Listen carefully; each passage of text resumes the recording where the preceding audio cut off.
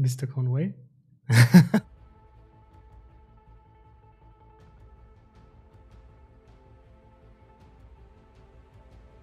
What's happening in the background with Mr. Conway? Do I have sound now?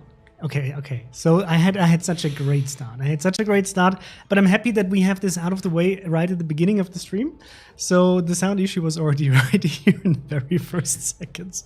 So chat, welcome to the first day of the regional finals of the King of the Sea Europe regional finals that we're going to be covering today and tomorrow here on this channel, and actually many other channels. For example, we're going to be here live on Flamu's channel. We're also going to be having guests, including Statsbloke and Flambass.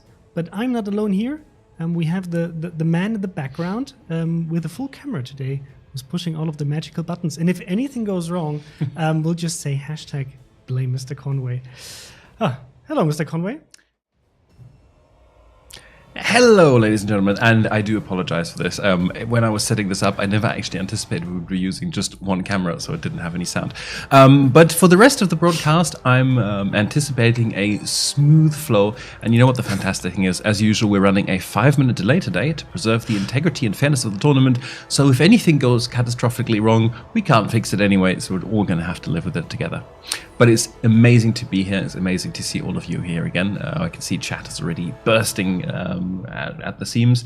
But please, once again, bear in mind we are running a delay today, so our interaction with chat is going to be very, very slow and a little bit hard. But we'll do our best to talk to you on occasion as well. We're basically time travelers. Yes. And just for context, so the reason why we have a 5-minute delay is to make sure that none of the teams has an unfair advantage by watching the stream and being able to know what the enemy team is doing, right? Especially these days when we have the cool spectator mode where we can see both perspectives at the same time with all of the information. So this is why 5 minutes delay, but you won't notice it too much besides our delayed responses in terms of issues or when you're chatting. Yeah, and it's going to be a cool broadcast. But Mr. Conway, so let's take a look at the schedule, right? So what are we expecting today? If you paid attention during the last few days, or actually last 2 weeks, we already had the qualifying stages for the King of the Sea tournament. And today we're basically at the round of 16, where we're going to, have we're covering 5 matches in total today, and we're going to get the teams that are going to be participating in tomorrow's semifinals and finals. So this is a 2-day setup for this weekend, and we hope you're just as hyped as we are about all of the cool matches we're going to be able to see today. Yes, we're doing a few things a little bit differently organizationally today. So where we usually have a little bit more flexibility in the schedule, and if a team has a quick game, we'll pull the next game ahead. We're trying to stick to our schedule a bit more today, so we're always going to aim at having basically 25 minutes from the start of one game to the start of the next game, which means the schedule you see on the right should actually be pretty accurate, bearing in mind that we may move ahead some matches if all concurrent matches in the previous series end with a 2-0, right? Exactly. So that means, just saying, all of these matches will be played in a best of 3. Yes. So whoever gets 2 points first gets to proceed.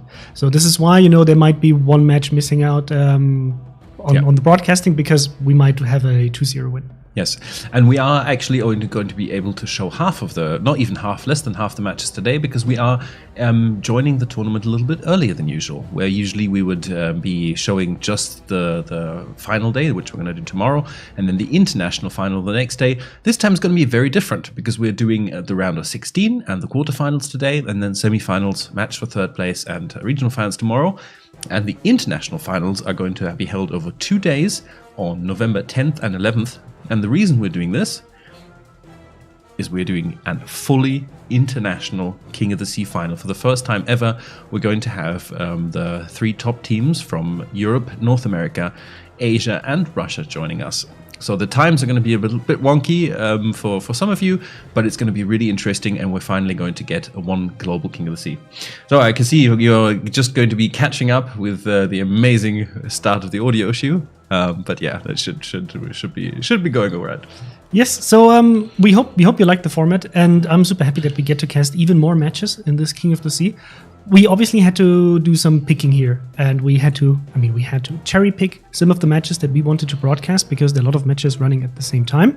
And we're going to be kicking off with a match that for me it sounds almost like, one of the King of the Sea finals we had in the past with Odemortis fighting Rain, which is going to be a super interesting matchup with two of the longest standing members of King of the Sea, especially OM has been there since the beginning.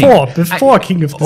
Odemortis actually still credit for the Odemortis community for organizing the Odemortis Community Cup, which is kind of the prelude to King of the Sea. So and Rain, of course. How many they've been up there and among the finals. King of the Sea a few times. They're a solid team. They had a few roster changes. But I've been told by people who know this that they're bringing their A game today, so it's going to be exciting to see. Yes, and that's just the first match that we're going to have, right? After that, we're going to be showcasing Oh Boy versus Shaft and Junk versus EnStream. So a lot of clans we've already seen in the past, and this, at least for me, is a guarantee for really good gameplay later on. But we also have a lot of other teams. BanCV, which is TWA, is playing against Vidmo. We have also Enough against Bots. We have CQR versus Sorka and Cheeky Breaky against CSN. Games that we're not going to be able to broadcast here, but if they manage to get into the next stage, hopefully we get to see some of them as well. Fortunately, we have to sometimes make these decisions like all other streamers and try to decide which ones we think are going to be the most interesting, but obviously we can't show all of them at the same time. You guys are probably here for a lot of competitive action, but I'm sure you also want to finish your King of the Sea collection. And today and tomorrow, during the King of the Sea broadcast, you will be able to get a Twitch drop if you're watching on a Twitch channel that has Twitch drops enabled as broadcasting King of the Sea, right? You are able to get a King of the Sea container as a drop. Doesn't matter whether it's today or tomorrow, you can get one container for the regional finals, for the European, North American, and Asian cluster on this weekend. For the Russian cluster, it's going to be next weekend because they have their regional finals next weekend. And then for the international finals, there will be an additional Twitch drop, a global one for another King of the Sea container. All you have to do is watch 90 minutes of this broadcast and you'll get your container. And when we're talking about the collection, this is what we mean. It's a really cool collection inspired by the previous King of the Seas that we had in the past. And as the final reward, you actually get something really, really nice, which is a Tier 7 premium container guaranteed to drop you a Tier 7 premium ship. And with this tournament, it's the first time people can actually finish it. Because per tournament, we said we're going to have 8 collectible items that you can get through various activities. I'm sure that in chat, with also spamming the mission that has been distributed already the last 2 weekends, where you can get King of the Sea containers, plus the portal offered a mission for a King of the Sea container, and the Twitch drops. So you can get all of the 16 ones if you manage to get all 8 ones in the King of the Sea 10 tournament. With this one, if you miss out, don't worry, there will be more in the future with future King of the Sea tournaments. But what we actually did something that we didn't have before King of the Sea 10. Besides the collection, we also have a new camouflage, Mr. Conway, right? Yes, we do. It is actually quite nice. There will be an opportunity for teams, of course, winning teams to get their hand of them on these, but there will also be an opportunity for you guys to snag a couple. I think we might. Did we include any in the missions? I think we may have, right? Yeah, I think so. Yeah. I think we may have. Yes. There is a bonus mission that if you have not activated it yet, you can activate it. You just have to enter the bonus code Hail to the King 11. We will post it in chat periodically, and you'll see it as well in 5 minutes when we catch up with this. So you can activate this. If you've already activated one of these codes in the previous weekends, this will not work for you, but otherwise you have a mission, and that will also have another King of the Sea collection container for you. But this camouflage will also be obtainable tomorrow and on the international finals for our usual traditional prediction contest. So you can come, or we'll send you a link. You can give us our best guess on who you think will win, and people with correct predictions will be able to get some of these nice camouflages. But it's not the only thing we have. Oh, did we bring them? Did you remember to grab the medal? No. God damn it, we didn't. It's in the other room. We'll grab it in between. I'll grab it for one of the breaks that we'll have later on. So winning teams will not only get the in-game swag and the prize pool, like the prizes that you can see here, but we will also be handing out a medal to the winners. We actually had a new production run of medals, and I think they look very, very nice. We'll show them off in a little bit. And there's also a King of the Sea t-shirt that we will print and send to each of the winning players. Yes. In each of the regional tournaments. If we take a look at the emblems, that's actually, if you take a look at the full emblem, right, when you manage to get all of the emblems fully upgraded, this is actually how the medal looks like. And we printed it, actually. It's a very heavy thing. I'm tempted to just run away and grab it quickly. Yeah, we can do that in a minute. I want to quickly. So, if you're not sure how these emblems work, these emblems have 3 stages essentially.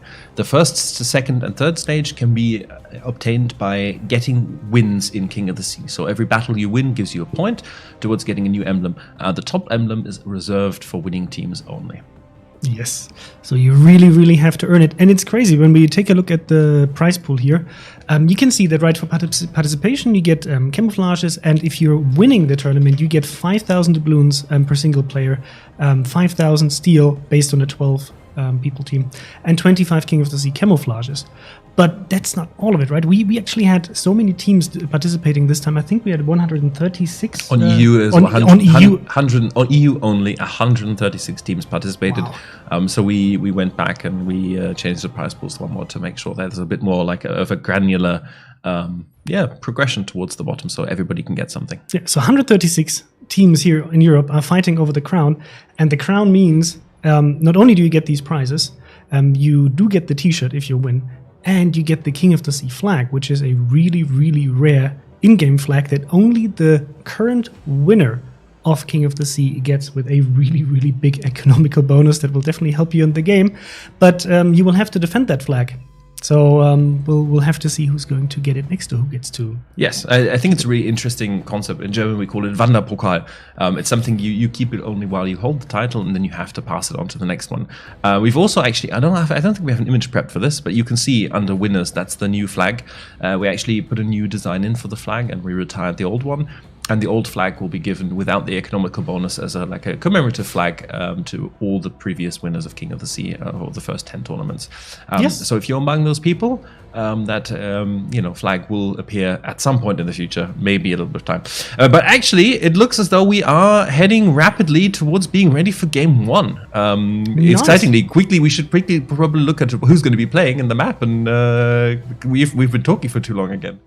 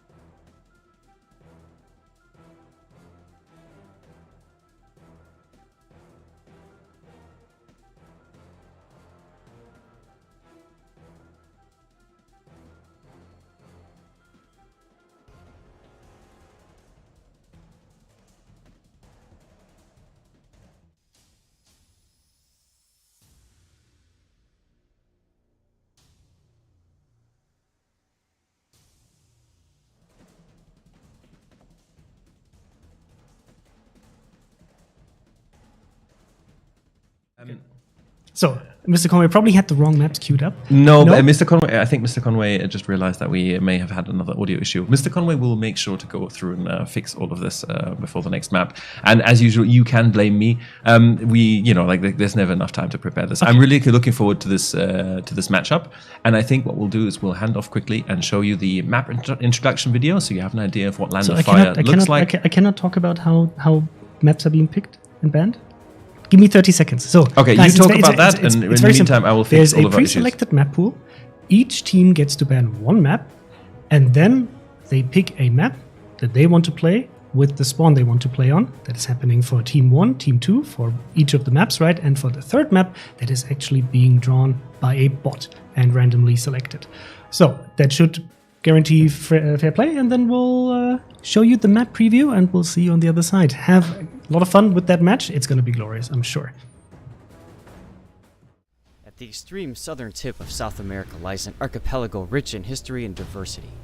Soon, these storied waters will play a host to a heroic clash between opposing forces, and the region will live up to its name. This is Land of Fire. Land of Fire is a 48 by 48 kilometer domination-style map with 3 cap points running in a line from east to west. The A cap is on the left, B is in the center, and C is on the right. To the west, the island in the center of Capture Area A makes it a challenging cap to acquire early. Teams commonly park a radar cruiser in the cap to push away enemy destroyers while preventing either team from capturing the zone. Cap B in the center is wide open with plenty of ways in and out, and is initially the purview of competing destroyers. If combat shifts to an east-west axis, it's common to see some spectacular mid and late game pushes through the center of the map.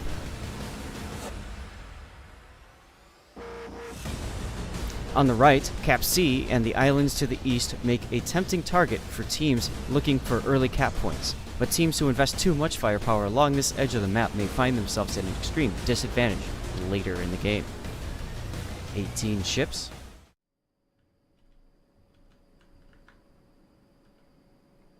Hello everyone, and welcome to this King of the Sea round of 16 between what is basically two giants of King of the Sea, OM versus Rain. With me, of course, I have Kirin Ichiban, again casting. Hello. Hello. And starting off, we are seeing a rather worrying trend repeat itself. Namely the fact that there's a whole lot of Petropavlovsk in this battle. In fact, there is a whole lot of Soviet power, especially on OM's side. Oh, and Icy Jones. I just mentioned earlier, I didn't know he was still playing, but there he is in the Petropavlovsk.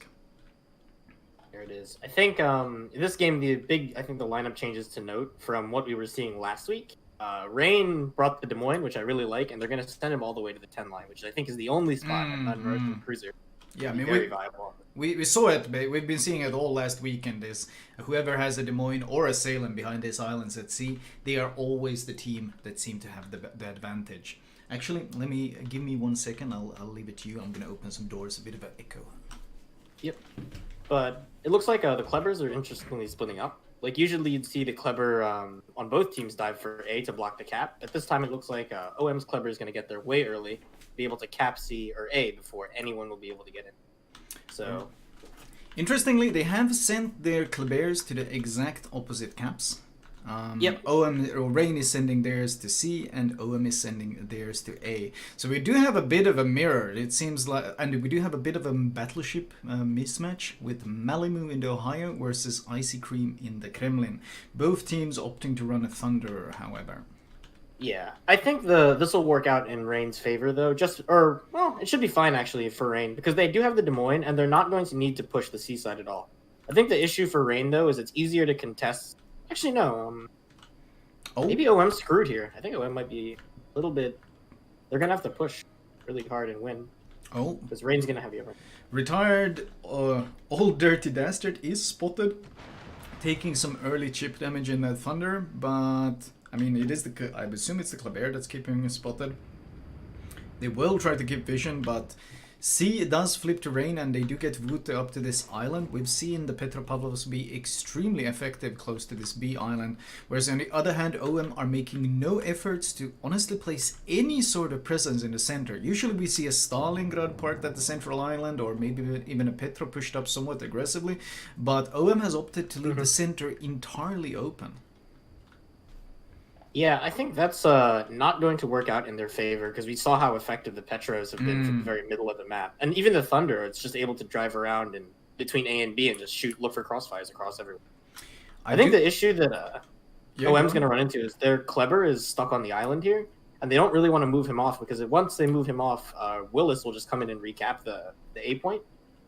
So, like, the problem with doing this, like Gaishu mentioned last week, the Kleber can't really do anything except wait for a YOLO. Meanwhile, if this was a Petro or a Des Moines that was on this A-Rock, he could actually be shooting or trying to farm something. I do find it interesting. Oh, Kleber tried to leave. There was a radar by Willis instantly. That's that stealth radar. Willis got spotted, so he knew the only thing spotting him could have been the DD. So instantly radars, and he forces the Kleber to reverse right back behind the island. I was going to say, we didn't mention at all, but they have brought Goliath, and of course Goliath with that 59mm HE pen is going to work quite well against the Petros, provided he can protect his citadel. Yeah, absolutely. I think the thing is, though, because they already have the A-cap, they're not going to be... OM isn't really in a position that they need to push. So, yeah. Actually, if you take a look at Woots in mid with the Petro, it looks like he's going to reverse onto A, and because OM have left this cap... Oh, yeah, that's actually really smart. It's going to be a free cap, isn't it? Do they even... Yeah. They don't even have anyone within radar range. Potentially the Petro in the center... Kingpin can push up and radar him, but that's pretty much it, and it's a short radar. They'll get one reset, and then they'll need to push someone up to deal with him. So that's actually really smart from Rain, using that concealment on the Petro and that positioning to potentially give them a cap advantage. Also, they are also contesting A now, which means that the only one gaining any points right now is Rain. Yeah, it looks like OM is content to set up. They're going to set up for a big seaside push. You can see all the Petros kind of fanning out and creating this firing line. I mean, this is a really scary push if you consider it. It's Petro, Kremlin, Petro, Stalingrad. All of that pushing at once is going to be extremely dangerous because, well, they have to retreat in an orderly, pretty much straight line, because if they give any broadsides, it's going to be instantly punished by that. Yeah, I think the problem with Rain's push right now is once they get into the C-cap, once they physically have a ship in the C-cap, it's going to be broadsided by Woods and Dastard from mid, because OM has no presence mid except for the Thunder, and now it's rotated over. They did get that reset, that radar plus reset on Wood, and I think they tried to push up Grave a bit to keep him spotted. Wood actually shoots the island. Was he trying to bait some sort of reaction there? He shot the water to extend his bloom? That's interesting. I'm not really sure what he was going for, but I guess we'll find out at some point. It looked like maybe he wanted to know where the Thunder was head, but he should have had vision of him the entire time. I'm wondering what exactly the idea was there. Could have been just a misclick as well. Yeah. Actually, take a look at Leia Azur's Des Moines. I really disagree with the way he's playing this. If you're bow in here, it's going to take forever for the Petros to kill you. They basically have to come around into brawling range. But because he's bow away, then the Thunder can shoot him really easily because he's not close to the island. The Petro and almost outside of C can actually shoot him as well. So it's a 2v1 when it should be a 1v1. Yeah, they can arm more shells. But I think going nose in, seeing the kind of lineup OM has here, also has its risks. Because if they do push, the problem is if they do collapse on this flank, anything that nose in will get run over and killed.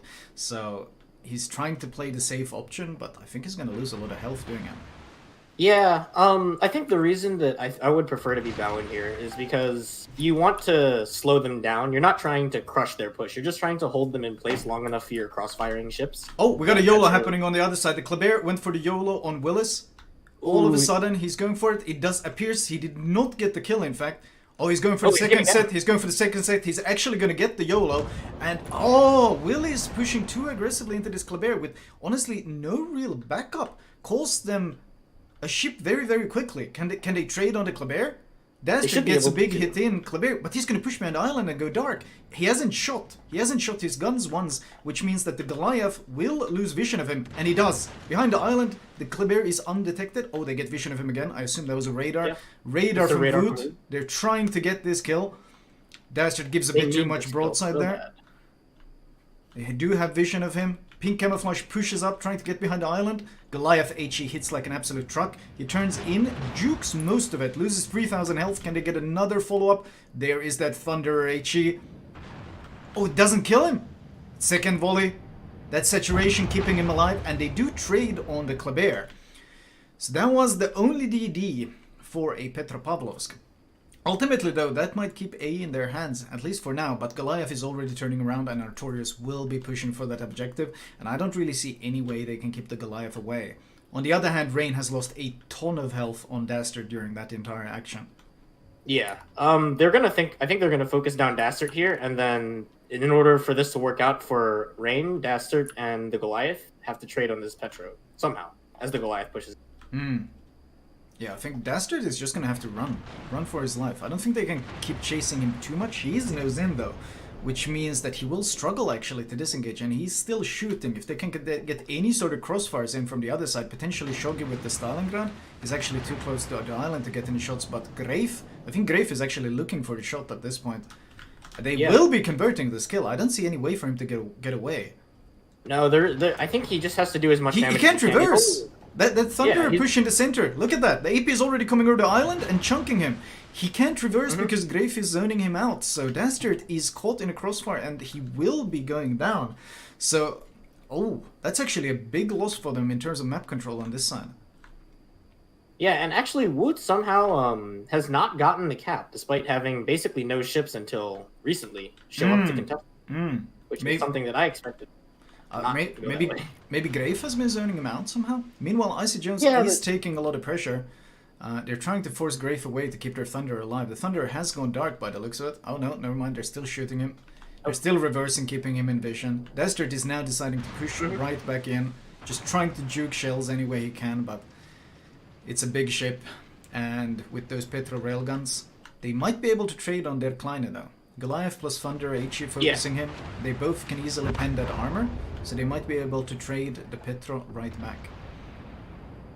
They need to trade on this Petro because actually once if their Klein goes down here, the other Petro is kind of screwed. Yep, there he goes. And more importantly, this means no contest on A. Yeah, absolutely. And I think that basically means the A side is completely lost for OM because Kingpin cannot 1v1 Artorias in the Goliath. That's not happening. Meanwhile, on C side, the push is starting. So here's the Kremlin moving into C. Icy Cream pushing it right into the center. And I think at this point it's actually pretty good that Leazur wasn't nose in, because I don't know if they can stop this Kremlin in time. They do still have the Kleber alive, who's obviously just going to be torping him all game long trying to prevent it. But he does ground what looks like grounded in the radar. Yeah, he's grounded in two different radars right now if they choose to use them. Ooh, but he stays alive. Is there a follow-up radar? There is a follow-up radar, so they do keep vision. Icy Jones pops his radar in return, but he's barely outside of radar range. He's eating a bit of chip damage, and his torps run out on Ice Cream, but he does stay alive. And this Kleber alive is such a potent threat on stopping that Kremlin push. It's really the only strong threat that they have. Yeah, they really have no other way, especially because Dastard went down. The other way you'd stop the Kremlin is with the Thunder HE, but Thunder is dead, so... They do have to worry, of course. Petro is one of those few cruisers that can consistently citadel a Kremlin, but they do need to be very, very close and be given a lot of broadside. Meanwhile, I do like Leazur's position right now. He's managed to put the island between him and the Kremlin, and he's actually able to just non-stop farm him right over the islands. The Legend Begins isn't providing the vision they need to actually see him, so Leazur is just pumping out damage on Icy Cream, and regardless of his resilience, that's still a lot of damage coming his way, and he's starting to melt. Yeah. If he goes down here in C, that would be extremely bad for OM. Actually, we notice Kingpin's pushing up towards mid right now, but that's just going to put him in a really bad spot once the Goliath is over. Yeah, Artorias is straight up just pushing into their spawn, creating this crossfire, and he's going to put a lot of damage into Kingpin. And their Kremlin actually goes down. Wow, they got a lot of damage in on him fast. That Des Moines was just farming him non-stop, basically, and I felt like they kind of just allowed him to go down. The rest of the Petros not really playing as aggressive as they should to ward off some of the damage. Yeah, I think the problem is Icy Jones lost a ton of HP already, so normally I think he would be the one pushing up with him. And the other two Petros, the Legend Begins and Karanok, decided not to play as aggressively as, like you said, they probably should have been. It's a bit surprising though, because now it's going to become very, very difficult for them to push up, because without that Kremlin to deal with the Des Moines, it's going to be rough. Yeah, they have no Kremlin to deal with the Des Moines. They're down 400 points and have 0 caps. The only thing they have going for them is a slight HP lead, but that's not going to hold once this push starts. Kingpin pushes in, trying to deal with Wout, but he ends up being in a terrible crossfire from basically every possible angle, and he's already down to 20k health. At this point, Woot doesn't care if he gets rammed or not, and they're just farming him. Kingpin is trying to reverse into the island to stay alive, but honestly, I think his best bet is going for the ram, but I don't think they will even allow that. Yeah, I don't think once he got into the cap, he was kind of screwed. They needed a. I really don't know what they could have done with him there. Yeah, Looks like this is going to be a Grave is trying to push in, but this looks like a very, very dominant performance by Wood. Even though I would say the Kleber play was excellent. The Kleber play got a lot of damage. He killed the Petro and they got a ton of damage in on the Thunder. The problem was Rain managed to trade back every single time. And this C flank has gone excellently for them. Yeah, I expected it to go... I mean, a little bit better for OM than it did. They're not going to get a single kill over on C unless they get a YOLO in or a Ram right now. Ice is trying to push in, but he doesn't really have the health pool. And that Des Moines has just been doing so much damage from behind those islands. We criticized him for, or well, you criticized him for not being nose in, but in terms of effectiveness, he's brought so much value. The Thunder gets rammed by the Petro by the looks of it. Des Moines takes down the enemy Petro, and Ohm is down to 3 ships at this point. And wow, this is very, very convincing so far from Rain. Yeah, honestly, OM I think kind of just played a little too passive there until the very end. They should have, like we saw with TG playing the full Russian cruiser, and then we saw with Cheeky Breeky playing the cruiser. They were a lot more decisive, I think, than OM in this game. I mean, it's not entirely over yet. He's gonna ram the Ohio. Yeah, he's ramming the Ohio. Oh, hold on. How done is this game? It's 1 minute 40. Rubing F is how much in a bad position? He's got a nice crossfire in on Chiranok, but Leazur is just kiting away. They have no caps though. That's probably going to be the downside regardless of everything. Chiranok turns in towards Robin. Shogi is pushing up to contest C. A lot of radars going back and forth. They are all in Russian ships, so a lot of 12 km radar except for the Des Moines. Robin will probably be... Oh no, he's still alive. Robin is still alive. Outside shot coming in from the Petro. Oh, wow, clip the island. It's those railguns. It's 2 versus 4 though. The health advantage is quite significant in Rain's favor, but the game is ending up a bit closer than they maybe might have hoped. Yeah. I mean, I really don't... Like, they're over the 700 points down. I think even if they lost C and lost the Petro here, which I think the Petro's just going to go for the Ram, honestly. Yeah, he's going for the Ram on Starling, but I don't think he can get it, actually, as long as Chiranok is alive. Because Chiranok can just shoot that broadside when he pushes in. Oh, Azur gives too much broadside. Petro instantly punishes him. And Robin can't actually go for this Ram. But there should be no need for him to go for it. Shogi, on the other hand, might go for it, because that crossfire is going to get him killed otherwise. He's going to go down to the Goliath momentarily, so he wants this Ram. The Songred is a pretty unwieldy ship relative to the Petros, so we'll see. Yep. But Robin is moving so slowly, he will get himself rammed. I think at this point he's just going to allow it. Because the cap advantage and point advantage is so large that he doesn't care. Yeah. I think even if they capped C, unless they capped all 3 caps and kept... the time difference as well. I mean, ultimately, they have a Kleber alive, and the Kleber can literally just sail to A. Even if both of them somehow magically dies, the Kleber can just sail to A1 to the corner and hide the last 3 minutes, and it's an easy win. So OM has no way back, sadly. Yeah. I mean, it was hopefully the games don't end up like this. I think the one thing, Russian cruisers are kind of compared to like watching American cruiser brawling and battleships pushing. The Russian cruiser gameplay is a lot staler with kind of firing lines, and then you kind of just slowly move up. It depends.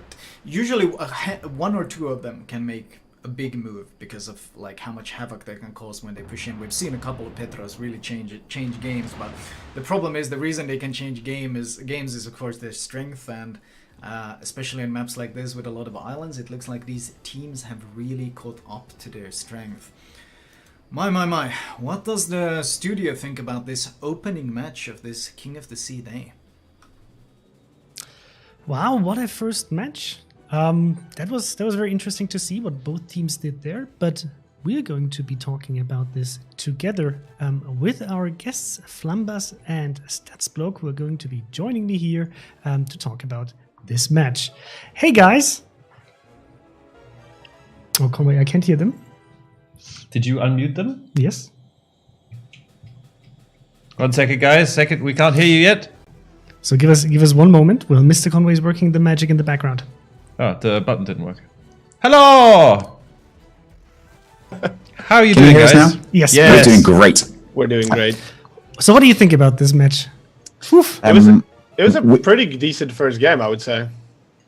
We were kind of surprised that when the lineups first came up, we were both like, ooh, because we've seen obviously Cheeky Breaky were the ones really who broke this Petro meta.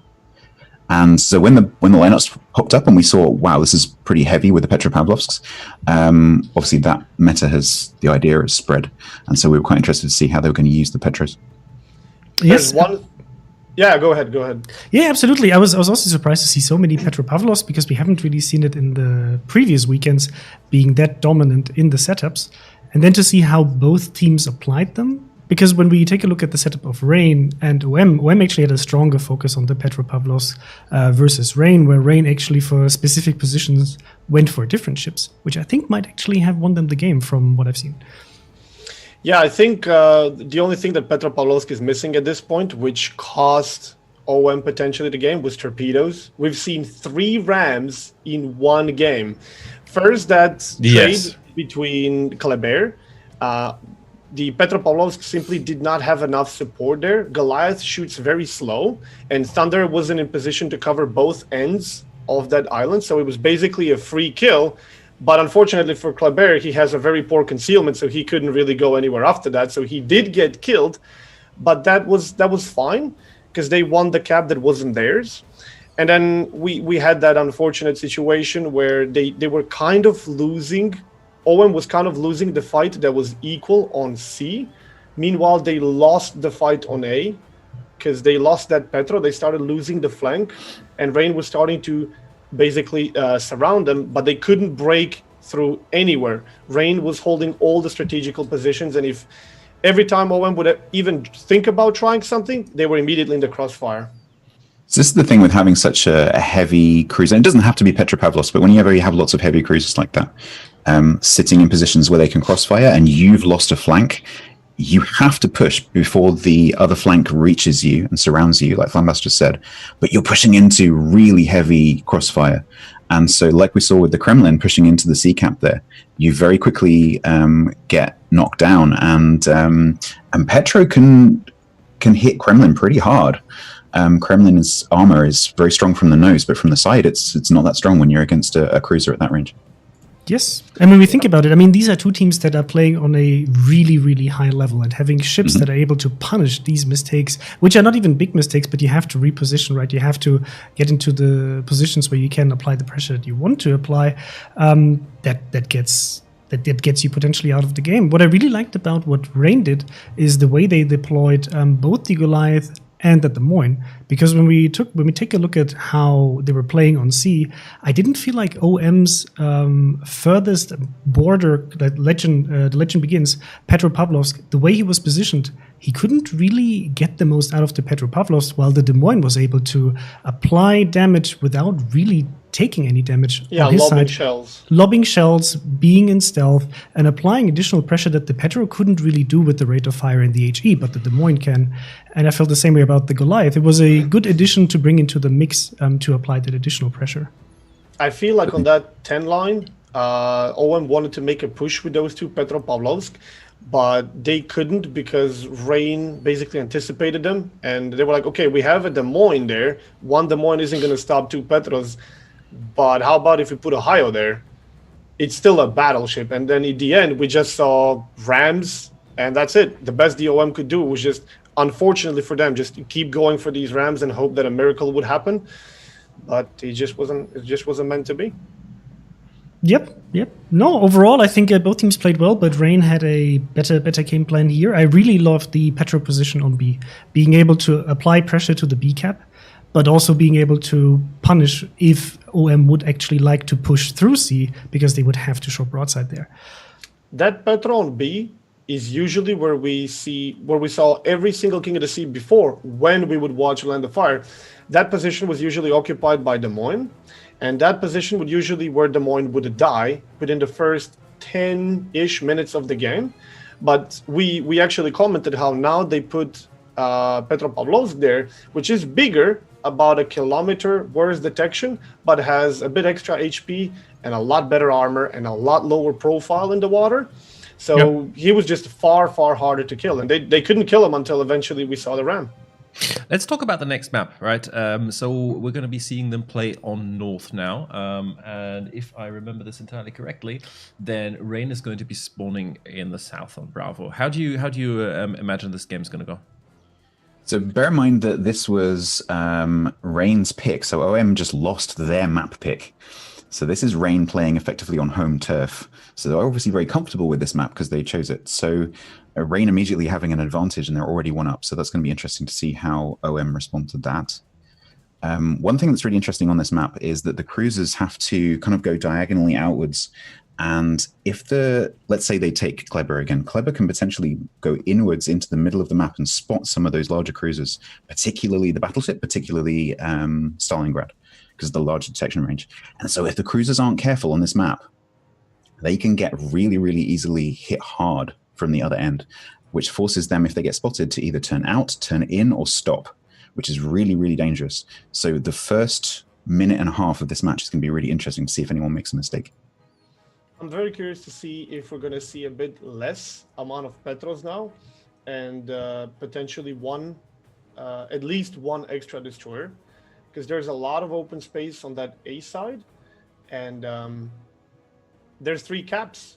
I'm very curious to see just how much different is going to be between the first and the second map. But the game is starting. Yes, the game is indeed starting. We probably don't have time to do like a full map video introduction. So last chance. Who can we have a prediction to win? I'm saying I'm going to call Rain 2-0. Yeah, considering it's their map, I would expect it 2-0, but I'm hoping OM kind of gives us a good fight. In which case I have to go OM, yeah. Yeah. I go with OM. I know you can do this. Let's go and see it. No. Okay, I'm We're curious. cheering for the third game. We're definitely cheering for the third game. All right, speak to you later. All right. Speak to you later. Bye-bye, and have a good game. Yep, you too. And we're handing over to Flamu.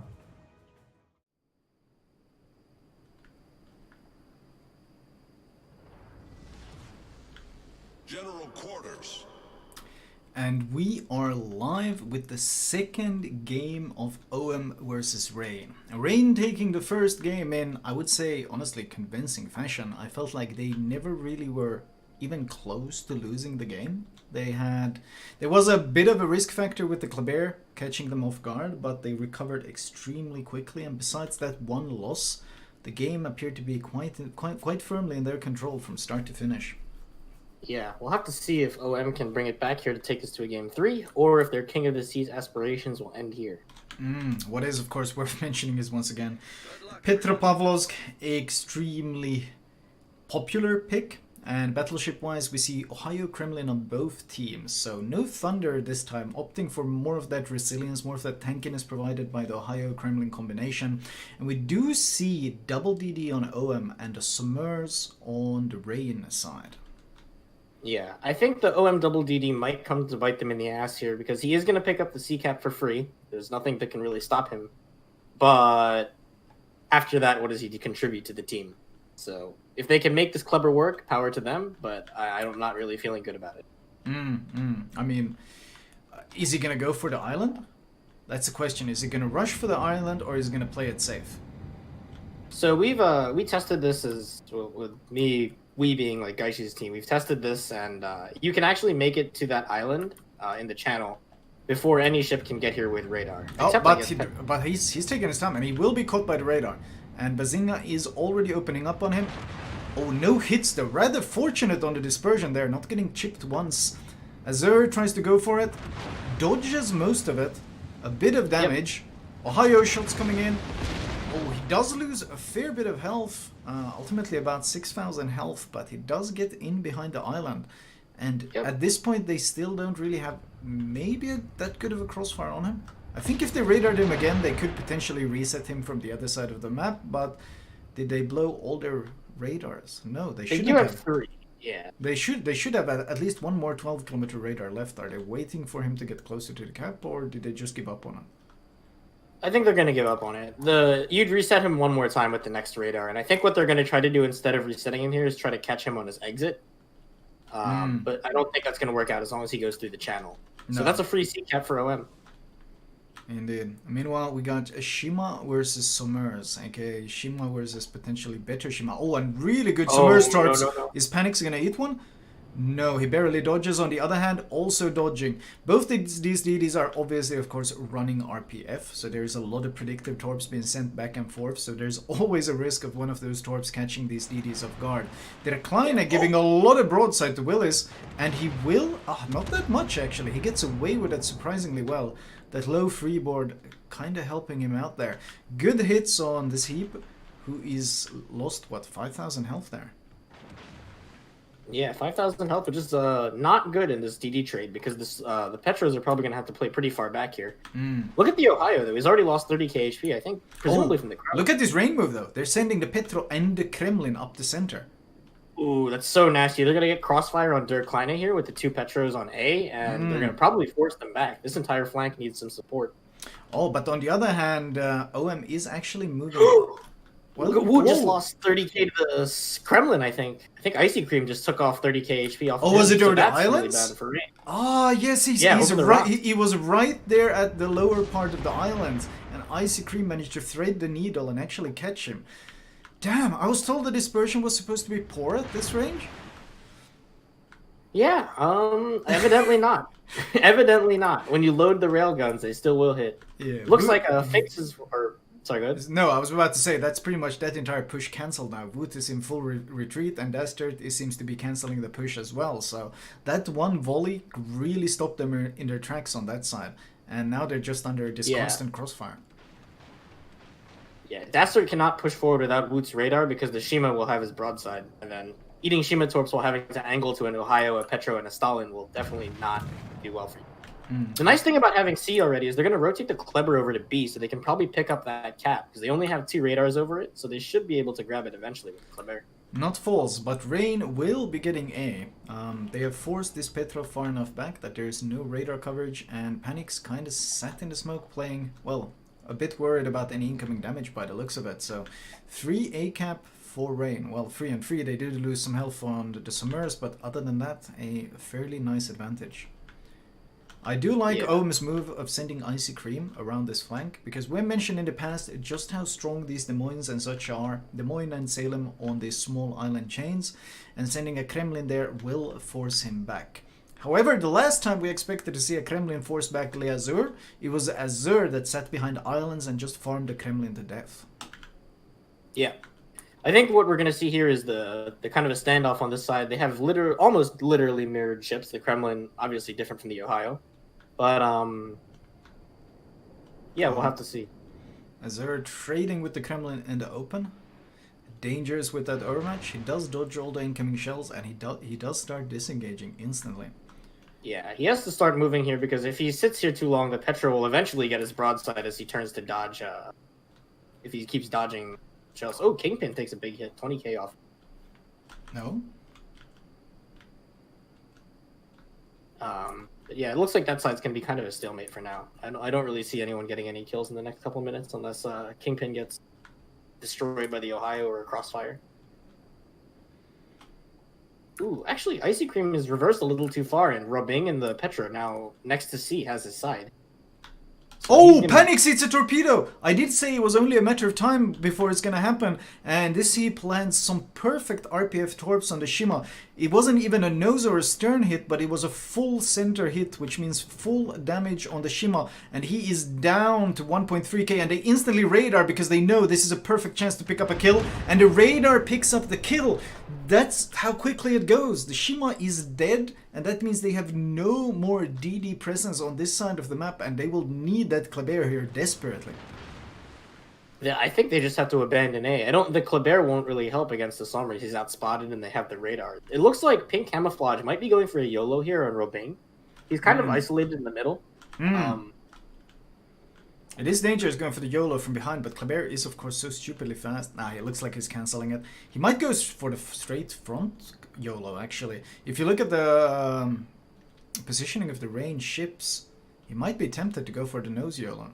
Because the problem, of course, with YOLOing from behind is that they can start cutting away instantly. But if he goes for the front YOLO, on the other hand, there's going to be potentially Arturius helping him out. And look at Icy Cream again! It's happening again! The Kremlin just Yeah, melted! Oh god, I think he missed position there because Robing did have his broadside for a couple shots and took 10k off every time. And after that, I don't know what happened to him, but he lost all his HP. That's why they're sending pink camo so desperately in here to YOLO him. He is actually going to go through with the YOLO. But Arturias has repositioned, so there will be 2 cruisers focusing him. I do think he's going to get the kill anyway, because that Kleber damage saturation is so absurdly strong. First volleys are out. Only chip damage at best. Robin is of course going to try to keep his nose towards the Kleber as long as possible to mitigate that torpedo damage and to force him to sail past him, basically get those full broadside torpedoes. Oh, pink camo, can he actually make it? It's such a long distance. He goes for the right side torpedo, he's going to try to swing around. Kremlin does go down. The first torps are out, he still has another set. The second set is out. It's still not going to be enough. Oh, it is enough! No! Oh, no. It is There enough with the shots. Arturius should now be he has picking it to, up, though. Yeah, I'm surprised he didn't try to turn right here to go for the gap. You might die anyway, but you might get away. I think he's greedy. His nose is saturated. He's got that French saturation kicking in. Oh, he's actually going to try to get more torps off. Can he? He's going to go for it. They are very fast, and they hit like an absolute truck. He's going to dump all of them. Oh, surely Arturius is going to accelerate and juke. He will. Yeah, he has to. There's no way he shouldn't need any of these. Still, though, that was very well played by the Kleber. Very patient. I think we're seeing some desperation from OM. Look at this. Look at Icy Jones now. It looks like he's going for a ram on a Kremlin, maybe.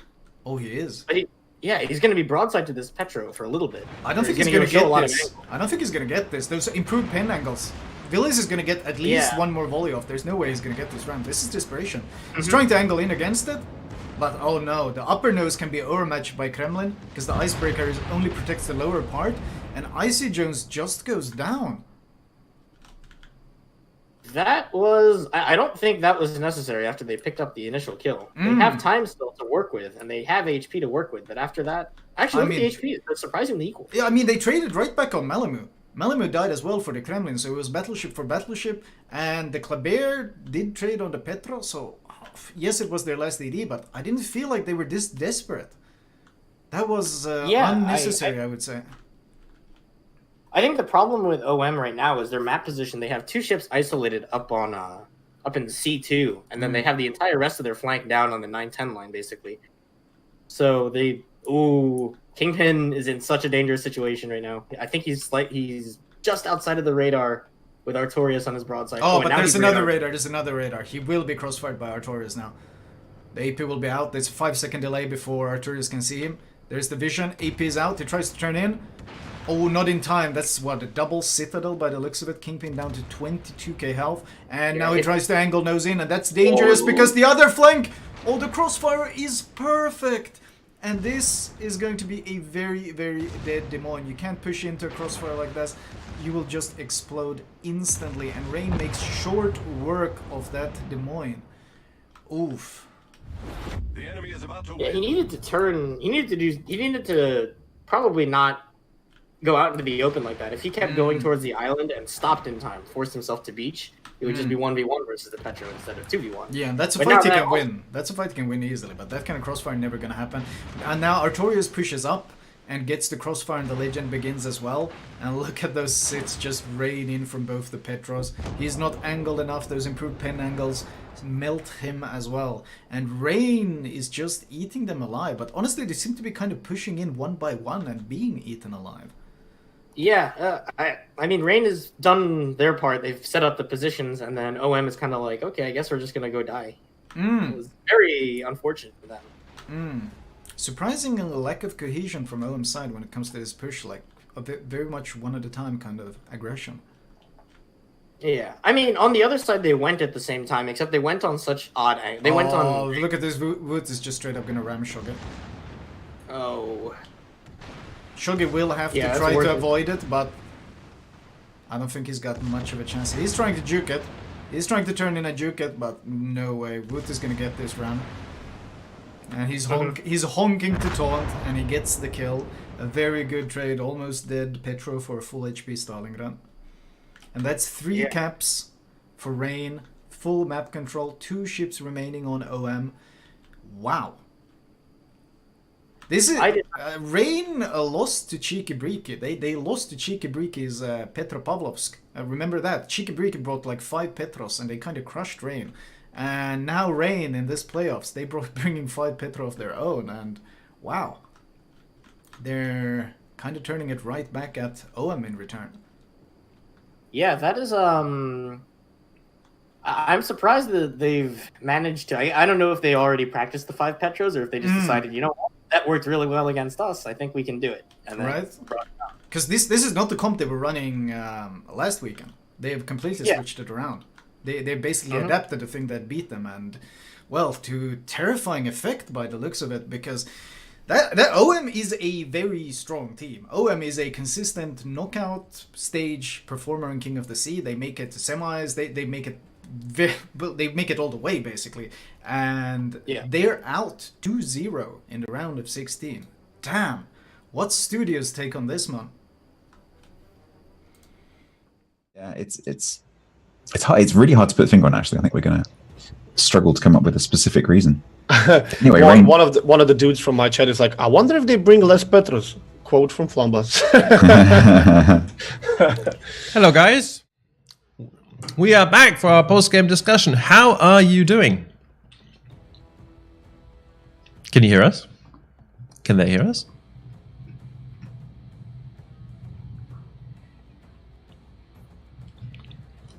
Conway, I'm not sure what you did, but we can't hear them.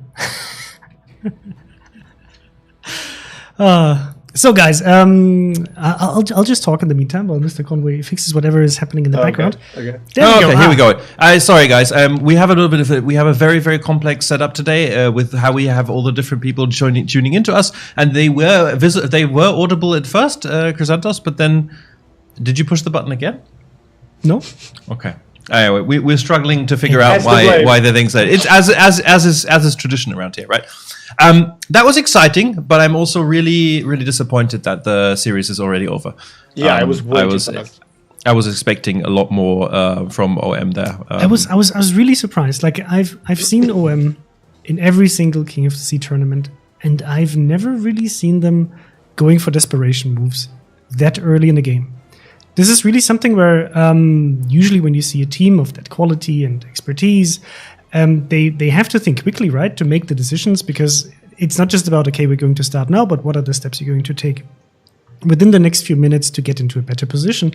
But it felt like that Kleber move we saw in the first match was repeated here a second time, and suddenly the team's like, okay, can we maybe get more of these like super high risk trades to get back into the game without having the other guys in a position where this trade-off would suddenly turn the game and open up a door to come back into the game, which was really momentum that you can fall in for. Yeah, I think one of the things that map creates is the ability to isolate different bits of the enemy team. So, for example, if you're that clever, you can, and unfortunately we missed that rush until after it happened, but you can rush down without being spotted, without being shot at, and then once you've done the rush, done the deed, potentially no one can shoot at you, which is what they tried to do on the first map as well.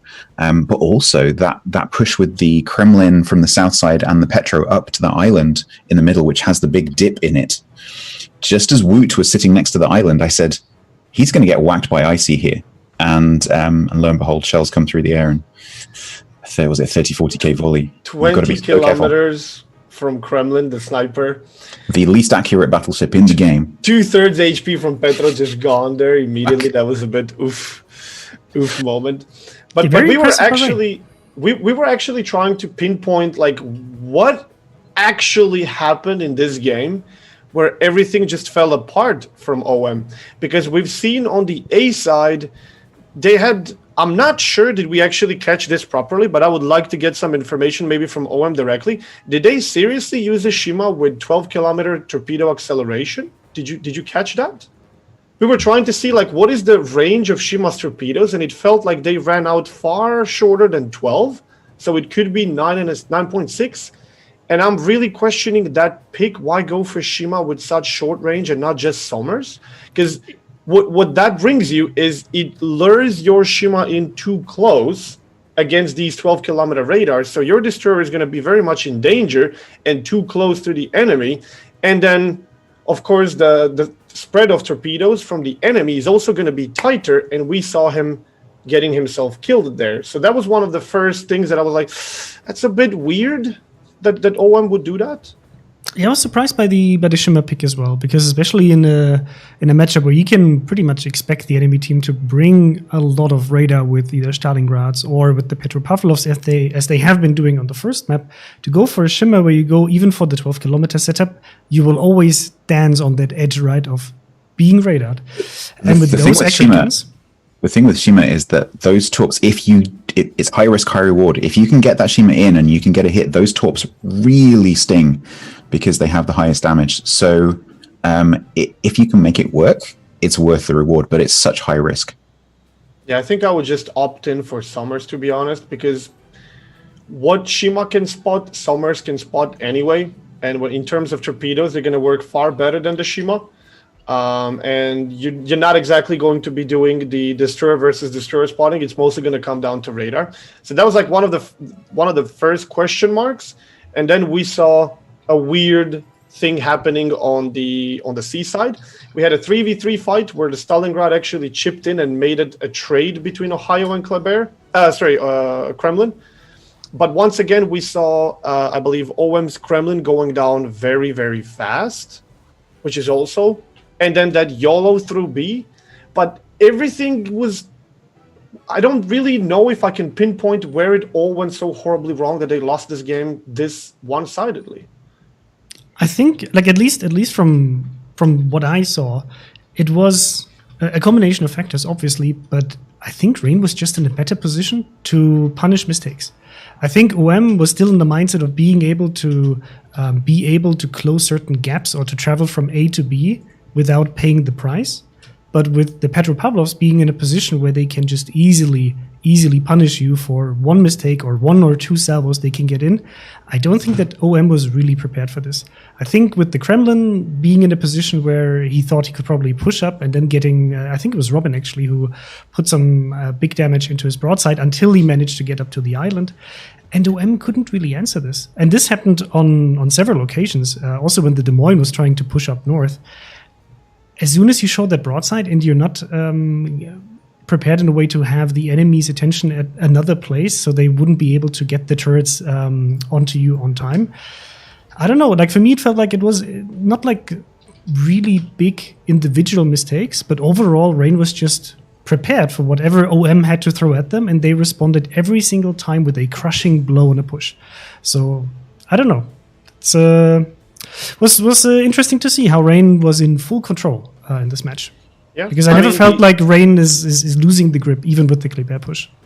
The first map was OM's pick, and they took it nice and slow. And if you look at from a neutral point of view, without knowing whose map it was, I would say, okay, that was Rain map, and they just played a bit better, and they won. But then you realize that was actually OM's pick, and then we go to the map number 2, where Rain just really quickly destroyed OM, and you're like, oh, so this was their pick. Okay, this is gonna look like when you play on their turf. So Rain was pretty good here. I have a little bit of an update from the background, by the way, from the rest of the tournament. So it looks as though all 4 sets of games in our first 4 parallel, because there were 3 other games running in parallel, have ended 2-0. Which means that we are going to be pulling up ahead our next set of matches by 15 minutes. So the next set of matches is going to start in 11 minutes, and we are going to be showing Oh Boy versus Shaft.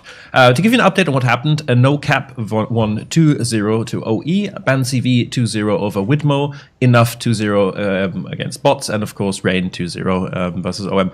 This is not entirely unsurprising due to the way the tournament was organized.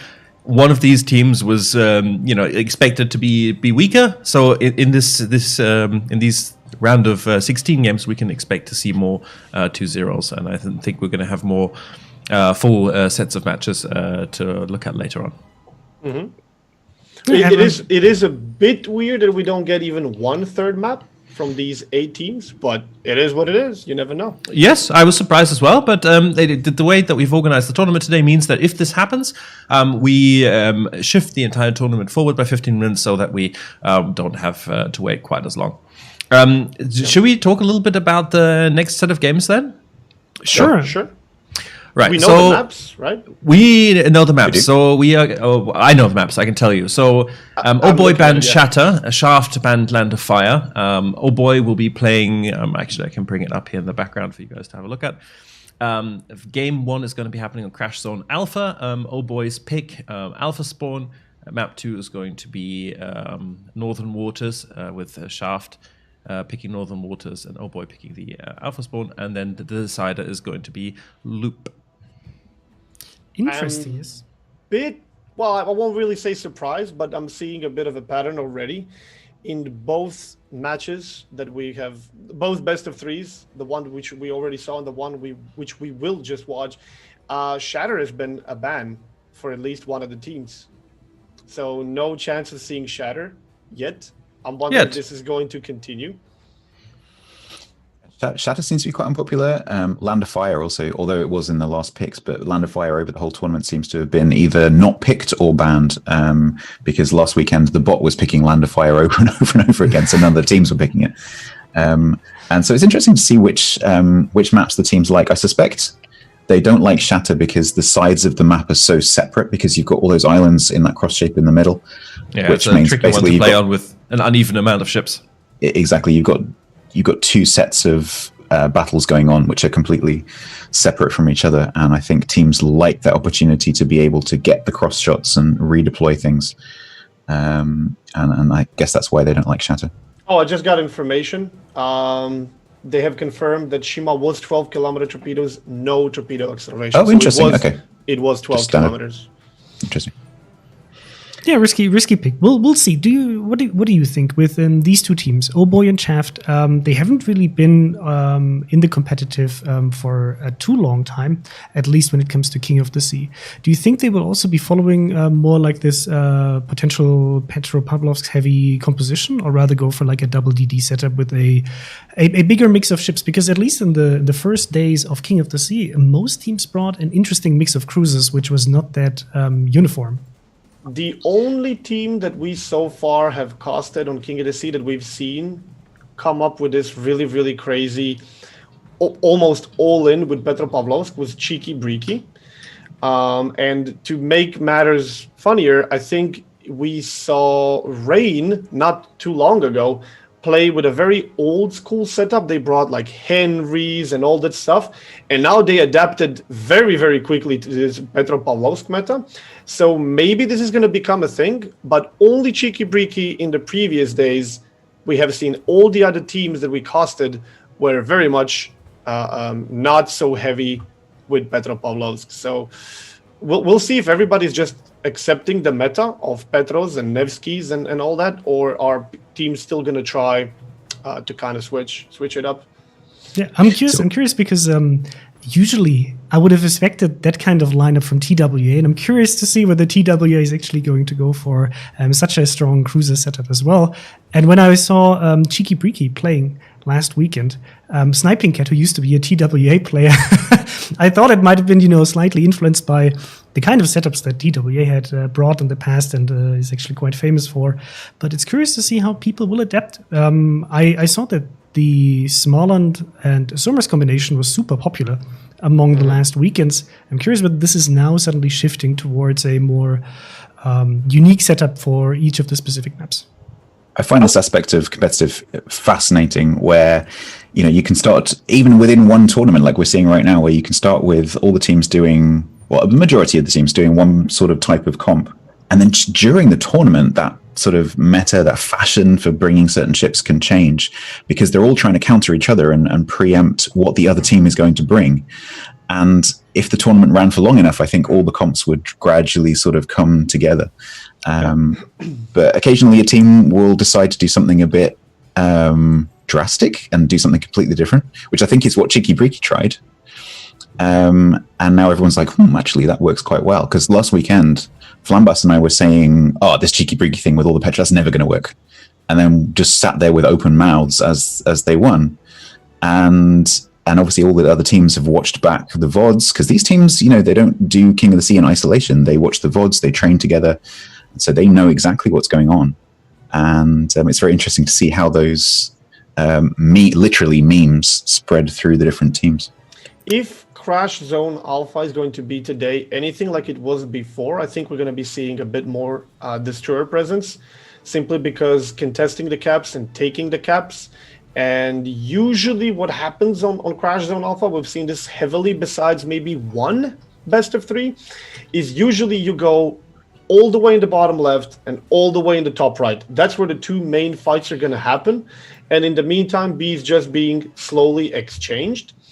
And then one has to do something. But we have seen one best of 3, where this wasn't such a case. So we'll see towards which of these 2 strategies they're going to go for. Are they going to go like, what is that, A10 in the bottom left, torpedo, trying to torpedo each other behind those islands on A7 and like C10, what that would be?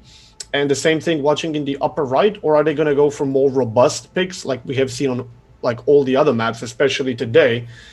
But I am very curious. I'm very curious to see if this King of the Sea is going to get shaped a lot more in those heavy Russian cruiser style, or are we going to keep seeing more diversity?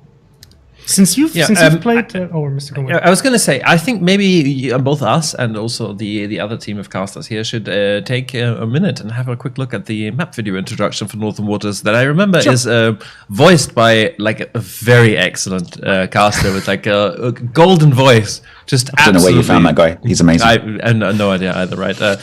Should we have a quick look we'll be right back? Sure. Be right back. The Narrows of the English Channel have borne witness to some of the most famous naval battles in history. Now the storied cliffs of Dover provide the inspiration and backdrop for a naval clash of epic proportions.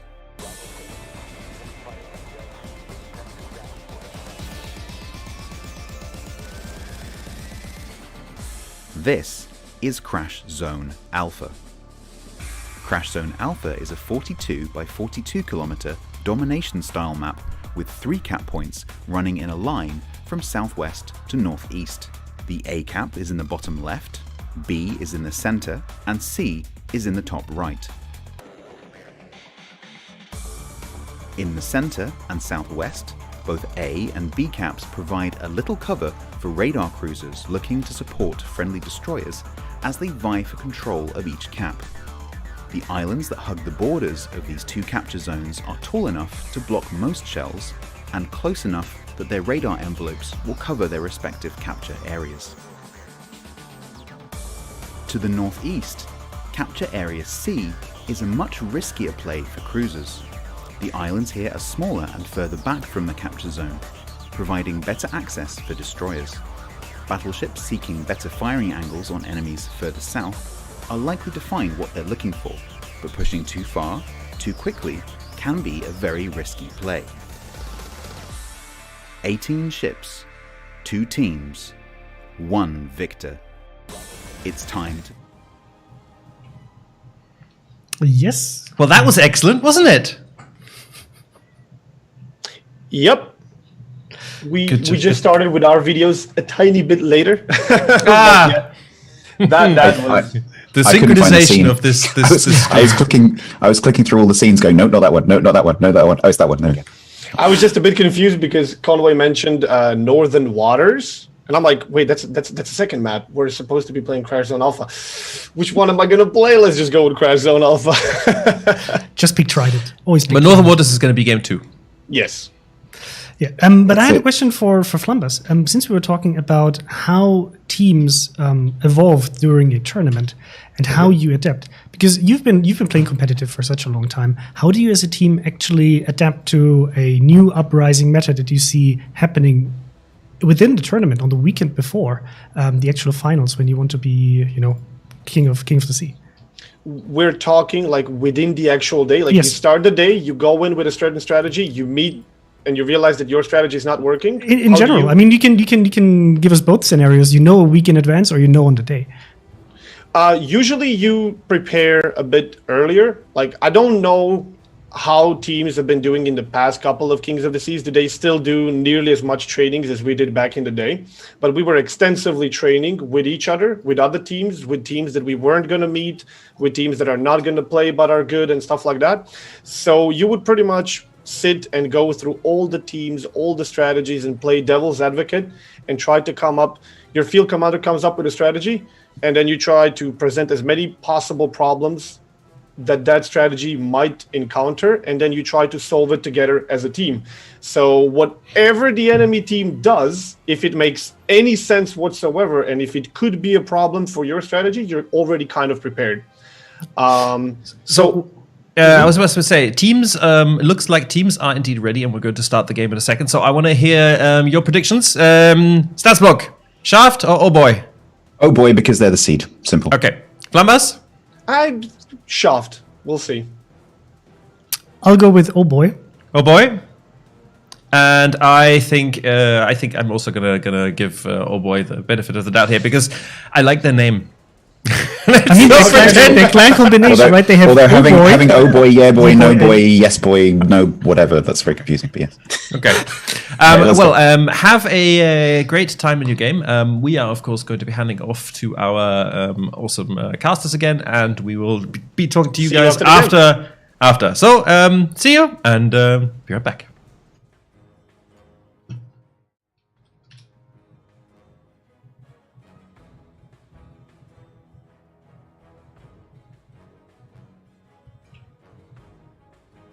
Our second game of the day. Oh Boy versus Shaft. Now, as far as I understood, Oh Boy has basically been completely undefeated so far, this King of the Sea. Whereas Shaft did lose, was it to No Cap? 1-2? You might refresh my memory if I'm wrong, but I think so far they kind of have something to prove this match. Yeah, they have to. They are, I think, one of the only teams here that so far that actually lost their game, or they're the team that lost games here, like you said. So let's see. Shaft is bringing 3 DDs though, which is really interesting and kind of strong on this map. Oh, and Kleber Smalland, what a nice combination! You get that DD radar, and both of them are, of course, insanely fast with the speed boost, and especially against the DD like a Daring, which is notoriously slow. That might potentially be even a hard counter against them. Yeah, it's going to be rough here because with the 3 DDs, we'll give the cap advantage straight up to Shaft right away. So, oh boy, yeah boy, they're going to have to figure out how they want to push this. And of course, we do see the standard Soviet lineup, which is 4 Petros and a Stalingrad against 2 Petros. But it's worth noting that Oh Boy is actually bringing a Yamato, something we haven't seen so far. It's been all Thunder, Ohio, and Kremlin, so it's nice to see a Yamato mixed in for a change. Yep. Yamato does do pretty well against Thunder if it can hit it. Oh, sorry to interrupt. Oh Boy is actually going for the Stalingrad push up to this island. Normally when people go for this push, it is with the help of a smoke hiding the intention because of the crossfire potential, but they're actually just sending the Stalingrad in there alone without any real cover, which is kind of ballsy because the potential crossfire from down south can be very, very nasty indeed. And Petro is already taking shots at him. Oh, double Citadel by the looks of it, down to about 60,000 health on the Stalingrad. There's another volley coming in. Oh, he needs to angle more than this. This is gonna hurt as well. Oh, no real damage. He gets fairly fortunate on that one, and Totally Balanced will make it up to that island where that Stalingrad radar will of course be insanely strong, and the crossfire that he provides down south is gonna be incredibly effective. I think the thing that sucks for Oh Boy there is normally you can see them shoot back at the Petro as he's heading towards that rock, or back at the cruiser, but because their Kleber is positioned by the island here, he wasn't able to get it. This is smart though, because who has shots on the Kleber? Who can hit this guy? I guess the Petro out for a kill. Salacious radars kamikazes to reset the A cap. The Smalland is doing a bit of juking, but he actually doesn't leave the cap. He's just acceleration juking with the speed boost. Oh, he ends up eating actually some bit of damage, but he does have that heal, of course, and I don't think they will be able to prevent him from securing this cap, at least eventually. Yeah, Luke Plebwalker is slightly out of radar range, so they won't be able to get another radar in. B actually flips towards Oh Boy, which is going to be really, really hard for Shaft to take back because they have the radar, and if the Kleber stays B, the Smalland does not want to get in a gunfight with the Kleber. So, wow, there's actually a guy called Luke Plebwalker. I thought you were talking about Anakin Seawalker, and I was like, why are you putting him on blast right away? But his name is actually Luke Plebwalker, and they do secure A. So Shaft, Shaft does get a 2-to-1 cap advantage, but the daring pushing into C does bully the Kleber away. Yeah, that's gonna go well for they're flipping C right now. Alright, go ahead. No, there was early radar. The daring does get radared by out for a kill. He jukes a bit of the shells. He does of course have that smoke active, allowing him to shoot back without staying spotted. Oh, some good chip damage, but the daring, just like the small one, will be able to heal up most of that damage, and they will probably secure C as well. Yeah, that was really well played by him because now he gets the cap for free immediately after the radar expires. So props on lucky reset on the Thunder. Props to him for staying, not having to move too much. Meanwhile, on the other side, I'm kind of worried for Luke Plebwalker in his Petro versus... He's basically 1v1 versus this Des Moines over here. Oh, yeah. The Des Moines does do pretty well 1v1. Yeah, I mean, we highlighted what the Petro is so good at and all its strengths, but ultimately when it comes to a straight-up 1 versus 1, nose-in, Des Moines and Salem both just dumpster the Petro. I mean, that's what Des Moines does. Nose-in, it beats basically anything. And Shaft is getting Berry 4 into a very good position to do that.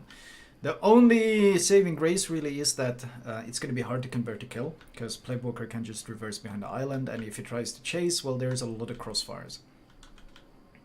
Yeah, same with Salacious as well, though. The thing with that Des Moines position, it's so nasty because it bullies the radar, this other radar spot on A.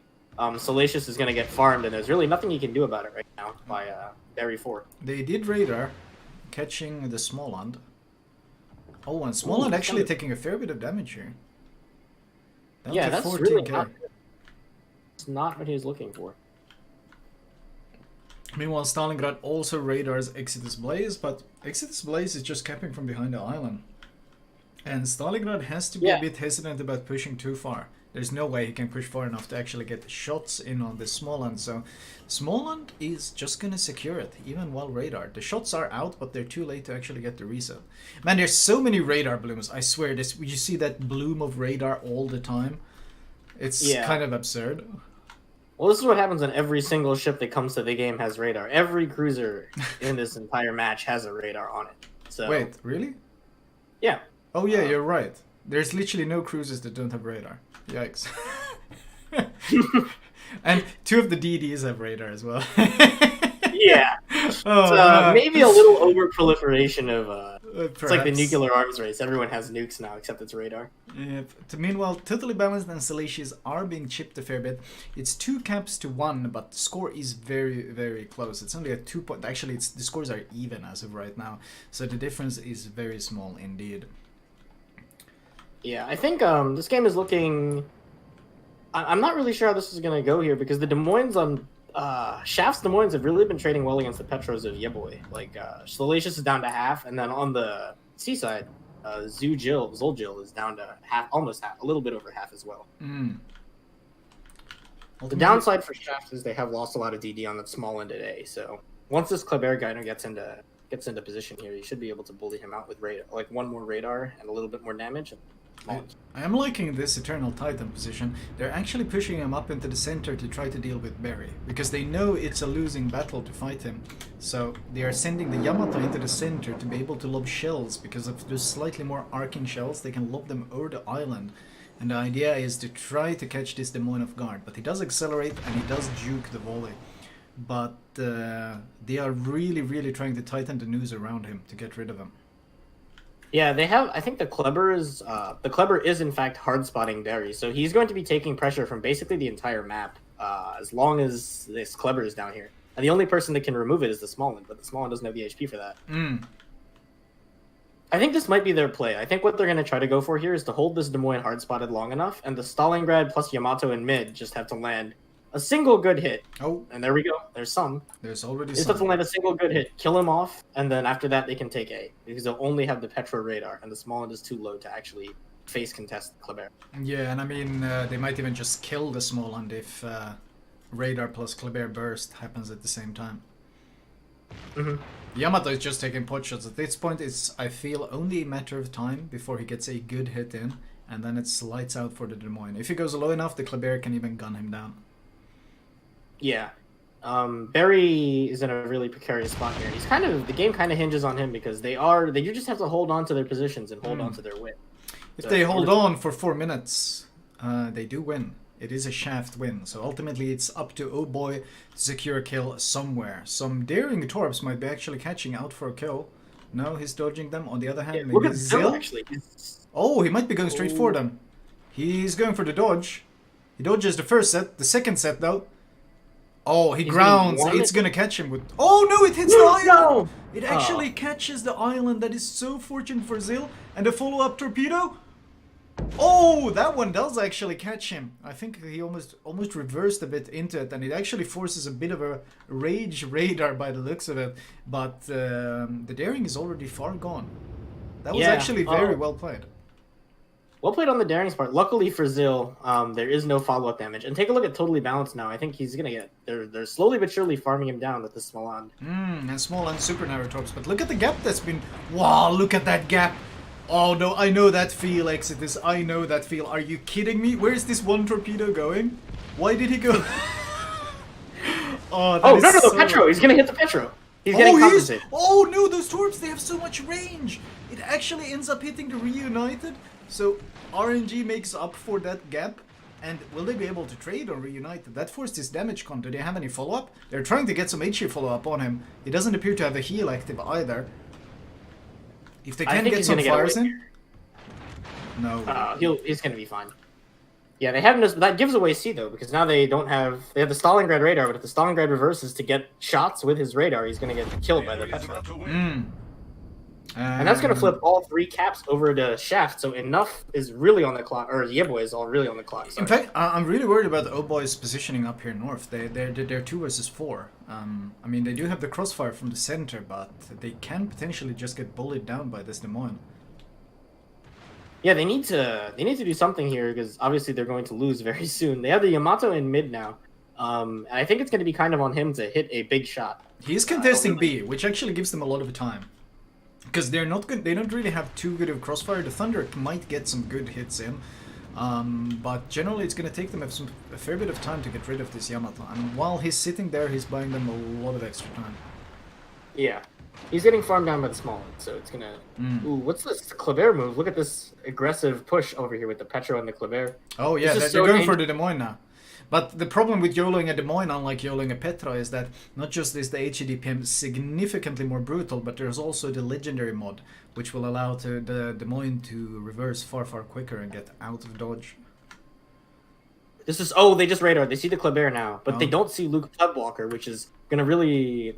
So fortunate for him, because he's full broadside to so many ships. They do have vision. They do have vision of him. Oh, they just got vision. Okay.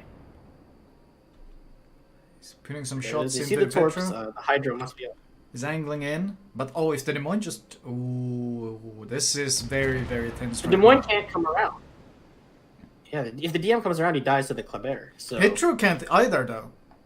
I think the Des Moines might actually be going for it. Luke Playboker is actually angling in towards this Petro. They're trying to get the crossfire in. Oh, if Barry gets to just rush out of here with that legendary mod, he might cause so much havoc. But he's afraid of the Kleber. The Kleber is literally the only thing keeping him in check now.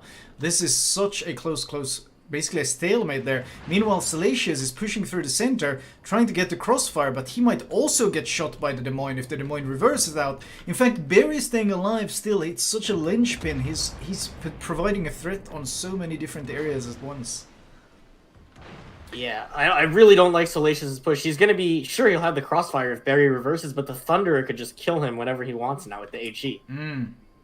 They're contesting all the caps, and Eternal Titan, that Smalland has actually been doing a fair bit of work on him. He's down to 8,000 health. Oh, he just got chunked by the Ohio, and he's down to 1.2k, and he is burning. So they actually take him down.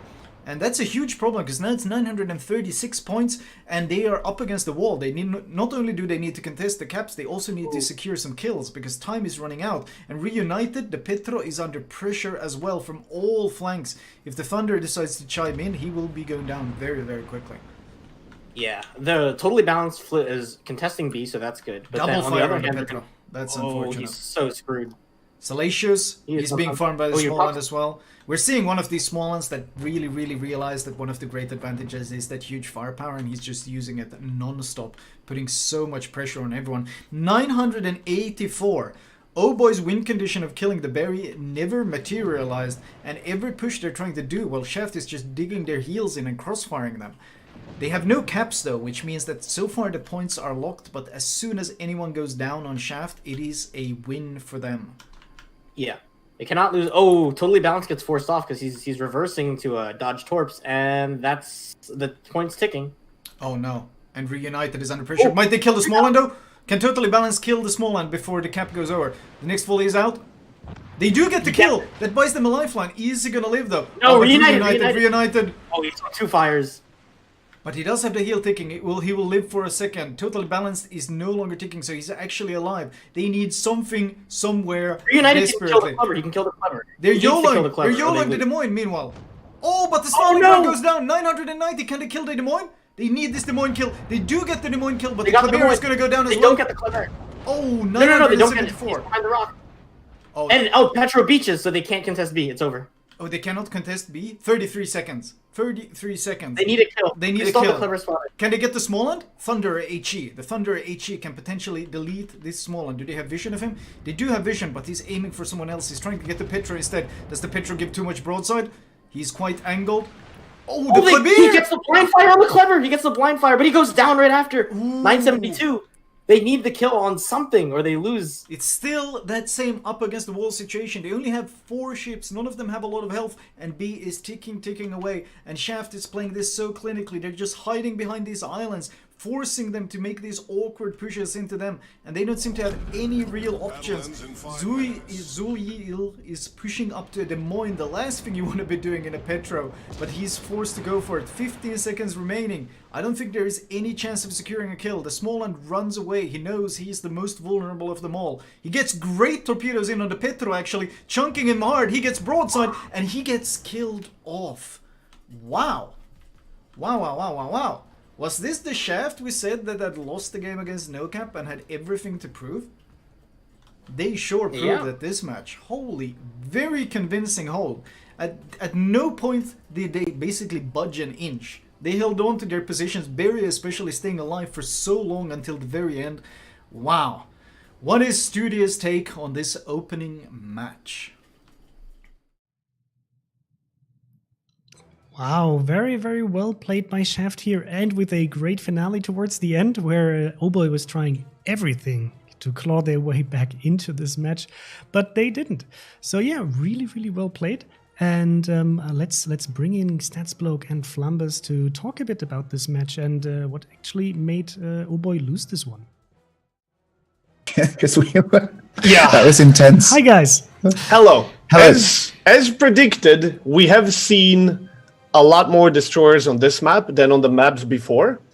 There wasn't that much fighting actually happening as usually we see on the bottom left and top right, but there was fighting all the time.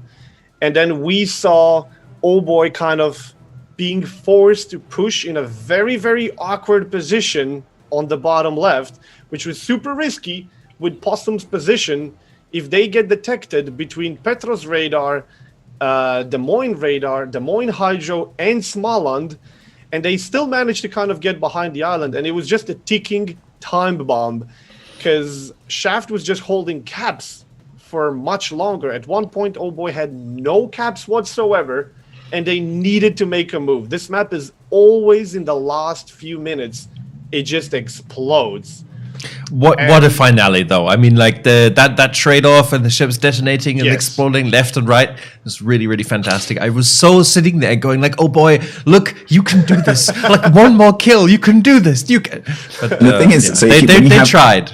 When you have so many ships, when you're on 900 and something, and you've got so many ships that are on low health, the order that they go down in can determine who wins and who loses. Because if the losing team loses 2 ships in succession instead of it being like BAB, that's it, you're done. And so it can be really exciting trying to keep track of which one's going to go down first. Is it going to be? And then the Kleber kept firing. And Flambass was screaming, like, why are you firing? Because, they saw one of the Petros. Yeah. They saw one of the Petros that was low on HP, and they had enough points that if they pull a kill, they don't need to rely on B cap anymore ticking, because they lost A and C at the end. And even though they had multiple at multiple times throughout this game at the end. They were like 14 points away from winning. They lost 2 caps, and their third cap, which was in the middle, was being contested. So they actually had no point income with like 7 minutes left on the clock, which is plenty of time. But Oh Boy was losing so much HP just to get those caps and keep the contest that Shaft eventually decided, I think it was United, or what's it called? The Petro in the middle. He was Reunited. He was so low on HP, and if they put him down, that's it. They basically won on points, and he won't be able to contest B. So Kleber just decided, I'm going to go. And I'm like, oh, you just need a few seconds. Stop shooting. And he does go down. In the meantime, there was so many trades happening everywhere. It was a fantastic ending.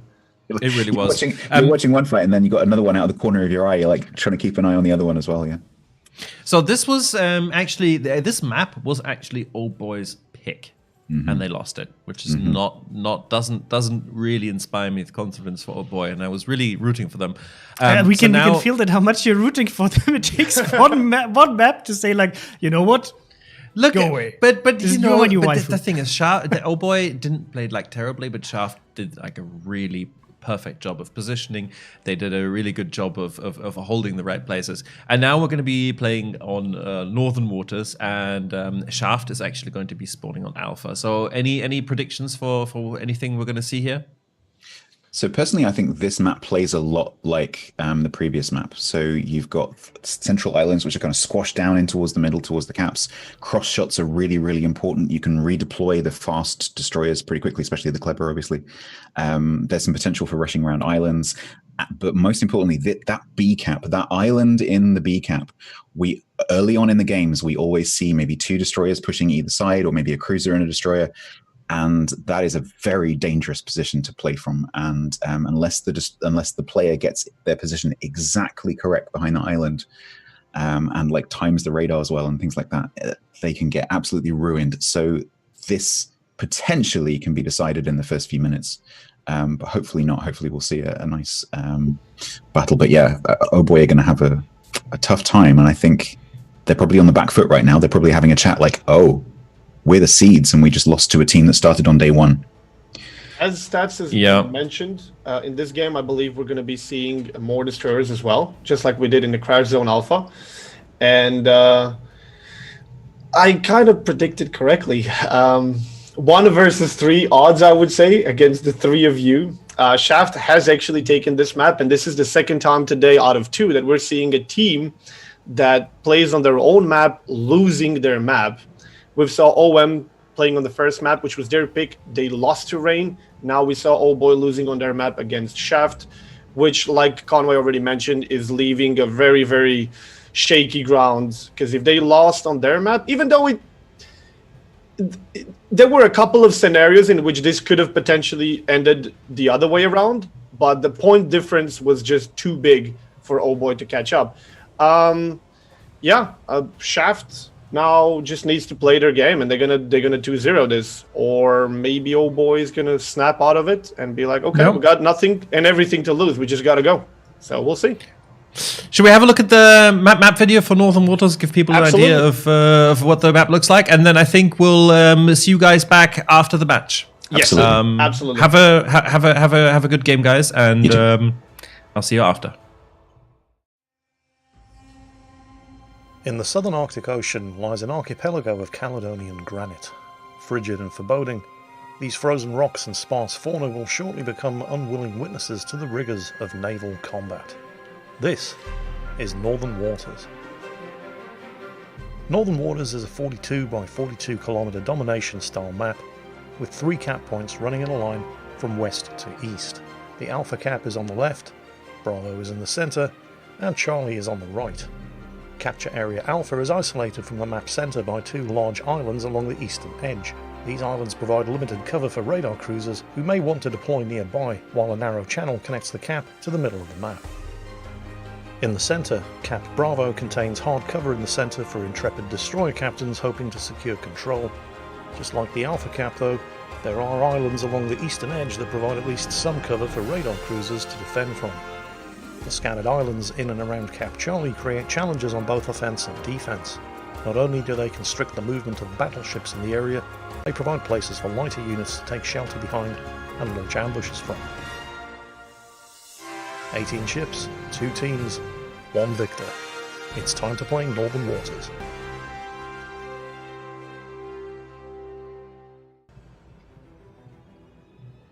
And we're back here, and I think it is almost time to hand off to Flamu. The teams are ready. Is there? Oh, I think they may have just had a little bit of an issue. Let me see. Okay. Our teams are ready, but they're going to need a minute to get the battle started. So, Chris, what do you think? I was really impressed by Shaft. Because I thought that, with Shaft, they unfortunately didn't provide any team information. And if you're participating in King of the Sea, always provide team information, because we can then, tell the viewership about you and your clan, which might help, get even more and better members in the future. But they haven't been really on my radar. And oh boy, they are also pretty new, but they were, for example, already in the knockout stages last tournament. So I thought that oh boy, with pretty decent results in this King of the Sea, would have the upper hand, but Shaft just shows that in King of the Sea, the margin for error is so small. Every mistake will be punished, and there are a lot of teams who want to get up there. So I would say Oboy will have a very, very tricky match. I still think Oboy can take this, and then we're ready to go. I think the teams are ready, so we'll just hand over and see you after the game. And we are live with the second game. Our last game, Shaft was very, very, very convincing in their setup. And oh my, looking at the setup that Shaft is bringing this time, well, that is certainly something we haven't seen all, I think, King of the Sea long. And that is a Conqueror. And the Wooster! Whoa, whoa. What the hell? This is actually so interesting. They double sail in Venezia, Petro, Submerge, Smoland, but Wooster and Conquer. Whereas Oh Boy's setup is more along the lines that we have seen so far in King of the Sea. Also, some good news to all you French fans out there. Surka, which is, as far as I understood, basically a full French team with 1 Belgian player. They are really kicking it off a notch this King of the Sea. They took down CQR 1-0 so far. They won the first map. And CQR is, of course, Vor, one of the best Asian teams out there. So, damn, we got some spicy games happening this King of the Sea. Yeah, I can't believe they brought a Wooster on this map, because this map is huge, and the Wooster's radar, as we know, is tiny. So, I mean, look really at this. They do have a babysitter for him, which is the Somers. So, obviously, they do have a calculated smoke. Are they actually going to try to smoke him into A through... No way. No way. No, that's too insane, right? That's so insane. There's too many radars. Yeah, he would be stuck in... He would be in a crossfire with the Petro, the Petro is almost within radar range, actually. If the Petro pushes up to radar, 12 point... He's in radar range. Oh, this could be so bad for him. He's full broadside to the Ohio if they pop the radar for this smoke. He is disengaging. Oh, he's turning out. Oh, he stops within radar range. He's just within radar range. What is the purpose of this? What are they trying to catch? That's what I don't understand here. I don't get it. I don't know what the plan here is. Is it to get vision of the Petro and farm him? But the problem with Petro is his disgusting concealment. Yeah, and if they can't do this. He should be realizing this is a bad idea. The RPF is probably pointing at the Des Moines he shoots the Ohio. I want to see them radar. If they pop the radar here, this is going to be so devastating. This is such a weird move, but that smoke has hit the rest of the line behind him as well. So the Yamato is actually undetected while taking shots. The Yamato just blocked that Ohio while being entirely undetected the entire time. So that is actually pretty hilarious. They are using this to hide their intentions on this flank. And they had pushed the Smoland and the Salem very, very, very aggressively up this flank. Are they trying to delay them so the Smoland can make it, so the Salem can make it to the island? Because that did not work out. Yeah, well, the thing is, the Yeboy played this really smart Anakin Seawalker rushing all the way down, which means that any ship that's going to push up that line, because the Kleber is so fast, they'll be completely spotted the whole time, unless they have a smoke, which Smoland does not carry. So, I don't think the Salem can make this island. If he still tries for it, I'll be very surprised. He's going to be full broadside. Yeah. Oh no, that looked very, very accurate. It might have been blind fire, but it was tremendously accurate because I think it's outside the wave range. Yeah, they don't have vision of the booster there, but oh, the pressure they're putting on this Petra with this booster plus the torps. The torps actually look very, very good. Is it gonna be 2? Oh no! Not just the first. The second one does hit his belt though. He does damage con, he's down to half HP, and the booster is just farming. They are making the most value out of the booster, and that is of course the damage output that it provides. Do they actually have vision of the Petra? They do not, so it's all blind fire at this point, but he knows exactly where the Petra is going. Salem is going to be full broadside in this push right now. He's full broadside to the DM. He's going to get absolutely chunked here. There's no way. Oh god. He does have the heal as long as it's not being sit, but against the DM, this much broadside, he's going to get look at the Petro. He's pushing so aggressively. He might, if the Salem beaches on the island wrong, he's just going to come around and kill him. Yeah, no, they know that the best chance to kill this Salem is before it gets to the island, so they're just charging in. They're straight up charging in. Oh, but if the Salem gets in there, oh no, he's just being melted. The Demoin is eating him alive. Holy crap. Oh god. And if he makes a turn here, he's going to get 6k, one more volley. Where's the heal? There's no heal, he's dead. Ooh, that's a Citadel. Even HE will kill him now. Yeah. That's all that misses there, but he needs to switch to HE here. He's gliding to dodge. He does radar. Wait, is he undetected? No. High up. Oh! What is that RNG? What is that RNG? They do have vision of him. The Petra is actually close enough to basically proxy spot him at this point. No heal yet, and he actually gets some damage in on the Kleber. Sap. Oh, no big hits. Salem somehow. Oh, he's gonna burn to death. No, he damage cons. How is he alive? Oh, if his heal came up right there, that would have been hilarious. But he goes down, and that means they're lacking radar now on this side of the map until the Wooster rotates over. I mean, they have the small one, but they were lacking regardless, though. I mean, Salem, Wooster on the same flank, that's 8.5 and 9k radars. It's not exactly impressive radars to begin with. Yeah. I do like the moves with the Wooster in middle, though, putting all the pressure on the Petra to force him back. It was super risky, but they're doing it again. But now there's a small one as well. Uh-oh. Yeah, this could be...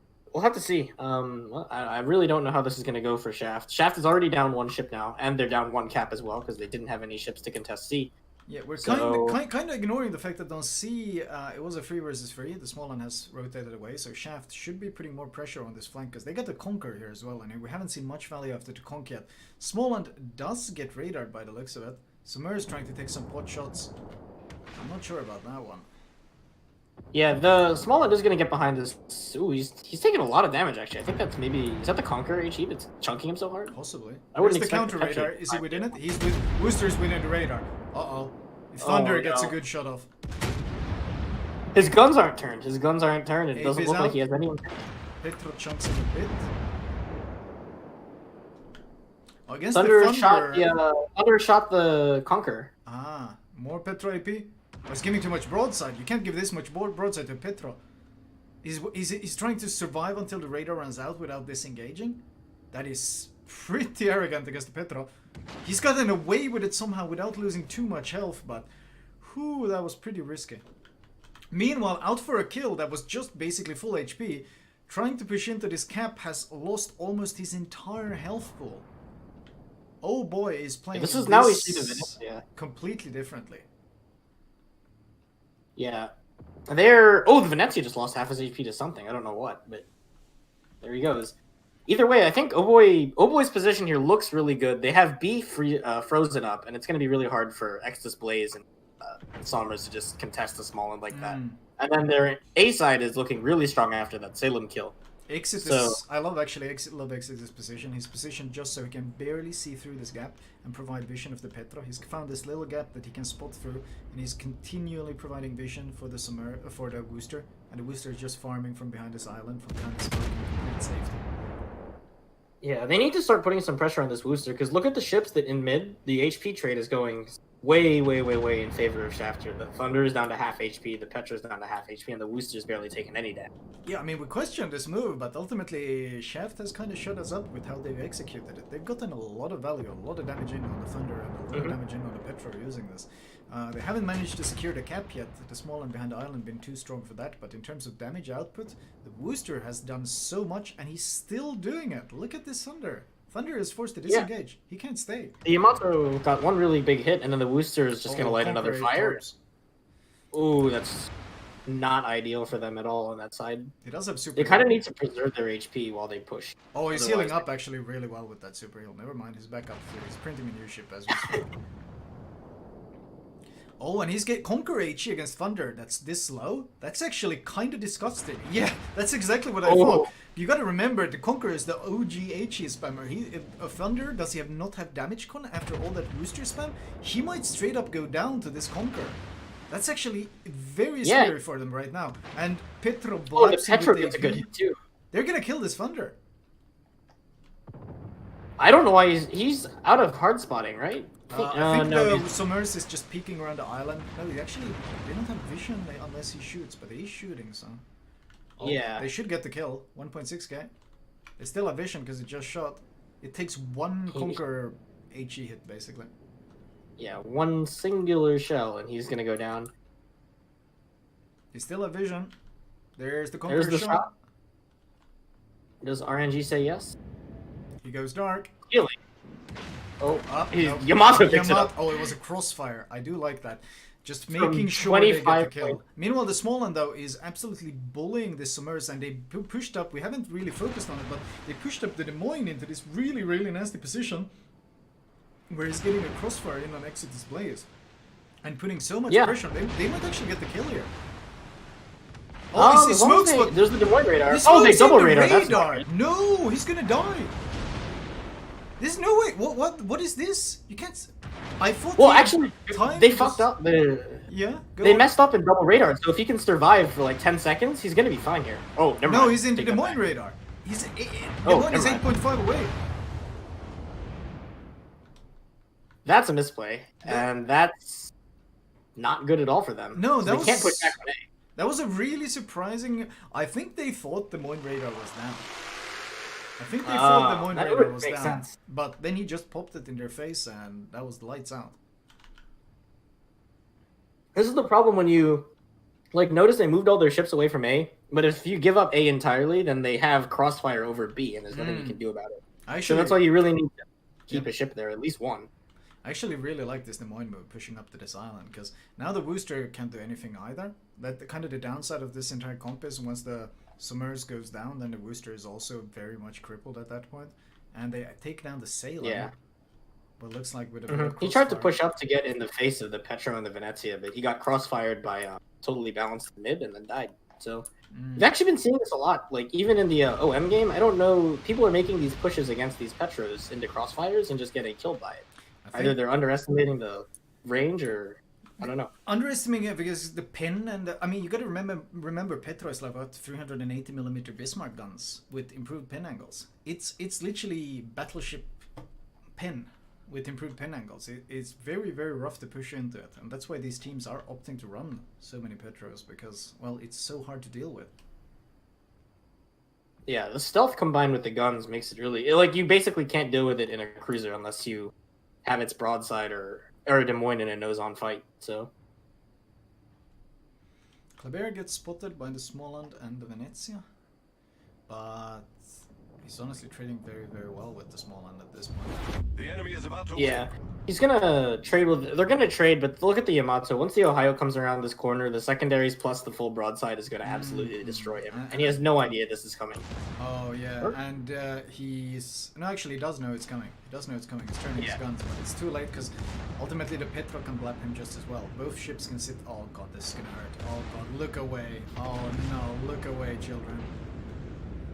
This is gonna hurt.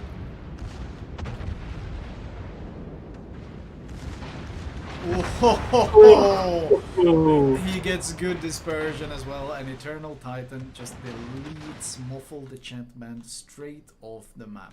This is a very different Oh Boy than what we saw last map. Last map they seemed to struggle to get any sort of foothold pushing into these poor situations. This game they pretty much forced Shaft to push into all of these horrendous crossfires and just punish them for it. I'm pretty sure we're seeing both of these teams' own map picks here and their own tactics, and they seem very much to be in tune with their own maps, just forcing the enemy to make mistakes like we just saw there. It's going to be interesting to see when it goes to the third map. and that one is randomly picked, of course. So not something the teams can have prepared for in the same way. They have their bans, but they won't have these perfect setup ships and tactics as they have had in these 2 maps. Well, one would expect that you would have a tactic for every map at this point in the game. So while you might have, I would imagine they probably practiced all of these in scrims a couple times, but having it go to the decider is generally not what you want to do. Obviously, you want to win 2-0 if you can. Yep. Looks like Barry's about to go down here. Kleber is probably just going to AP his side until he dies. Broken the turret on the conqueror, and they actually dodge it. Wow. Wow. Oh boy. Did oh boy strike back. Yeah, they one lost ship lost. one ship, and that was the Thunder to the HE spam.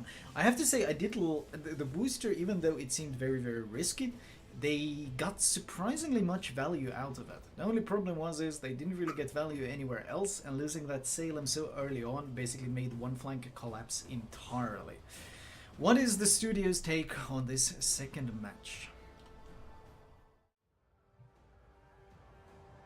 And now we get to see why Oh Boy was actually the favorite of 3 out of 4 of us, because they have been playing very convincingly before, and now this time it looked differently. It's interesting to see what kind of setup Shaft brought here, because it was surprising. We haven't really seen a booster with a Somer smoke deployed like this.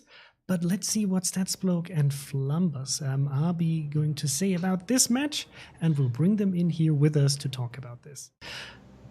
Hello? Hello, guys. Hello. This game was absolutely crazy. It was everything opposite from the first match. And this is amazing that it actually happened, because it happened on the opposite picks. Shaft first took the map that they were not supposed to take, and then they lost the map that they were supposed to take, and now we're going into the third game, which is always the most exciting thing from casting. First game was basically decided in the end, kind of. This game was decided immediately at the start. We were just talking at the beginning of the game. The picks we saw, the ship picks that Shaft decided to come in with, were really, really weird. Conqueror, 2 Salems, and a Worcester. Something you really, really don't see that often. So we were like, okay, these guys, this is their pick. They know exactly what they want with these ships, because otherwise you don't pick this combination unless you know exactly what.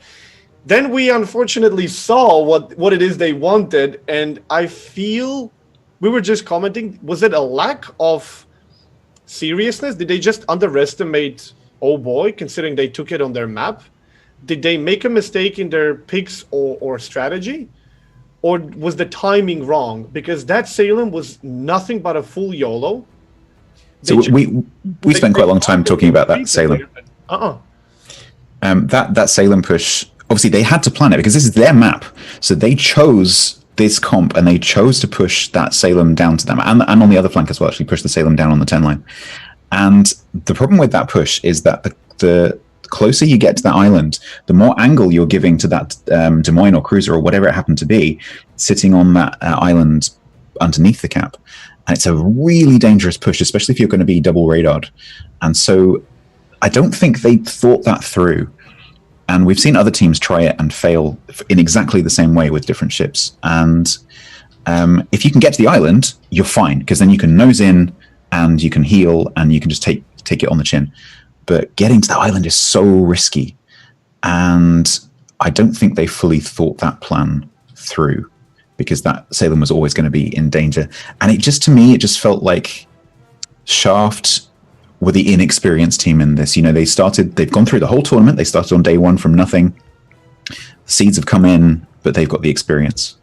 And it just felt like, oh boy, took Shaft to school a little bit there, to me.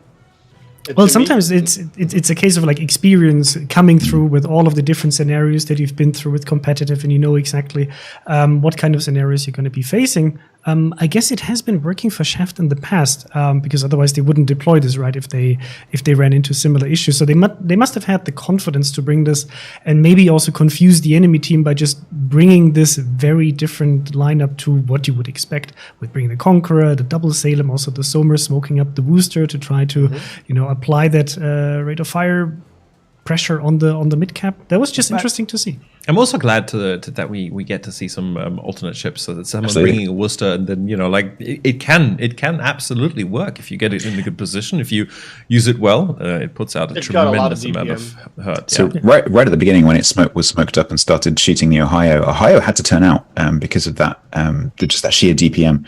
You can't sit for 2 minutes and just face tank a Worcester. You definitely can't. So they absolutely had a plan for that Worcester. I don't think that was the problem. I think that was actually working for them.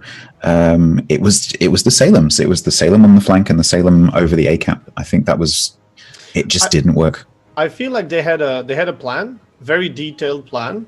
I'm not sure was it the correct plan or not, but the way that I feel that they lost this was a tiny bit of a mistake in terms of timing, and a tiny bit of a big mistake of, I feel like they just completely underestimated their opponents.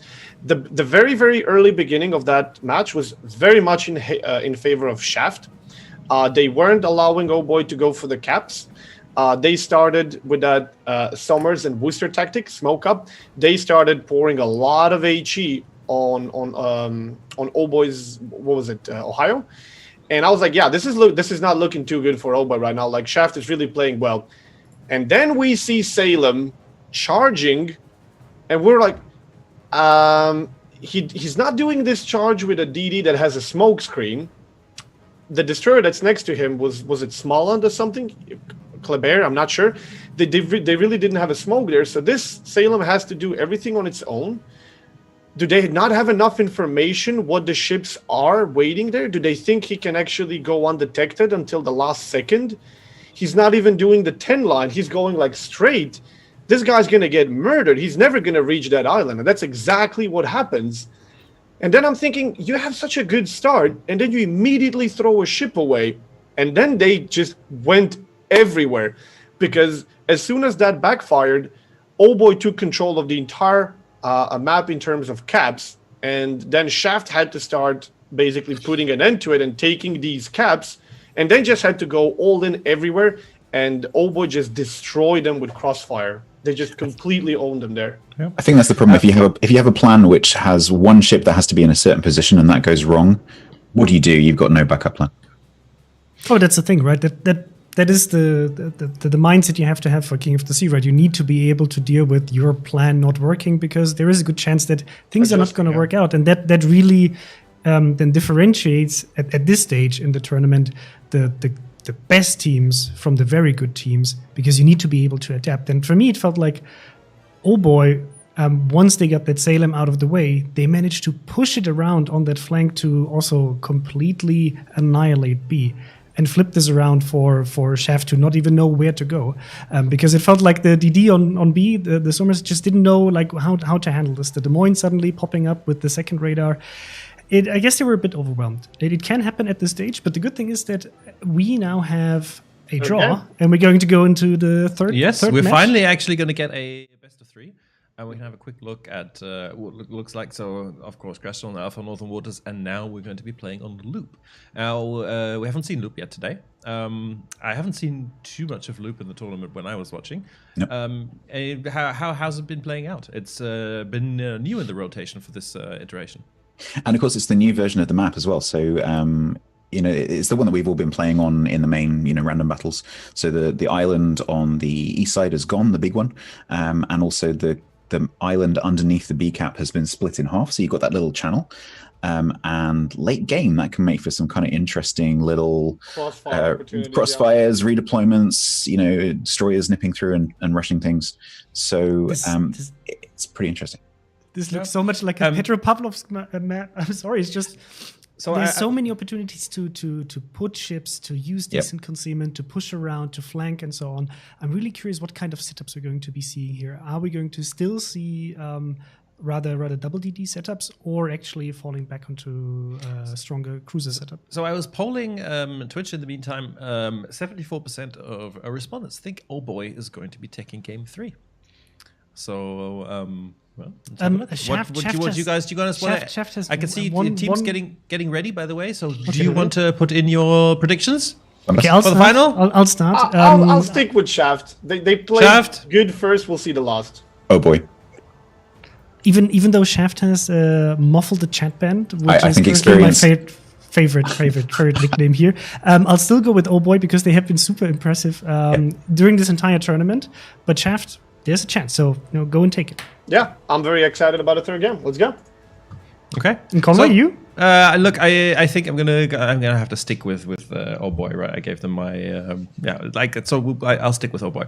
Okay, so let's hand over without further ado to our casters. Thank you very much to our guests. Have a good game, and we'll catch you on the other side. Bye bye.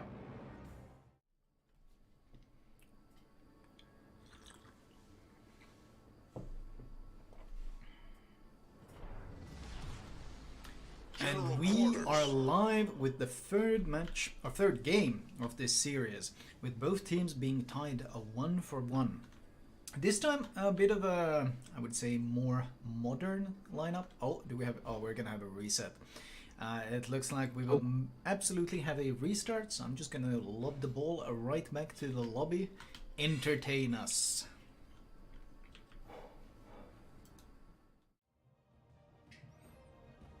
And here I am back to entertain you. So what just happened for your understanding is that we are running this tournament in training rooms, and if there is, for example, a disconnect or some issue, we actually give the teams a chance to just restart and start over so that the game isn't decided because somebody had an issue at the start of the match. Yeah, I'll jump in here as well. I also want to give a little big shout out to all the people involved in this today. Of course, we've had in the background our usual King of the Sea organizers and adjudicators making this a very, very smooth tournament, as usual. But this time as well, right, because of course we're still under social distancing measures, Chrysanthus is all the way over there, all the way over here, and our gameplay commentary is coming to you live from Finland, and our post-game commentary is coming to you from a mix of Croatia and the United Kingdom. So we're trying to still preserve this feeling that we used to have, where we have the people here live in the studio. And it obviously it does lead to some funny situations sometimes, because they're like 4 different streams combined into one at times and then splitting up again. So I hope you bear with us through this, and I hope you guys are having a good experience anyway. I can see in the background our teams are getting ready again. But yeah, sometimes this happens. We want to make sure that everybody has a fair chance at winning, so we give them the opportunity to restart if there's a technical issue in the first 2 minutes of a game. Yeah, keep in mind that this broadcast is running with a 5-minute delay. It's true for all King of the Sea broadcasts, just to ensure that everything is going on with proper fair play and that nobody can get the information from the stream that would help them in the game. And while the teams are getting ready, I saw a few questions about certain ships not being allowed. So for King of the Sea, which is a community-organized tournament, the rule is that the ships that are currently not available cannot be used. So that is true currently for Smolensk. We also have Puerto Rico and Slava, because she only has been recently introduced, and the rule is a ship has to be available for at least 6 months for the King of the Sea organizers to be allowed in the tournament. So this is why you don't see these ships in this current tournament iteration. Yet, but you'll probably see them in the next tournament. By the way, I get occasional comments from chat that some volumes are mixed up and too loud, too quiet. Please feel free to give me some feedback on this, but because of the 5-minute delay, I tried tweaking a bit of things. There's a limited amount of live adjustment that we can do. Yeah. But way, it looks like teams are asking are for my t-shirt. Yes, you showed a t-shirt. Wait, let me. And we're going to be handing back to Flamu in about 10 seconds. Fully dressed up as King of the Sea. Enjoy the next match. Let us know in chat who you think is going to win by the time this reaches you. And we'll see you on the other side. Enjoy the match.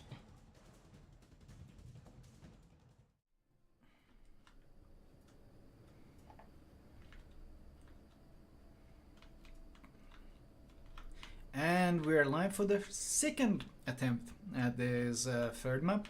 Honestly, I'm surprised DCs and issues don't happen more often when you consider it's always 19 players, all of them trying to make everything work as it should. So it seems like everyone is moving out, and we are going live this time. Not quite the Petro army we've seen some of these games, but there are still 3 for Shaft and 2 for Oh Boy. With the Stalingrad each, Smoland, Oh Boy opting for the double DD comp, as well as once again choosing the Yamato. Yeah, I'm kind of worried for Shaft here. Their Venezia needs. We know Venezia needs to be far away in order to be as effective as it possibly can be. And with only 1 DD, it's going to be hard to keep any target spotted for Venezia to farm here. Oh yeah, one of the reasons it was so popular at one point was, of course, carrier spotting playing a huge role, but here without any of that spotting, I'm not sure how they're gonna get that same value. Are they perhaps... I'm not really sure what target they're hoping to get this much damage on. I would assume the enemy Petropavlovsk. They are pushing a Des Moines and Petro this side, and I would assume they play the Venezia further back, attempting to use him as basically an equalizer, providing a lot of damage, but without the DD on the flank, it will still be hard to keep the targets lit. Yeah, that's going to be really hard. And even if there is a DD on this flank, Loop is kind of... It's hard to keep spotting on targets in their spawn until you kind of break one of their flanks, just because of all the islands. So it's very easy for ships to disengage. So I think Venezia... We'll have to see how these teams can make it work, because both teams have brought a Venezia. Oh Boy, of course, does have 2 DDs, so they can have the small and keep the Petros lit if need be. It does say a lot about just how prevalent this... radar meta has become in competitive, that all DDs that we see lately are without smoke. Smoland no smoke, Kleber no smoke. It's all fast gunboats, potentially with radar or just a lot of damage.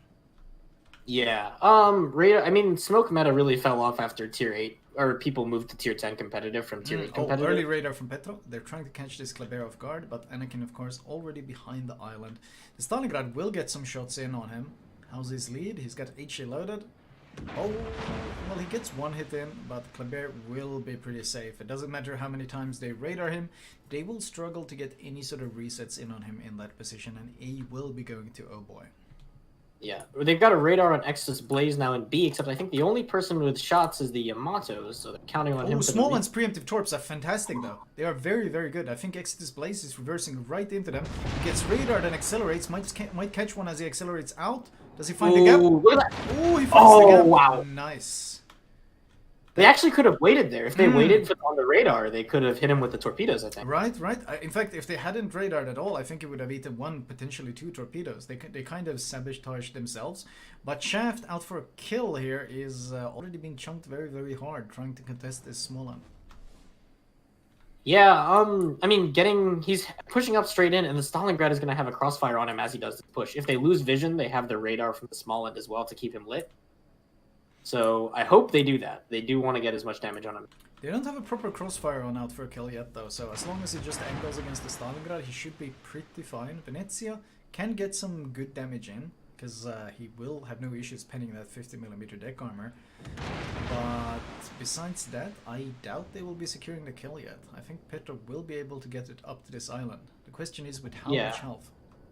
Well, the problem for out for a kill is he wants to turn his bow to point towards the 10 line here. Yep. Instead of, like, if he just goes straight and turns in, he's gonna have to reverse way, way far. So he's gonna make this broadside turn right now. Yeah, he's undetected, so that's why he thinks he can get away with it. The problem is, do they have any radar ready for this? Because surely they will be predicting. Or is it blind fire Stalingrad? It's blind fire. Oh wow, that was so close actually for blind very fire. close. Very, very close blind fire.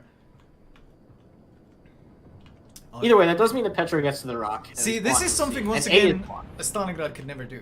He would not have the concealment to be able to pull this off. But Petro, with that incredible stealth, does manage to push right into the cap while undetected, while the radars are on cooldown. So now we've got a Petro on both sides of the sea island, and the Smoland is able to disengage thanks to this. Actually, you know, Barry's Venezia, his positioning makes a lot of sense now. So what they were predicting is that the enemy would have a DD on the A island, and they're blocking the YOLO, because if the Kleber comes around, he's going to get sapped to the face and probably die for it. So, would Venezia be able to blap him, though, with that saturation? Maybe. He'd be able to do a lot of damage. he'd be able to ensure the trade, I would say. Meanwhile, Zill's Des Moines has taken a good amount of damage, down to 35k as he's pushing towards the island. Zuli is giving a lot of broadside to the Venezia, though. Venezia gets a nice chunk of damage in on him, so it's actually pretty equal trading. I think that was the Stalingrad from mid, actually. You can shoot over that island and hit... Well, it's Ohio as well. There, actually, everyone has shots on Zulia. He's too far away. He's not up on the island. He's in the open. And the Des Moines in the open is, of course, much more vulnerable. I think they're going to pick up the skill. That's Venezia Sep, and then they got Stalingrad across the map. He's going to go down, I think. And there will be no trade. At least, no, there's no way Zilla's going to give the trade here. This next Venezia volley, no need for it. The Petro actually picks him up. Wow, early kill for Shaft. Yeah, it looks like Yeboy, and Yeboy is actually losing really hard on the small end trade right now. Agent Endrin down to 10k. Oh, never mind, Exodus just got... I have noticed that a very common theme in these matches is that a Salem or Des Moines trying to get up to some position just gets caught out and has absolutely no way of disengaging. Yeah, that happened in the last match we saw with the Salem, and in the the very first match, I think it was a Des Moines, right? It's been a common theme in these games that if they get into the position, they're very, very strong, but getting up to that position, they are exceedingly vulnerable. Yeah, well, Oh Boy now is on their tournament lives on the line, one ship down, so we'll have to see what they're going to do to come back here. I don't think they can really push into this Ohio and Petro with their two cruises at least, so they have to wait till the Ohio kind of forces Pod back. Keep in mind, it is a 200-point advantage at this point for Shaft, and the two camps that are actually in O-Boy control are both being contested by a Petra. They have a Petra park behind both islands. So right now the only camp that's taking points is B, and that's quite firmly in Shaft hands, and I think they're actually trying to push up the Yamato just to try to ensure this. Stalingrad pops up, blaps the Yamato a bit. Oh, but the blap is coming right back at him. Did he give too much broadside?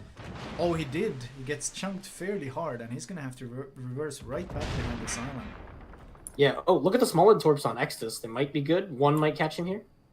Oh no, that might be... Ooh, that's actually really rough, because he had such a nice health advantage to take this trade with, but that health advantage is now gone, and Agent Endern has a much better chance of actually taking this fight now. Yeah, Eternal Titan's actually... he's going to be in a pretty not great spot here, because he can't really angle towards the Petro and the Ohio on the other side of the map. So if they choose to focus him down, they can. All three camps are contested now. No points ticking either way. But Eternal Titan is probably what they're trying to dislodge right now. I see a lot of shells coming across the map on him. Actually, Luke Plebwalker eating a bit of chunk damage at the same time. Yeah, the Venezia is actually finding the farm here. Luke Plebwalker is spotted by the Ohio, of all things. He's being hard spotted by the Ohio, and the Venezia is farming him from over the island. So... Petro, it's kind of working out. The Petro Kamikaze is also getting some good damage in on this Yamato, actually forcing him back from the camp, because he's just shooting full broadsides over and over again in the Petra, and the damage it does can be quite disgusting. Yeah. This is the Yamato being used to contest caps here is kind of one of the reasons you'll see a lot of teams take Kremlin instead, just because it technically will last longer with the armor scheme and the HP and everything. Indeed. And there are torps actually catching Eternal Titan. Those small and torps seem very, very good at him, catching him off guard. Oh, did he damage count? No, he's still flooding. That's, of course, that super narrow spread working out really, really well. Yeah, this is a... I mean, he's on a clock right now. They're going to flip B with the small end in it as well, but they can't hold on to it for that long. If they're gonna just recontest it as soon as Eternal Titan goes down, because there's nothing he can really do. No, he's just being farmed. I've seen this from Exodus Blaze a lot this series, and this is not a guy afraid to gunboat in the small one. Just non-stop farming. Yeah, I mean, you want to make the most use of your ship. Like, if there's nothing that's going to hurt you, like right now, the only thing that could shoot him is the Yamato and maybe the small one, then use your guns. And he's like right next to a rock, so you can just press W and be safe as soon as someone targets him. Indeed. The Ohio on the other side, Pod Nike is going to go down here, it looks like. He's pushing into the crossfire with the Petro and into Torps in the Venezia. Right, let's see. Oh, Luke Plebwalker is actually in huge trouble by the looks of it. Oh. Yeah, and down to 7k, and then the Ohio is about to die too. It looks like kind of this game is falling apart for them. This seems very, very shaft controlled. Oh, and like this entire flank, this A flank has just completely fallen apart for Oh Boy at this point. Oh wow, the Venezia torpedo finishes him off. Wow, and meanwhile the Petropavlovsk Luke Playboker, well, the Des Moines is just having a ball here. He's just farming and farming and farming. He will dodge some of the HE, but it's just a matter of time before Ohio or Venezia just finishes him off.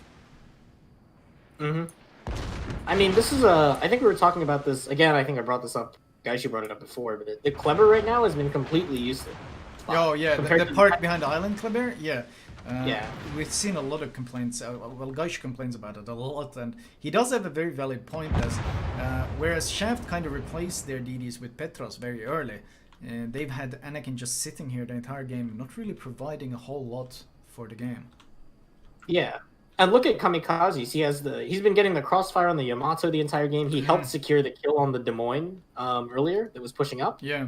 So he's gotten a huge value out of his ship. Meanwhile, Anakin is like, as you're saying, he's like a YOLO bot. He's waiting for the command to go around the island and torp, and that's it. Yeah, no real effectiveness being seen there. As Exodus Blaze, he's been sitting behind his island. I don't know how long he's been spamming this Yamato, but he must be so frustrating to deal with. He just sits here and farms and farms and farms. And except he stops shooting when he wants to torp, and then he starts shooting again. Yeah, and there goes Anakin. He's dead now. His team has fallen apart behind him, and now they push up and delete him. The torps are out, but Des Moines should easily dodge this, as he does. And wow, I thought Oh Boy was kind of the favorite here. Because Shaft did lose a match earlier, and Oh Boy is considered a very, very strong team. But this, especially this final map, how dominant is this? They haven't lost a single ship. They're not even close to losing a single ship. This is pretty much a perfect run by Shaft. They might actually zero out Oh Boy here if they because Oh Boy is holding the cap, so they're still ticking B, but once they push back into B and retake it with the small one, now that the Yamato is dead, 168 minus all 4 of these ships, they could get zeroed. Are you saying Oh Boy might get the Shaft? Yes, Oh Boy might get shafted here. Oh, this torp is going to catch the Kremlin, but it's a Venezia torp on that torpedo belt. Yeah, it doesn't really do a whole lot. Reunited, is he going to try to ram? That's his best play right now, but yeah, he beached, so he can't really do it. I'm surprised Moffel isn't going to go for the drive-by here. He's going to let Stressed Possum kind of just poke up. And I mean, he can overmatch the upper nose. You need to keep that in mind. Yeah, as you can see. Oh, there we go. as long as you know how high that icebreaker extends, you can shoot right above it and still do huge damage. It won't be citadels, but it will still be significant damage. Stress the Possum is actually getting too much broadside now. He can do Citadel. I wonder if Reunited will get a good volley in. Yeah, if he gets one... Oh, not that good. I think he aimed a bit too far from the front, or maybe he was just unfortunate. Regardless, he does go down. And Smallland Agent Endern is probably also going to be going down under a lot of pressure. Yes, he goes down. Yep. All caps are being... They're going to pick up stress. Our victory is in sight. Yeah. Okay, so now can they get zeroed now? No, they can't. No, and it wasn't a perfect game. It wasn't a perfect game. They did lose one ship. They got the kill off the Petra. But overall, what a performance by Shaft. Just wow. I mean, the teams in the next round, they need to be looking out for these Shaft plays, because Oh Boy was no slouch, and Oh Boy kind of got decimated in this final game. Just very, very convincing Shaft play. Yeah, I think Shaft really came into this with a pretty good game plan. Even with the 1 DD, they managed to control the caps extremely well. And got a lot of more value out of all their ships. Yeah, I mean, we underestimated the value they would get out of the Venezia, but it was also a bit surprising how, well, I feel like Oh Boy kind of played into the Venezia as well, in the sense that they positioned in such a way that he could just sit there and farm for a very, very long time.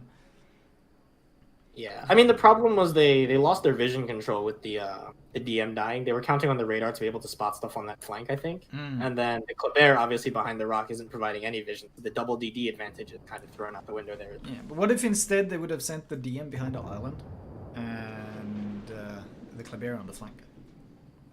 I think that would have worked out a lot better for them. So the DM on the island would be able to still do all the radar stuff that he does, and the Kleber on the side would prevent them from pushing in the same way that the DM would, except he would prevent it from pushing by threatening the YOLO constantly. So. Oh well, but I think that's woulda, coulda, shoulda. Hindsight is always 2020. Casters always know the exact call.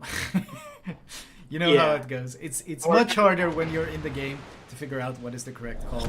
Venezia tries to push into Kremlin, does not end well, hardly surprising, but at this point there's obviously no chance in, and Oh Boy is just looking to end this.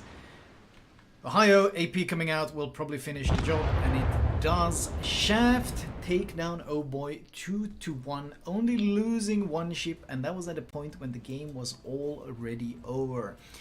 Extremely convincing performance, and Shaft absolutely deservedly move on. What does the studio have to say about this series? Wow, very convincing here by Shaft how they take this last map. Please keep in mind that the last map obviously was drawn randomly, so that none of the teams has an actual advantage here. And yeah, Shaft definitely got to win this one very deservedly. I'm very impressed. And we're going to be moving in Flambass and Statsbloke to talk about this match. And well, how Shaft actually, kicked out Oh Boy, Yeah Boy, and all of the other boys. It's good to be right. Look how happy you are. It's just so smug. I was just saying, I really had no bias in terms of like, I don't like one team or anything like that. No bias. At one point, you were like, oh no, the Shaft Smileland is going to take a top. Oh no. Like, yeah, you're totally not biased. You kind of forced me to pick sides, and they were the underdogs. And I watched these guys play before, and they were playing pretty good. And I'm really, from that point of view, I'm really glad they played a beautiful third game. Absolutely fantastic third game. And it just showed that cold slap that they received in the second game, where their timing was a bit off and they were not taking their opponents with enough respect, it just showed that they are, with a bit better timing, couple of different ship picks, and a respect towards their opponent, they just really, really took it. And lose only one ship in the last match, that's impressive. I'm just impressed. And they were the underdogs, so really well done. So for a team that came through starting on day one from zero and having to fight their way all the way through, to beat a seed is really impressive. And Flambass was just saying actually that it's really nice to see and potentially a new team that we're going to see coming back, even if they don't go through the next round. Shaft hopefully will become a well-known team in future King of the Seas, which is really, really cool to see. It's always nice to see new faces. Yes, and for anybody who's watching out there, right, because we have thousands and thousands and thousands of World of Warships players watching this, don't be afraid of banding together with other players and giving yourself and your team a shot at King of the Sea. Worst case scenario, you're going to learn a lot about the game and how to play against other players and have some fun. But you can see that if you put in the time, if you put in the effort, if you train and progress throughout the tournament, you can actually make it. Yes, there are a lot of experienced teams, but doesn't mean that you can't do it, right? All of these teams had to start at some point. And look at where, for example, Shaft is now. So take this as a little bit of encouragement. If you need that slight push from my side, to just give it a try. There's like 136 teams participate in this one. There can always be more. We should actually be heading into the next series of games quite rapidly if the schedule holds on, because this game obviously went quite long. So next series is scheduled for in 2 minutes, but we'll see if that works out.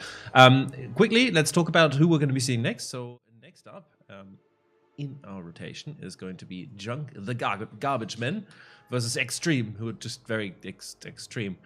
We're going to be playing Northern Waters first, pick of Junk, and then we're going to go to North, pick of EnStream, and finally the decider is going to be Loop.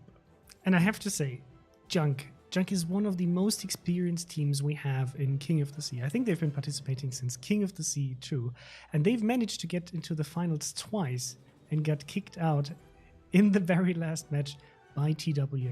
So for Junk, I think, they are definitely hungry to finally get that crown. They've been working so hard throughout all of the last years to get there. And they're now facing EnStream, which actually already made it to the semis once, I think in King of the Sea 8, also losing against TWA. So they have a common enemy, and we'll see what they are going to bring here. Have you seen them play, actually? So I'm quite emotionally invested in this because these are two of my favorite clans to watch. Because they're so, and whenever there's a Junk EnStream match in King of the Sea, I'm always like, we're casting that one because these guys know each other really well. They've been playing against each other for years, and the individual players know each other. And so A, it's personal, which always makes matches better, and B, they're going to be really closely matched, I think. So this is going to be a fantastic game, hopefully. I have seen Junk play before, both on King of the Sea and some of the other tournaments, and yes, they are consisted of pretty good players, and we've seen some pretty good plays. They threw out a couple of really, really good and favorite teams as well. So I absolutely expect Junk to put up a really good performance. We have also seen EnStream as well, but if I would have to predict, not cheer, just predict, I think I would go with Junk. I think both teams are very strong. I think both teams have this is going to be super close. So we will have to see what they will bring. Mr. Conway, what's your pick on look, this? Mr. Conway is currently trying to go back in time by 5 minutes before this moment in time, listen to the broadcast from 5 minutes ago, and check if the modifications I've made to the sound settings are addressing your concerns. So right now, Mr. Conway is not right. Mr. Conway is basically time traveling now. Yes. So I also, by the way, we got the King of the Sea medal that these teams are actually fighting for, or it's not going to work like this with the camera. So this is the one, the physical medal that the players are actually going to receive if they win the regional King of the Sea finals, and we're going to be sending it to them. And this thing is really heavy. I don't want to drop it here on the table because it's going to leave a dent. Casters also get one of those. I will be sending you the email. Did you earn it? No, like these are the things. Nicely somewhere. Look, I've been casting this tournament with Conway for such a long time here as well. I don't have one. We have them in the office, right? But I cannot take them home with me. Yeah, no. All I got was this T-shirt. No, but the teams are obviously they really want to get these medals, and most of all the bragging rights at this point, with King of the Sea being the biggest tournament that we have on a regional plus on a global scale. I think all of these teams, they're super hyped to get in here and show off what they can. And chat, if you see people making mistakes, I do have to remind you. Keep in mind, this is happening on a super, super high skill level, right? You always have to, try to win for the team, and sometimes make a decision that might not always be super understandable for you in that moment when you're just watching from the outside. So always be nice to the guys when you see them in chat, and cheer them up for participating here and providing with the entertainment and all of the cool moves that they're doing. Yeah, absolutely. There's a lot of pressure on each and every one of these players' shoulders, especially the shot callers. Nobody wants to be the guy that went down and took their entire team down. Nobody wants to be the guy that made a mistake. And don't forget, this is not a random battle. This is best players playing against best players. This is the top 1% of teams and players, and it is 10, 20, 30 times harder to play in this kind of a battle and than in any actual random battle that you played before, and that includes random battles as well. Ranked battles as well, because everything is so coordinated, so well thought through that it's in inches, it's in millimeters. Everything has to be tight, and this is why we often see the games go to the last couple of minutes. Nobody wants to be the one who makes a move and then it's a wrong one, and that's it. Before we go into this match, we haven't showed the medal yet. This is something we can do. We did while you were time traveling. While you were time traveling. While I was time traveling, fine. You can. You know what you can do? You can go. I can go back in time 5 minutes. You can watch it. Okay, and give you some criticism on it. But perfect. So we are going to be starting the next game in 2 minutes. We had to move it back slightly because there was a delay on the other set with CQR versus Circa. And we're trying to keep it synchronized because we obviously have a whole huge host of casters casting all the different sets that are going on at the same time. So we need to kind of keep them synchronized with each other. Otherwise, we'll run into issues later on. Yeah, and what I wanted to do is actually provide you guys with some background information on the teams, because a lot of the teams, and I love that, provided us with some background information on their clan history, where they're actually from, because that's one of the main questions we also received, like, hey, where are these guys actually from? And both teams are actually international teams, and I love the Junk description, because they have, first of all, a very funny name, but what clan members do you have in your team? And their answer was just Junk. We're a homogeneous pile of garbage. Everybody's the same in that clan. And for Extreme, they say, well, we have only Extreme members in our team, so they do take it to the extreme. As I've said, both of them have been around for quite a long time and have been playing Clan Battle season actually from season 1. And they are just very experienced. So guys, if you would have to pick for the first map, who do you think is going to win? Between these two teams, I think I'm going to go with the Garbage Men. I know I'm supposed to pick Extreme, but I can't. I'm going to pick Junk. So and here, Junk, I suffered with you for the last 2 times when you didn't make it to get to number 1. So I'll give this one to you. I believe in you. But Extreme, don't be discouraged by us. Just show us that we have no clue about this, and you just take that one with you. Yeah, absolutely. Do a shaft. Exactly. Yeah. While we're waiting up, so just to show you the schedule that we're having today, right? So we are currently at the end of the. We're actually but we're running 20 minutes late. Early, no, 10 minutes early, depending to the. Conway still. Conway and Still back in math time. plus time is usually a very bad we had combination. minus 10 minutes. Yeah, but what I want to say, so this is the last match that we're going to be casting from the round of 16, and then we're actually going to be moving on to the quarterfinals, because this is the stage we're going to be casting today, and then tomorrow we'll be casting semifinals and the finals for the EU region here. And third as you place, can see, I imagine. and third place, yeah. For the NA regional finals, you're actually, if you want to spend your Saturday with World of Warships for the entire day, we're going to have NA finals. No, it's fine. I'm just saying the game has started, so I think we're going to have to hand over in a few seconds. Okay, so we'll be handing over to Flamu. Guys, let us know in chat who you think is going to take the first game with them, and then we'll see you on the other side. Enjoy this match, and toodles. See you after the game. Bye-bye. Okie dokie.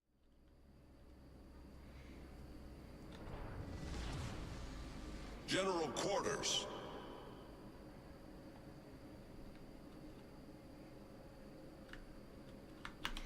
And we are live with our first game of Junk versus Extreme. And Extreme, if anyone, is kind of personifying the meta that kind of has developed during this King of the Sea. 2 Thunders, 5 Petros, 2 Small Ones. Oh my god. Yeah, I do like Junk with the Goliath pick, because we have seen Goliath do extremely well against Petros. So it could go out, it could work in their favor here, bringing the counter pick to the meta ship. Indeed. I'm actually surprised we haven't seen any Kremlins, because Kremlin is a ship that hasn't done fairly well so far. And no Ohios either, especially on a map like this where it feels like there are quite a few opportunities to push up, and you don't perhaps need just the long-range support. But both teams are opting for the double Thunder here. We do have a Nevsky, and we are... Oh, you know what? We have a cruiser that doesn't have radar this time. Goliath. All the other cruisers have radar except the Goliath. So 1 out of 10. Let's go. Yeah. Both DDs have it though. Yeah, all the DDs have the radar. Maybe this consumable is a little too common nowadays. But anyway, it looks like they're going to go for the beacon test here. And Yanil is taking a much more aggressive position than Walter Kurtz. So he's going to get into the cap first. And probably be able to push the island if he wants to. Oh yeah, he's actually going to make it before Walter Kurtz's radar even catches it. Oh wait, no, he turns it. Oh no, Yanil, he cancelled the aggression. He hesitated. He's going to reverse in as well. Yeah. Actually, I think the one thing to note is look how Walter is approaching this versus Yanil. Yanil knew exactly when he needed to turn to basically be ass in as close as he can to the cap. Meanwhile, look at the amount of ground Walter has to cover in order to reverse.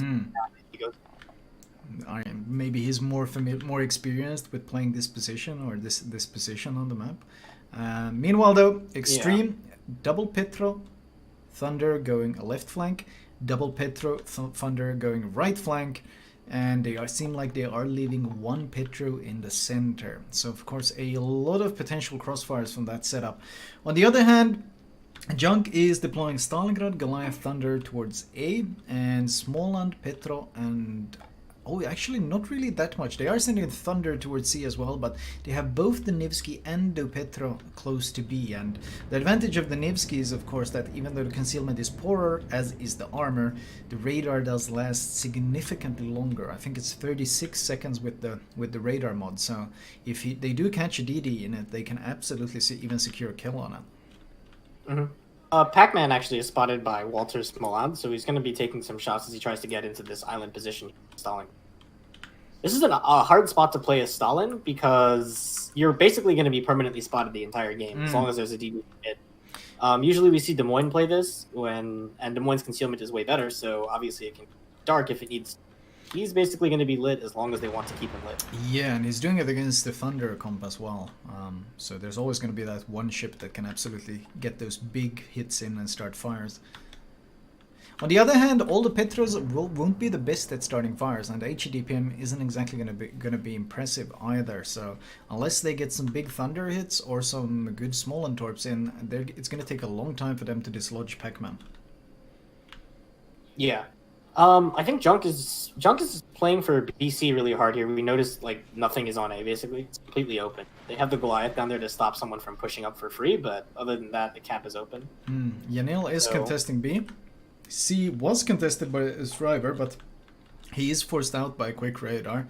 He can just duck behind the island and go right back at it. They have no DD to stop it, so I would assume C will fall into their hands eventually. Walter Kurtz gets spotted. Looks like Stalingrad radar, perhaps by the looks of it.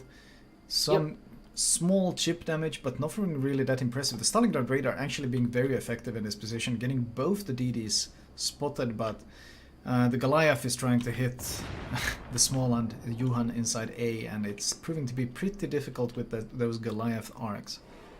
Yeah. They do flip B. Actually, the Stalingrad radar forced Walter away, so he couldn't radar Yanil's Småland as he capped the cap. So it was well played for them. So many radars though, it's going to be so hard to keep track of them. Because as in this game, there are actually 5 ships without radar. It's the 4 BBs and the Goliath. Everyone else has a radar.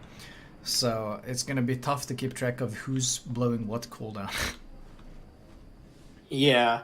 Right now, I think the next place we're probably going to see a lot of radar pops is C. They do have 2 radars covering the T-cap, or almost 3. They have used 1 already. I think Electric Fire might be holding on to his next. He's actually the only one within range, but if he doesn't have it ready, then I think Sriver is just going to get the cap.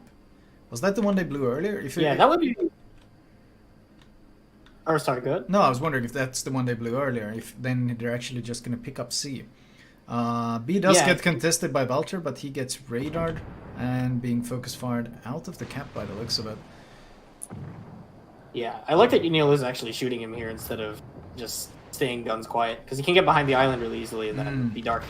We've seen actually a fair bit of that, of ships being radared and radaring back and not really using their guns even though they are spotted. And this time Yanil trying to get the damage in, but ultimately it looks like Valter Kurtz kind of comes out on top in this trade. Actually, Yanil's heal is still ticking. Both ships looking very, very healthy. So that trade at B is going to continue probably all throughout the game.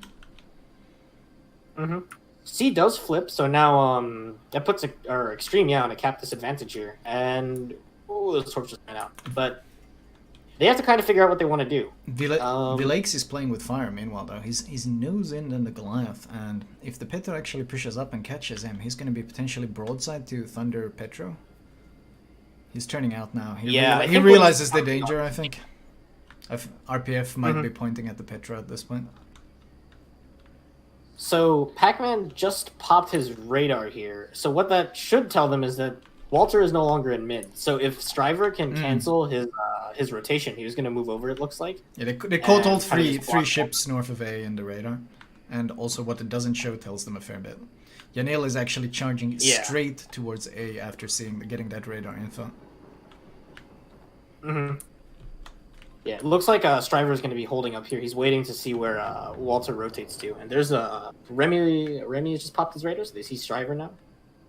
There's too many radars. Yeah. Just- I'm like looking at it from bird's eye view. I'm like, there's a bloom, there's a bloom. All right. Let's see. The Goliath is going to take some shots at DKM, but I doubt DKM is actually going to be taking this fight too actively, because this is one of those situations that Goliath likes, and that is just 1 versus 1 against something like a Petra, where he can already point away an angle.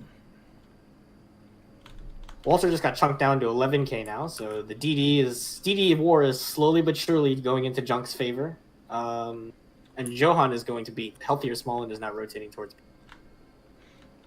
Snackman is just reversing up this flank by the looks of it. Some thunder chunk damage, but nothing really too serious. Yeah, I think this is going to be one of those games that will go down to the last 5 minutes when EnStream needs to make their big push to either secure the game or lose the game. So, Yanil is actually getting chunked down really hard. He's getting shot at by Warships down to 60 HP. Meanwhile, Walter tries to contest C, but Striver is already there. There's an early radar by the Petra. Does he get vision of him? No, he does in fact not. He's outside of range, so they don't have vision. So it's going to call for the Striver radar as well. Yanil is... Whoa! He's down to 4k. Thunder Shell's inbound. It's AP, but... Is he in this Petra radar? Oh, he's in the Petra radar. He's dead. He should be dead. He was barely moving. He is dead. They do pick up Yanil. That was actually big. They get some good damage on Welter in the meanwhile. He's caught in the Striver radar at this point, hidden behind the island. There's some damage coming back in on Striver, but not quite the same. Ultimately, losing that DD means that it's only a matter of time before Johan picks up this B camp. Yeah. They have to. The only way that they can prevent this is if they can kill him with their 2 radars in position, or have the Nevsky close enough to get a 3rd radar kill him. Oh, look at Vilakes. He's turned around, and he's actually going to be push. I think he's going to push into this Petra. Yeah, that's smart here. They're down a ship now. They're still up points actually because of their cap lead, but they have to know it's only a matter of time until their cap lead evaporates. They are down a deep. Yeah, so they still have the point. Junk still has the point lead, but with C now being contested, that will not last too long. The Striver is being forced back. Blind fire coming in on the small end by looks of it. Oh, they actually get a hit in. They actually get a hit in, and they force him out. I think that was blind fire as well. No, there's a radar. That was the Petra radar. Wow, he can actually reach him from there? Oh yeah, he can actually reach behind the island. Vax is reaching behind the island from there. Yeah. And Nevsky shots into Stalingrad as well from across the map.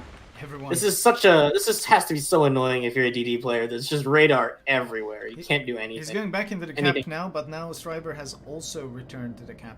So, oh man, I would not want to play a DD in these matches. It must be like, oof, you gotta have the patience of a saint. Yeah, which is definitely not me when I'm playing this game. So. I think the thing to look at now is A cap. We have the double Thunder pushing up to block the Goliath, and then as well Red Sun is pushing up to get DKM's bow here. They did get vision of the Goliath, which is important, so it didn't just get to ambush this Petra. And Thunder is a very good counter against the Goliath, of course, because Goliath does have that 30mm upper belt and the 25mm citadel behind the citadel armor. So you can actually get overmatch citadels even on an angled Goliath with the Thunder because of that overmatch. So the Goliath will not want to push past this island under any circumstances. The Thunder will absolutely eat him alive. They're also bringing over the Petra that they moved to mid. Jelly the tank. Dispersion is filthy. Oh, pretty fortunate. Only a bit of chunk damage. But Villags is trying to get closer to this island. He does not want to be taking this fight, and he knows it. He's trying to turn around, but there's no way he can make this turn, because the turning circle on the ship is actually quite poor. He's trying to hide his bow and his citadel kind of behind the island, so the Thunder doesn't get any free shots in. Yeah, Junk's positioning right now is actually really good. So they baited 3 ships down to A, so now there's only 1 ship in mid to support Johan if he wants to try to take the cap. It's actually going really well for them. And Walter's down to 6k, so it's kind of risky for him to continue poking this cap if he gets shot blind-fired radar over and over again.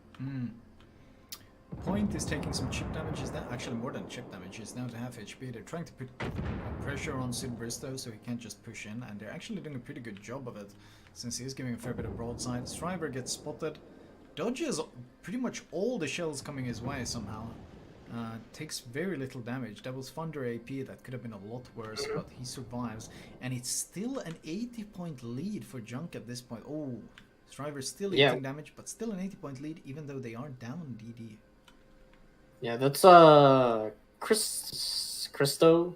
He just popped his radar there, so he's gonna. I don't really like him staying in this position right now. He's taking a lot of damage here, down to 6k already.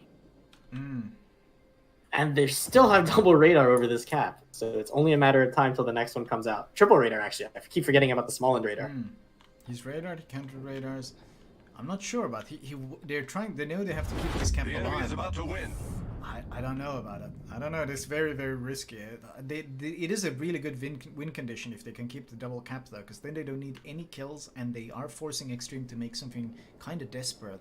So it's an easy win condition for Junk to work for, but it puts a lot of pressure on Striver just staying alive under all this radar pressure.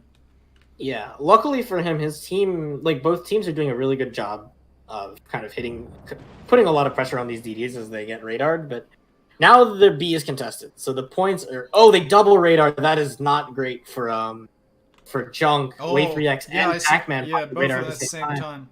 And I think Johan is going to rush it. He's going to go for YOLO. He's rushing it. He's going to go straight up to the island. He's got enough health to do this. Thunder meanwhile take down Walter Kurtz. That is huge. They actually won that trade in the end, getting the kill. And Striver is still alive, and he can run away now because he doesn't need to contest as long as the DD isn't there. They need to push a cruiser up, which is going to be much easier to deal with. Johan, on the other hand, does get behind the island, and Red Sun is under a lot of pressure, and those torpedoes might potentially be nasty because they're going to force Red Sun to push up. The last thing he wants to do with that health pool. I think he needs to push up to try to get the trade on DKM. He's 100% dead here to the Thunder once he pushes around, so they need to get this kill on DKM here. Oh, but he gave too much broadside. You saw that damage? That was 10k from the Petro. You can't afford to give any broadside at this range to the Petro, especially in a Thunder that's so vulnerable to the AP. That's going to be a kill for the Petro. Petro just straight up takes him down. They still have a points lead, but it's not going to last long. It's 100 points, but this time B has been flipped. And EnStream is just clawing back the points. Yeah, Way3X could try to poke forward here, but that would put him at a lot of risk from crossfires everywhere on the map. But he might need to do it if the points get out of control. Oh, it looks like he's going to try to. He's going to try to put the very center of his ship over that border, so he blocks the cap, and then he's going to try to reverse and play with his rudder here. Indeed. They've rotated. I think they're going to try to... Look at the small torps, though. How's Johan? No, it should be fine. There's a fat gap waiting for him. Ends in 5 minutes.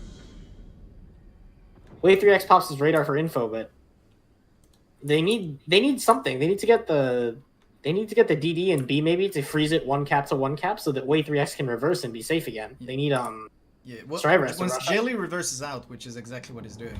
He's reversing out, and he's gonna angle his ship, and then he's gonna just start hammering Way-X. Actually, he doesn't even angle, he just starts shooting straight away.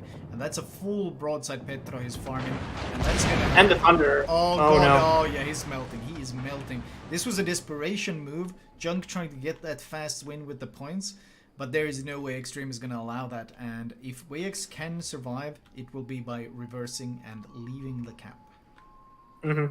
They need to YOLO. I think they have to push in because they do know the radar in mid is down. Remy did pop his radar. They still have the small end radar, but they need to see if they can get any ship, preferably Striver, onto B cap right now. They need something there to block these.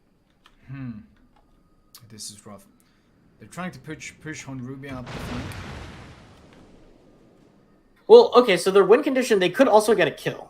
If they get a kill, they'll win on 1 cap, as long as they don't lose a ship to get said kill. So what I think they might try to do here is push El Snackman and Honrubia up, radar Johan out, and then kill him with these 2 pushed up ships. Pac-Man pushes up, he does pop radar? Yeah, I think this is what they're planning to do. So Snackman and Honrubia should be firing mid. Yep, here are the shots. They're going to try to kill Johan here, and he's not moving. I don't think he knows it's coming. He doesn't realize the crossfire is coming. Oh, that might be huge. They catch him off guard. He loses almost all his health. He's got the heal ticking though. Barely dodges, well, kind of gets fortunate on RNG with the Thunder HE. He's trying to juke back and forth. Shells are landing all around him, but they're not getting the hits that they need. Heal is ticking, and he's angled against all of them. At this point, he's just going, I believe in RNG. He lands great torps on Pac-Man as well, takes him down to 6,000 health. Oh, they're trying to get the kill, but they just can't get the hits that they need. Oh, we're gonna get Pac-Man. Oh, He's on fire. He's burning, and after the torch, Thunder shells. He can't get a single hit, and they kill Pac-Man. Oh no, that means Johan is still spotted. What is keeping him? Oh, it's a bit WX at this point that's keeping him spotted. Yeah, the Hydro from this range. They're trying so desperately to get that kill, but Johan is doing such a good job of just juking back and forth. RNG is kind of helping him as well, with the shells landing all around him consistently. They finally get one big hit, but it's not enough. He's still alive. 18 seconds. 15 seconds. They need to push WX up. They lose vision. Hydra runs out. He's gone dark. They have no vision. They get vision of him again. He's got 1.8k health. They get a radar. 6 seconds. The shells are landing all around him. Johan somehow still stays alive. What? Oh no. That was a disaster. EnStream managed to squeeze out the win after being down on points basically the entire game. They do find their win condition, and if there was an MVP this game, it's Johan in that small land, somehow getting behind that island and just managing to stay alive long enough to secure his team the win. Some really good luck with the shell RNG, especially the Thunder not getting a single hit, but well deserved. What a game. What does the studio think of our opening match of this EnStream versus Junk battle? Wow, what a match and what an ending. That was so close, and I hope I didn't promise you too much here when it comes to these two teams clashing with each other on such a high level. And until the very last few seconds, we didn't know who's going to win this. So congratulations for EnStream proving us wrong with going for, we think Junk is going to take the first one, all of us. So we'll have to see what the Junk can come back from this in the next one. And of course, we'll get Mr. Statsbloke and Flambass back in here to talk about this match and what actually tipped the scales in favor of EnStream in this last match. Hello, guys. Hello. What a match, huh? Yeah, it was. I think this was a perfect example of one of those games on a high-end competitive game where teams position where they want to be the entire game, and then the brawling commences. And I was saying, like, after 5-6 minutes of the game, whoever loses Destroyer in B is gonna start the snowball effect, because one team will get that advantage. Where they can just spare the DD and get additional contest and get an extra cap, and the points will start working in their favor. And EnStream, I believe EnStream was the one who pulled the kill on Junk's DD there, and that just slowly started to tip the points in their favor. And Junk just had to do these crazy contests and trade a lot of HP to keep them contested, to keep the game in the game. But the game was very close. It could have ended anyway. So I think Junk had an opportunity on the A cap to do something when the Petro was still busy over in the middle before EnStream redeployed the Petro, to push that Petro who was sitting next to the cap. They could have taken Stalingrad, reversed it back into the cap, and then it would have been basically 3v2 with the Thunderer there as well. And they didn't. I think they realized a bit too late that that's what they should have done, because then by the time Petro redeployed, then it was even and they could take that cap back. And meanwhile, it all went a little bit wrong over on the other side of the map, even though Junk actually had the advantage at that point.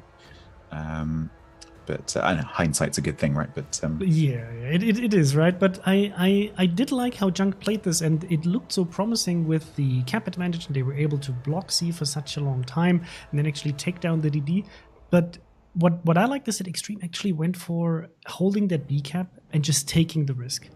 Yes, Junk was actually deploying the ships, if we were paying attention to the 10 line, right, with the Petropavlovsk and the Thunder actually going around to have these shots once WX would be raidering the DD, but they didn't take the risk of pushing in the small land to actually contest the other DD one by one. And I think that's actually probably what killed at the end the game for Junk, not taking the risk to move the DD in, but everything else.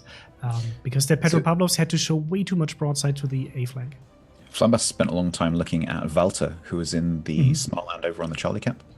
Flambass, do you want to talk about the Walter not getting out in time?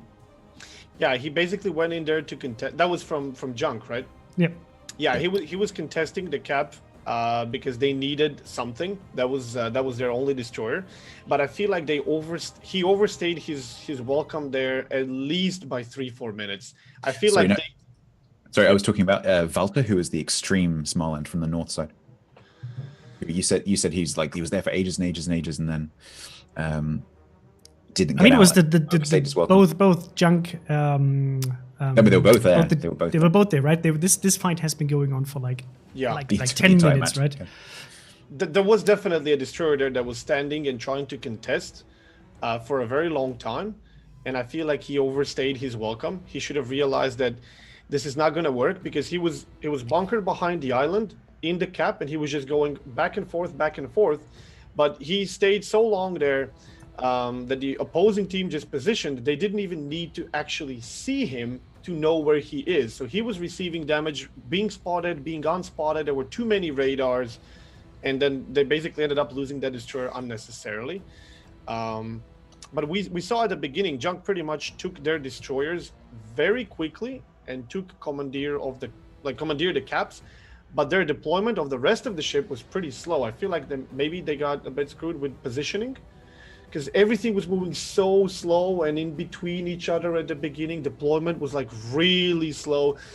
So destroyers were taking a bit extra attention, and the support was a bit further away than the extreme was, which put a bit more pressure on destroyers than it probably should have been. Yeah, I mean, but I have to say that the destroyer that got lost in the beginning was actually very aggressive, pushing up north, because he actually knew after the radar what was waiting there next to the A island. So I think there was a calculated risk that didn't really pan out. And if you play against teams of that quality, if you're like a 10, 12 kh PDD, and the enemy has a Thunderer and Petropavlovsk and another Smolan firing at you, then you definitely have to be aware of what's actually coming your way. I really enjoyed watching that game. Yeah. I felt that two teams were very evenly matched, and I think we're the going to have the positioning. If you just take a look at how these teams position themselves, how they keep those positions, and how each single meter matters. For example, the fight we saw on A with the Goliath, the Thunderer, and the Petropavlovsk, how a Goliath actually manages to keep two ships busy. The countdown for game number 2 is actually already on the way. So, nice. And to our commentators, what's your pick for this match? 1-0 to Junk. What do you think is going to happen in game number 2? Extreme showed a very, very good game. I'm hoping Junk can bring it back 1-1 so we can have a third game. Yeah, I'm sticking with Junk. I believe in garbage. Junk. Okay, so we all think Junk is gonna win 2 in a row. I'm hoping they can bring it back. Well, let's see if they can. Thank you very much for joining us again. We will see you back after this game. And with that, we are going to hand over to Flamu for the next game of the series. Thank you very much, guys, and we'll see you back in a minute. Battle starts. And we are live with the second game of Junk versus Extreme. Last game was a very close affair indeed. Extreme with a knife against the throat, basically, trying to find an opening, trying to break Junk's hold on these caps. This game, however, we are seeing some differences in the lineup. Namely, we do have a Kremlin from Junk's side. Extreme, on the other hand, still opting for almost the full Petro comp. The only difference is a Des Moines, most likely for that 10 line. Usually if you pick a Des Moines on this map, it's because you want to park him behind those islands. Yeah. We see Junk with the Kleber. He's going to rush C-Cap just like we saw with OM's Kleber. We'll have to see if he can get value, because we did note that OM's Kleber kind of waited, YOLO'd, and that's all he really did. He did. So we'll see if they can get more value out of this one. To be fair, OM did trade on the Kleber. He did get a trade on the Petro, but the problem was he got it too late after that Kleber had already crossfired basically their entire team. So it was more of a consolation prize than an actual game-winning move. The Des Moines, as predicted from Junk, and the Salem is also being sent towards this 9 to 10 line. They are sending a Kremlin that way as well, so that's actually going to be a very strong push coming from Junk's side on the 9 to 10 line, and they're going to have Extreme is going to have their hands full stopping that. I think what Junk wants to do here is they're going to try to cap C with the Kleber, and then they're going to have the Des Moines and Salem in positions to block the push coming out of Extreme. Because if they get the cap lead, EnStream will be the one that needs to push into them. And the Des Moines and Salem, as long as they're not crossfired, will do really well against Petra. Indeed. They actually pop a double radar, HX, GX, and Christoph. Indeed. Both pop radar. But I don't actually think it's that bad of an option there, simply because they're just looking to get chip damage in before it gets behind the island. And if they don't pop the double radar, then they have to wait for the 5-second delay, which in terms of a Kleber means enough time to get into cover. So, I don't know. By the time they can fight him again, they're going to have radar up. The question is, of course, if it becomes a long game, they might actually run out of the consumable, which would be the major downside. Meanwhile, Walter Kurtz does get chunked on the other side by the Smoland, or by the Petro radar? I'm not sure which one. I think the Smoland radar. Actually, Petra radar, probably. Is it 12.5 now? It was a little closer when it started. That means will they get the cap? Yanil is hesitating to enter it with Electric Fire, just sitting there with his Petro, kind of waiting for an opportunity. The Kleber, on the other hand, does secure C for junk, so that's an early advantage. We got Petro Des Moines Thunder versus Des Moines Salem Kremlin. I would say this is a junk advantage, especially since the Kremlin can push in far, far more aggressively than the Thunder can. Yeah, the thing we have to watch out for, if you look at Pac-Man plays, if Christo can spot him and get some shots in on his broadside as he makes the quick cross, it could kind of tilt it a little bit more in EnStream's favor. But right now, yes, you're correct. I think Junk's flank on this side looks extremely strong. The big difference maker, as mentioned, Christoph. How much crossfire can he create? Because Snackman is sitting much further back than Christoph, so he will struggle having the same kind of impact as Christoph will have. So, and especially Des Moines and Salem is of course far more vulnerable pushing across that opening than something like a Petra is. Yeah. I mean, the nice thing is they don't have to push. Right now, what I think they want to do, their ideal game-winning scenario, is they just sit here, and then the Petro and the Des Moines push into a Des Moines and Salem, and a Des Moines and a Salem with them. So, Remy radars Yanil. Is it just gonna go for it? Nah, he's one set. He kind of jukes. He accelerates, then reverse, trying to juke. And Electric Fire does not fall for it, he just aims right at the ship itself, and it does get a reset, which means no A-cap for junk yet. Do they have a follow-up, or is it just blind fire? Close, but no hits. Another blind fire by the looks of it. That one is going to be off. They pop all their radars already? They do have 2 Petras here. And they have a small one. If they actually give up this cap, that's a pretty significant win for junk, because... well, junk shouldn't be able to take a cap that's protected by 3 radars, but they did. Yeah. Well, that means that, again, this is really falling into junk's dream scenario here. What they want EnStream to have to do is push in, and then they can use their vision advantage to just chip down these ships as they push. Snackman gets a fair bit of broadside on Johan, but actually, no, not enough to get those full pens. Johan no longer in the Smoland, in the Petro, but still playing like a DD. He literally reversed into B, trying to sneak it away. But they did have a Petro Snackman ready for it to prevent this from happening, and they are going to force him out of the cap. But that means 2 caps to 0, and Junk will be gaining a pretty early lead here.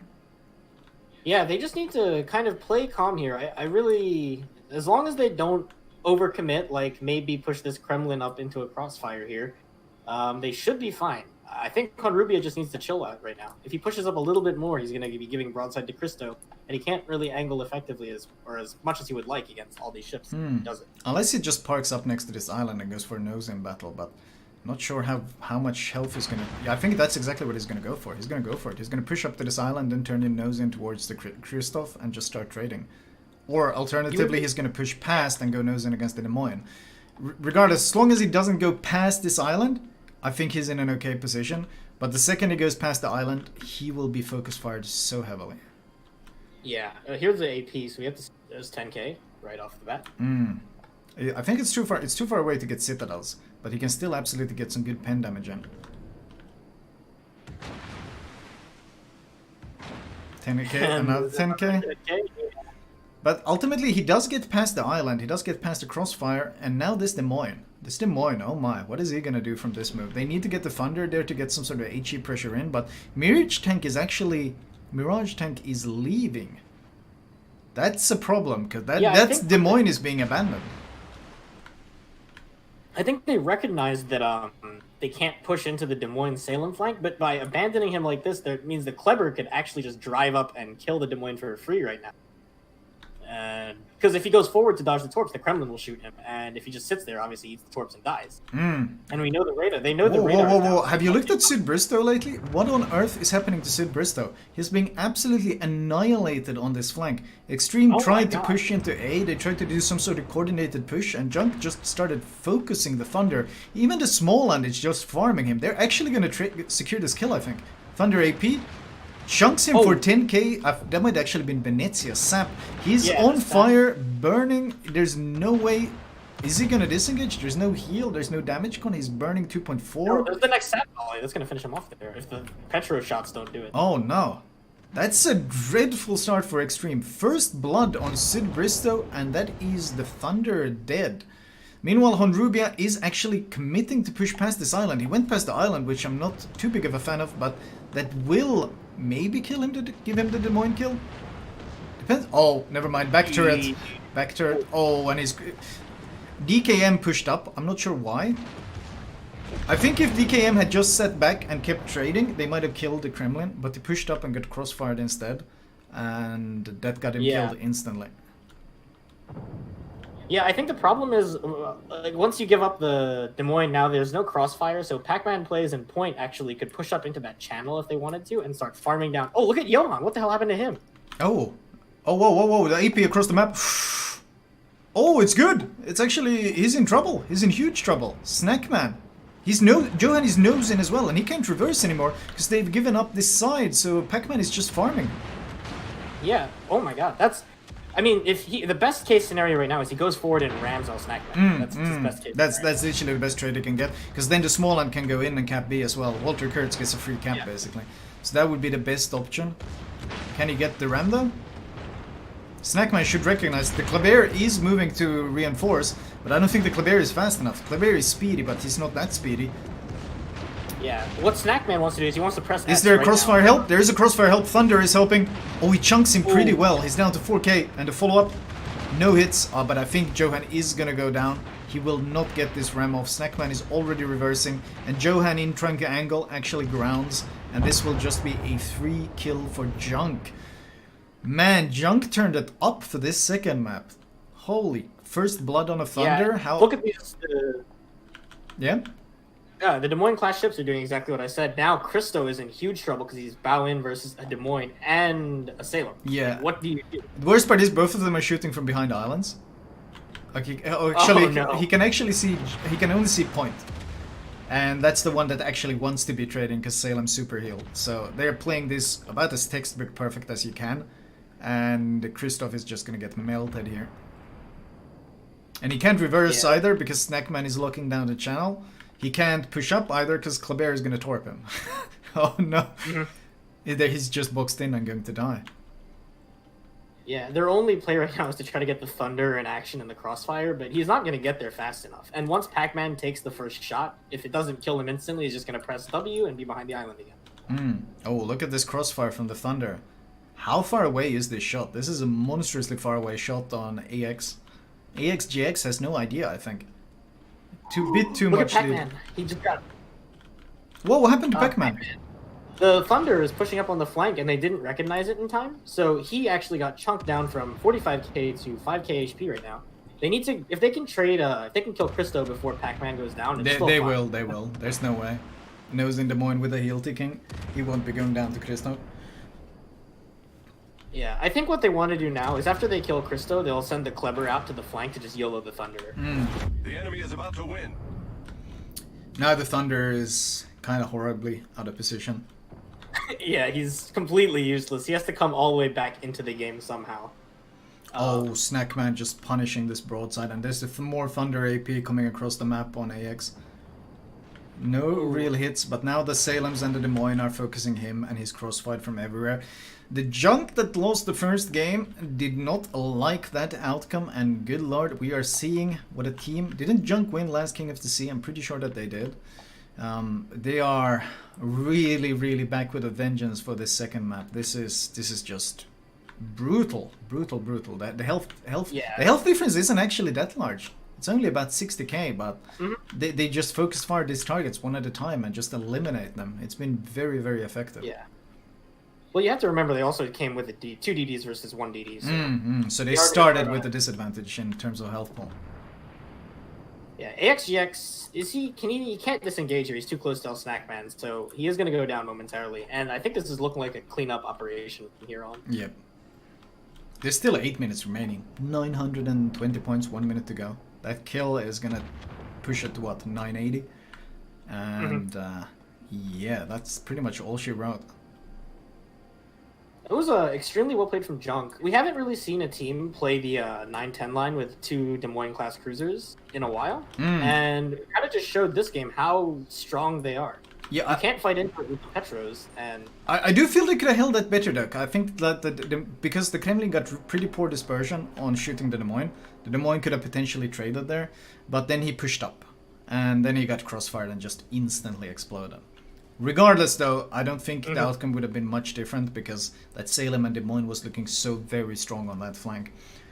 Well-deserved win by Junk, and that means this series is tied, and we're gonna send it onwards to the studio.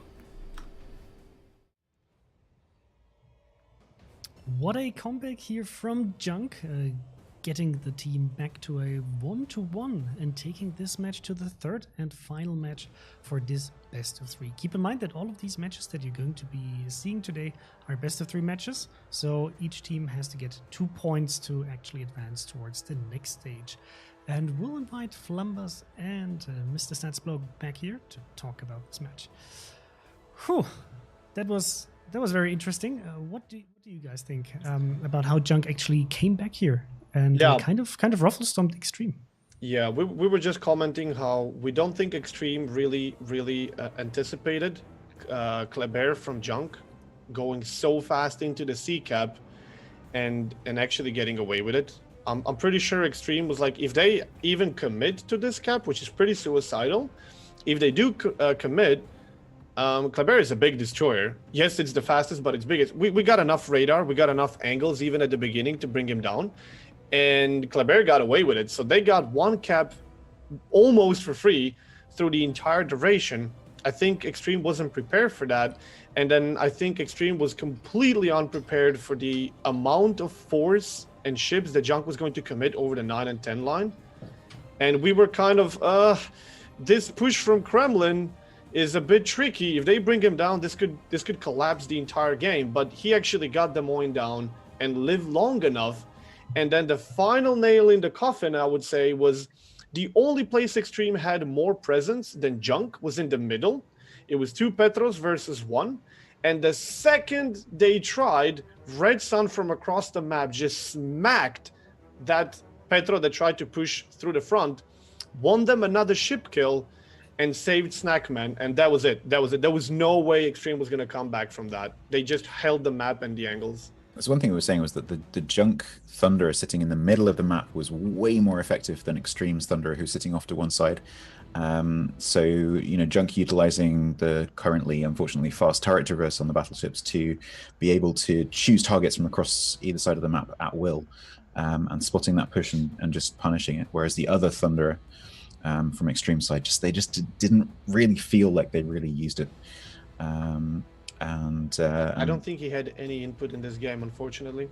Junk was utilizing the usage of islands and focus fire, and they were just killing his flank, and they kind of kept him out of the battle the entire time. If he was there, they were just rotating around the island, and he could never get the shots off. And in the end, he finished probably with most of his heals, almost entire HP, and probably haven't fired that much at all.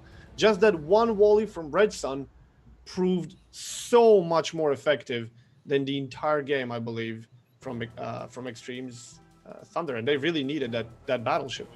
Well, he almost got the Des Moines down, but I don't think it was just simply too confined in that area, right, to actually help towards other aspects of the map, because as soon as that flank fell, he couldn't really help it much anymore. It's a difficult map, actually, to position yourself, because the islands are generally quite tall, but there are gaps between them, but you need to be in exactly the right position. And it's a very well-designed map, because if you sit in a certain position, you can shoot through some gaps, but not other gaps. And you need to choose, of course, which shot do you want to have. and if you don't choose the right shot, then tough. So, so we are going to be looking at our deciding tiebreaker here, playing on loop again. So I'm glad that we get to see it. Do we want to have a quick look at the introduction video for this map? Because I don't think we've actually played it yet, and I think we're slated to go into the game number 3 in about a minute. Yeah, I'm excited about another game 3. Hell yeah. Okie dokie. Then we will see you after the game. Good luck to you, and either we'll hand over straight to Flamu or we'll see you after the video. Yeah, absolutely. Have fun.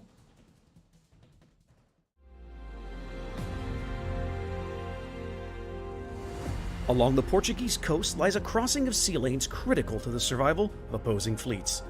Surrounded by towers of crimson sedimentary rock in the expanse of the blue Atlantic, these two fleets will soon engage in trial by combat, where only one team can claim victory.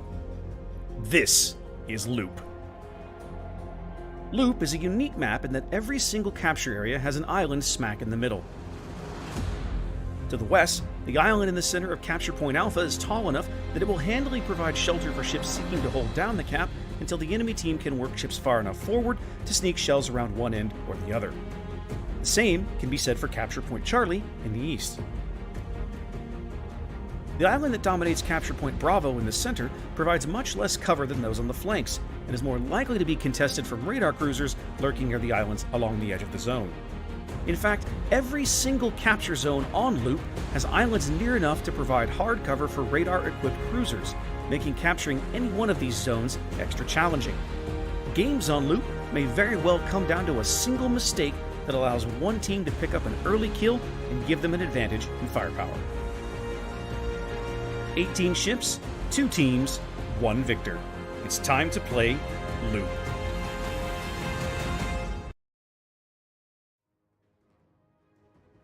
Yes, so we're going to be seeing the next map, which is going to be Loop. I hope you were already part of the stream earlier, but just as a reminder, so for the first 2 maps, each team was able to pick one of the maps, and this is the 3rd map. To keep it fair, this one was randomly chosen, so none of the teams has a significant advantage here because this was just picked by random. So we'll have to see which team actually can win this. And I will start a poll right now for you guys to let us know who you think is going to take this match and advance to the next stage of King of the Sea. Don't forget, this is day 1 of the broadcast, and tomorrow we'll also be hosting the semis and the finals for the EU region here on these channels. And I think the teams are ready to go, so we'll be handing over, Mr. Conway, are we? Yes, so I'll be handing over to Flamu. Enjoy the game, and let's see who's the better team.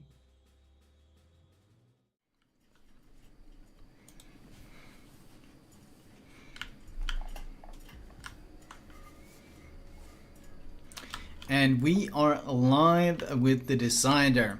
And a small correction from the last game.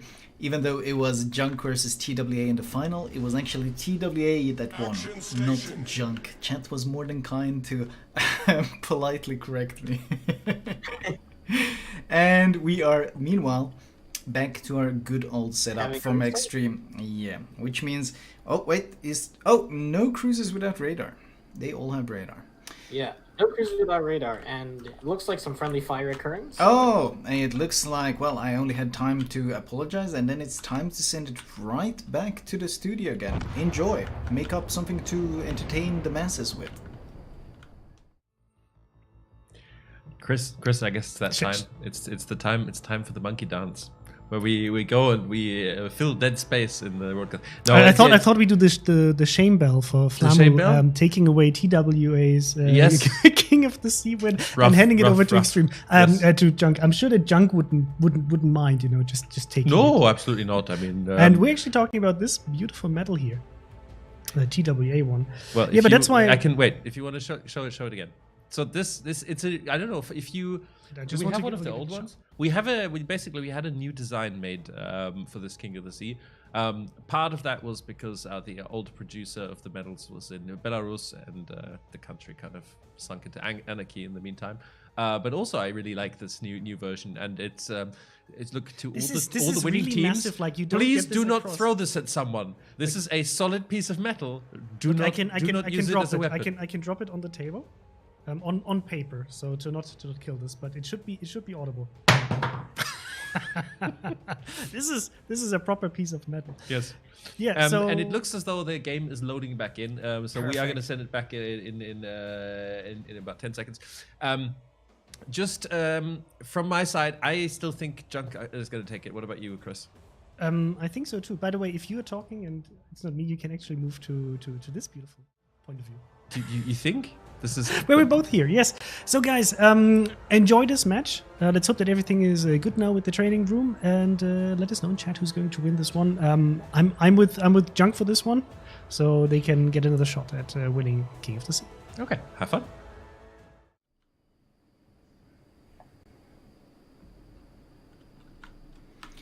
And we are live with our second attempt at trying to decide the better of these two teams. Last game was a very dominant Junk show, but EnStream's comp worked very, very well in the first map, and we'll see if they figured out how to execute it in this map as well. Some slight differences, of course. Kleber-Småland. But once again, Junk opting for the Des Moines-Salem combo instead of all the Petro spam. Yeah. It looks like the Salem and Des Moines are actually splitting up here, so we're going to have one, the Salem on C cap and the Des Moines on A cap, and both Klebers from either team are heading towards A, it looks like, so they're going to be on that rock together. That's actually pretty interesting, because when you rush from the center to this cap, you're kind of taking the risky path, which means you're putting like an island between yourself and the enemy, so they're actually going to spot each other at kind of possibly the worst timing ever. And the question is, which team will be able to get more damage in? I would assume both Klebers will be shooting with the reload booster. This is actually going to be pretty interesting. Who will come out on top here? If you know the other Klebers doing this, you can actually preemptively torp the corner of that island, and you might be able to catch the other Klebers. Or even if you don't catch him, force him to turn away or like not get into cover as quickly, which will cost him a lot of health. Worth noting, Shriver, of course, has 500 more health, so he's running that Ovechkin. Oh, there's some preemptive torps by Shriver. He's doing exactly what you just said. They're almost within spotting range. Yeah, Johan's actually taking the safe way in. Oh, they spotted each other. There's the reload booster, I assume. And the damage is going out on both sides. Johan, no torps in the water. Oh, these river torps might be very, very nasty in these. The prediction is very good. She slows down to dodge, which is going to throw off the prediction. But that means he's losing so much health. Oh my god. He's losing so much health because of that dodge, though. Oh wow, Shriver really coming out on top in this trade. Johan down to 6.9k with Shriver almost twice the health pool. So very well traded so far from Junk. Meanwhile, Yanil is reversing to get this camp. He's in a very secure spot. Remy can radar him, but they're going to struggle to get any damage in on him. Yeah. I'm worried about the Thunderer now. We saw him go down super early last game. He's, again, in the very middle of the map with the Småland torps potentially, plus the two battleships, if they look his way. I'm not really sure how that's going to go for him. It does look like EnStream is going to get C for free, though. There's no radars and no destroyers in the area at all to contest. This is pretty interesting, though. Junk is sending both the Ohio and the Thunder towards the A-cap. Yeah. Usually we see one team leave a battleship mid. We saw the Yamato in, I think, the previous game we casted on loop. The Yamato sat mid for crossfires everywhere. But this game, yeah, that is very interesting. I don't really know what their plan is with it. Yanil was forced off B, and meanwhile C has fallen to Walter Kurtz, so that's going to be the early points ticking in EnStream's favor. But obviously I am expecting A to fall into Junk's hands, because double battleship, and of course they have that Des Moines there, which will trade so well into those Petros as long as they can nose in. Mm-hmm. Yeah, and B will flip for Junk eventually. They only have one radar covering this cap, and Yanil's back in it already, so this will be a cap for them. I'm actually so interested to see how this flank will turn out, the Salem and the Petro. If they can push up and stay relatively unspotted and unmolested from the Thunder and Petro in mid, they're going to have a really, really fun time down here. Because the island will be able to block the broadside of the Salem, and he can just sit there, bow in towards both Petro. Yeah, it looks like that's exactly what he plans to do. He's going to park right next to the island in, like, E10-ish. F10, sorry. Yanil does get the camp. Thunder and Ohio trying to get some. Johan is really the only the Klebears have really taken any damage. Yeah, I think the two interesting points of this game that'll come up in a couple seconds here is Pac-Man plays. He's gonna make that same push, I think, up to the island that we saw. What's his name? The Des Moines that died earlier. But when the Des Moines died earlier, they had a Petro inside A instead of a Kleber, and that crossfire forced him to angle. Whereas Pac-Man can absolutely give broadside to the Kleber. He'll lose some health, sure, but it's not going to be citadels and it's not going to be death. Mm-hmm. So, well, I want to see how he plays this. There's a lot of things different now, and he actually knows that they popped the radar, so he waited for it to expire before he's going to make his push here, which is really smart on his part. Oh, there's a second radar from DCAM. They're really trying to catch this push. And he knows because El Snackman's caught in it, so I think he might stop again here. I really like. Yeah, look, he's stopping again. I really like Jung's move on the other side though. They pushed the Salem point first into this Petra, and the Salem is basically eating all the damage while they're trading, and it's all HE damage on the angled Salem. So obviously he's going to be able to heal an absolutely obscene amount. Meanwhile, the other Petro undetected has snuck around, and he's getting some of that electric fire broadside. It might look like they're winning, but Salem just activated his heal, and that's the end of winning. That's the end of winning that trade right there. Oh, man. He has to be very careful, though, because if he reverses too far, the downside of this island is it's pretty thin, or narrow, I guess. It only really covers your entire ship in one particular spot. So if he reverses too far, he's going to get hit from mid. They are getting some really good hits on Villaix, though. He's used his heal now. He's down to 32k. Yeah, actually, look at Johan. The small one, Yanil is actually farming him from mid. Wow. Is he having as good of a dodging RNG as last time? They do get some good damage in, though. Actually, he's down to 3k. He was 6.9 earlier. Now he's down to 3.2k. Yeah. Oh, and Pac-Man's pushed up. He's got shots. Oh. 1.8k now. He's got a reverse. If they get this kill, that's huge. He's got that saturation, though, but they'll get one more shot before he gets into cover. Oh, and they get the kill! Oh. That's actually huge, because now one of the cruisers will have to contest A, or they will lose A. That's actually a huge win for Junk right now. That's going to give them the cap and the point advantage. Meanwhile, Electric Fire, as expected, into trading with that Salem, he is down to 20 health. And at this point, well, Stalingrad HE finishes him off. Salem's still alive, and he's probably got a second heal off soon. He's only been eating those in HE, so he's going to be... He's gonna be so stupidly tanky. Oh wait, it's not Ovechkin on Kleber. Wait, how the hell does he have 500 more health on the Kleber? What captain gives that?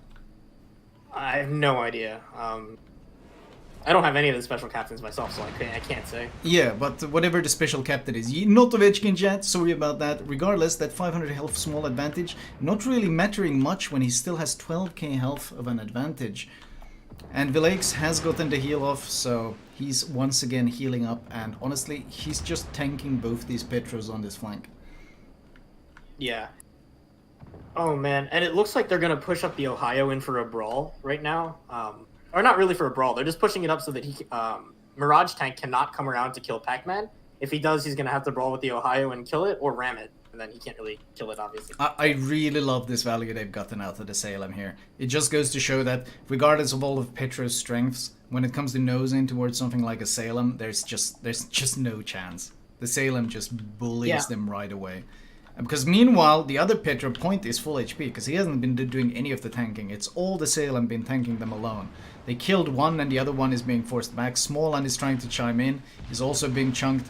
Salem reverses to dodge the torps. Do they get any crossfire in? The Thunder is actually not in a position to get the shots that he needs.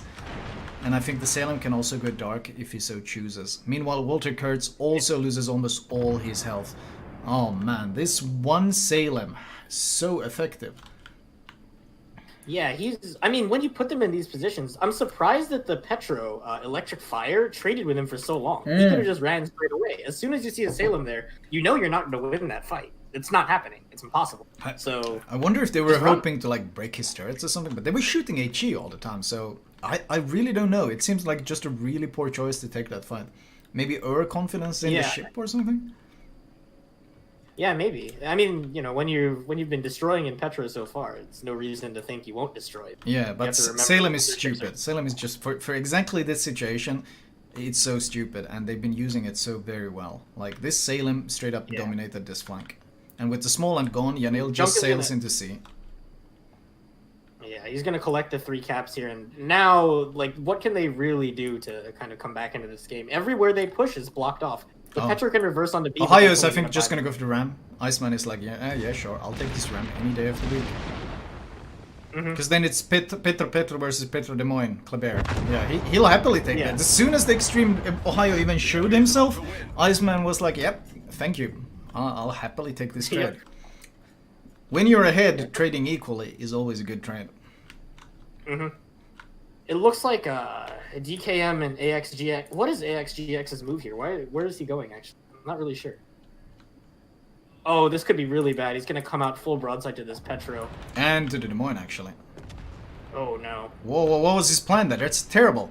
What the hell was that plan? That's never... Des Moines is going to reload so fast, it's going to be more sits.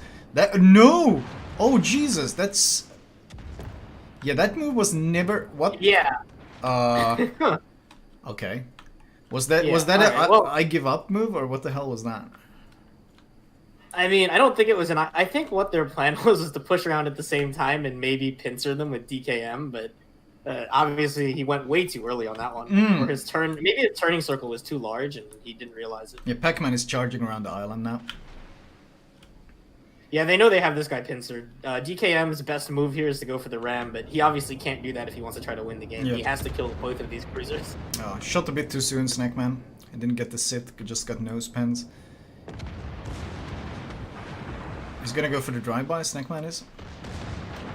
Yeah, I think DKM looks like he's got his guns are in the right spot. Let's see if he can get Oh no! Good hits. Oh, he missed! What? He missed entirely. He missed it. Oh no, he whiffed it. Oh no, that can't well, that was just a mechanical error, and that means Snackman is gonna win this battle very, very handily. Oh jeez. He gets one more shot at flat broadside. That does some good damage, but I mean, oof, that really shouldn't happen.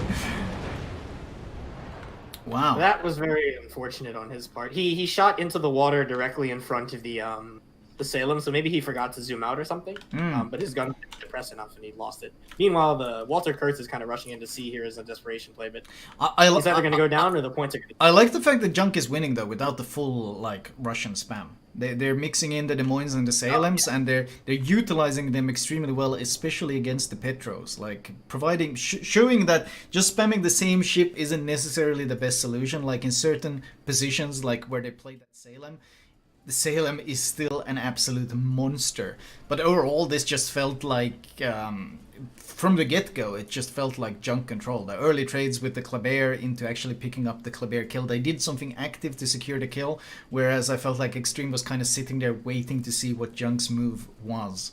Overall, Junk, once again, proving that they are in terrifying shape despite that first map loss and taking 2 very convincing wins. Let's send it on to the studio.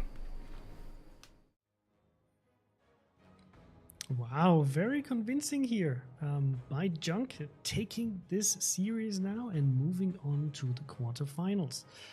This was actually the last match of the round of 16 that we've casting today, and we're actually now going to move on to the quarterfinals. So but before we do this, obviously we will be talking about this match, but just as a heads up, right? So this was stage 1, and now we're moving on to stage 2. And of course, we'll invite Flambass and Statsbloke back here to talk about this match and discuss a bit what gave Junk here the big advantage that they managed to build up over this entire match. Hello, guys. Hello. Yeah, we were just discussing exactly the same thing. So Flambass quite rightly pointed out that central Stalingrad that Junk had was absolutely critical in breaking that deadlock. So on a map like this with comps like those, the cruisers will push up and they basically park and they start exchanging shells. It's basically tennis, and it's just chip jammers, and then that Stalingrad steps in and starts to ruin people left, right, and center. And I think that basically is what broke that deadlock and enabled Junk to push ahead. Yeah, I wouldn't really necessarily call this one of the most exciting games we've seen, because it was pretty much both teams have kind of deployed. And as expected, we've seen those Petros going wide. We saw a bit of a weird positioning there that thunder in the middle, and it was just going to be an exchange of fire and a bit change of caps here and there. Both of those Klebears basically locked each other in. One got a bit away with it better.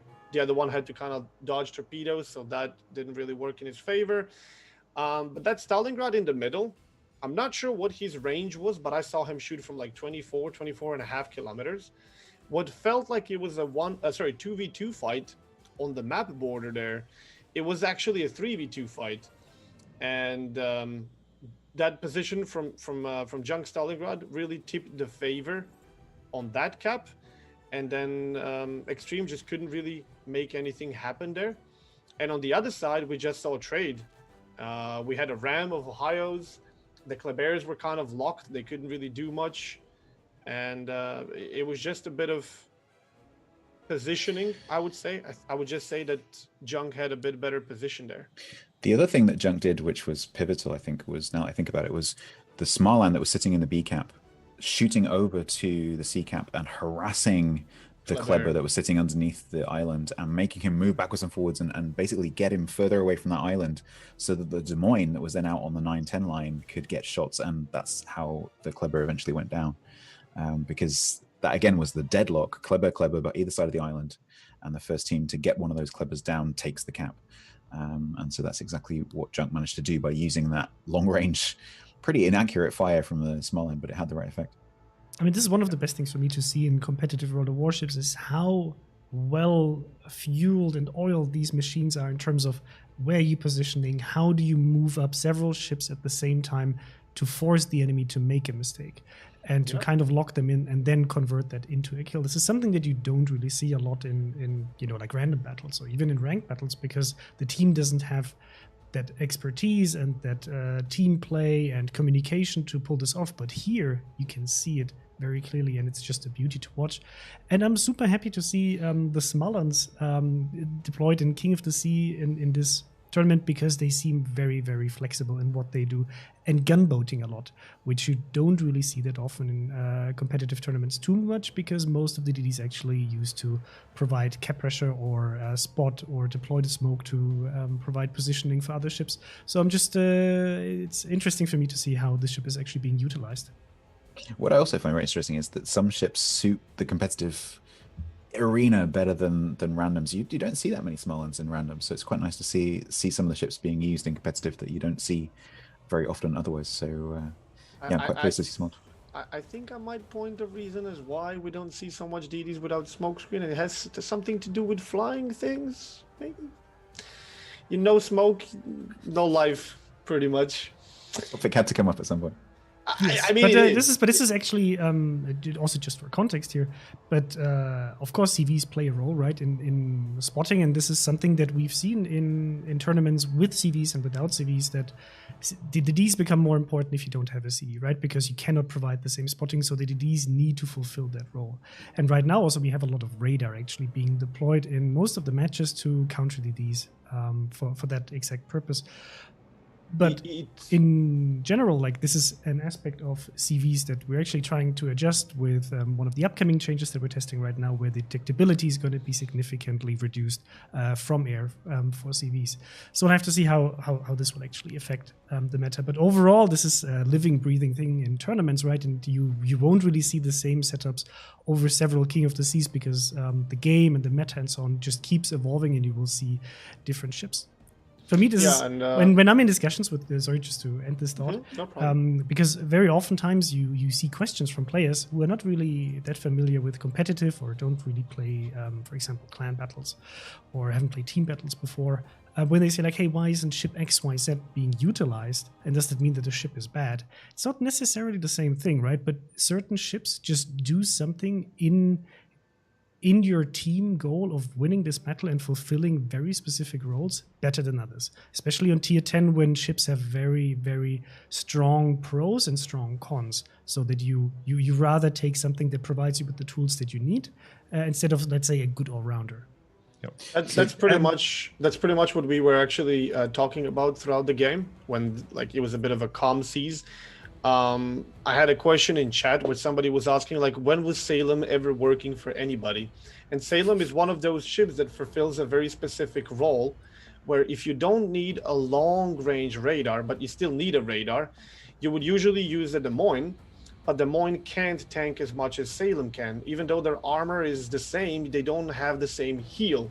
So Salem is exactly one of those specific ships, and we've seen a Salem actually brawl in this match as well.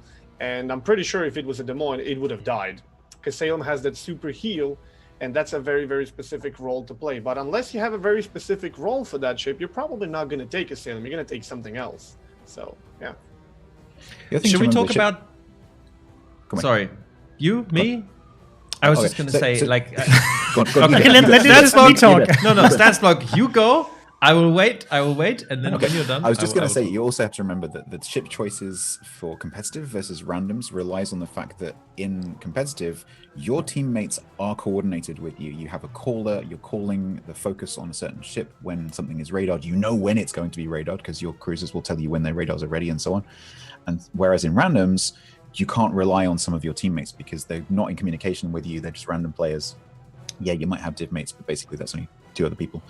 And so you have to bring ships into randoms which can deal with literally anything that you come across. Whereas in competitive, you're taking a specific ship for a specific purpose, and you can all, for the destroyer radars, and everyone shoots the thing that's spotted, and you plan that in advance. And that's the difference between competitive and randoms. And then, obviously, this is not only competitive, right? Where you would say, for example, you're in clan battle season and you have to work with different maps. But here you can even plan specifically for your spawn, for the map. And then it's so interesting, especially for experienced players, right? To see why certain teams go for very specific ship picks where you would potentially expect something else, and then see how they make it work in their scenario that they build, where they think this is going to be a good counter or a opener for themselves to what the enemy might have to deploy. Yeah, we have seen in the past games like where you see Minotaur suddenly appears and everybody's like, what? Why would you ever pick such a light ship, light cruiser, no armor? And then it plays like a really, really major role against 1 or 2 ships for 1 cap or 1 angle or something. And you're like, wow, that actually worked really, really well. But then for the rest of the game, it's like, not that useful. So yeah, in competitive, where everybody's super duper coordinated and know exactly what they're doing, every ship can play. So like, for example, go on, you go. No, sorry. Look, I appreciate it. I just wanted to give like a quick update about what we're going to be doing next, right? Because obviously it wasn't pre-scheduled because the teams that are going to be up next both had to qualify. So we are going to be watching Enough versus Rain as our next map, and I just wanted to give it like a really quick rundown of what that matchup is going to look like, so people know what to expect. So we are going to be playing another best of 3. Game 1 is going to be played on North, which is Enough's pick. Game 2 is going to be played on Tears of the Desert, picked by Rain. And the deciding match is going to be Loop again. Loop. Yeah, I think that's like a good theme of Loop coming in to decide at the end. I don't know. I haven't seen enough in this tournament yet. Rain, of course, is an absolutely like known capacity. And I feel like North is one of those maps where, you know, they'll probably nail down their position and they'll make it very, very hard for anyone to do anything. We've seen Rain play on North before today, right? And they have been showing absolutely fantastic gameplay there. So I would expect the same, right? But when we're talking about Enough, Enough is a team that is actually from Germany. And they've been playing in the last King of the Sea and actually made it into the knockout stage. And they've been playing in the last 3 clan battle seasons. So they're not completely unknown, right? They are a decent team. They have been able to get to this point. But now playing against Rain, this is where you really have to show what you're made of and whether you can advance even further. Yep. Enough is a clan consisted of pretty much, well, it used to be at least, all the players that were part of all the top teams anyway, so I'm pretty sure they know what they're doing. Yes, I mean, there's enough and enough underscore, and as far as I know, enough is the international clan, and enough underscore is the German part of the clan. Yes, for example, Jimmy D. Tulpe, one of our CCs, is actually Isn't part of Siren that part of enough as well? I think so. Yes. Yes. I wonder if I look. I can actually spy because I've got the gameplay here. I saw the guys that can as well. I don't reckon. No, none of them are participating in the match, but yeah, it's gonna be interesting. Yes. We are going to be kicking off in 2 minutes. Yes, so this is just a question from my side to, for example, Flambass or Statsbloke, because obviously you guys as streamers, you play the game a lot. And for example, Flambass, you've been part of the competitive scene.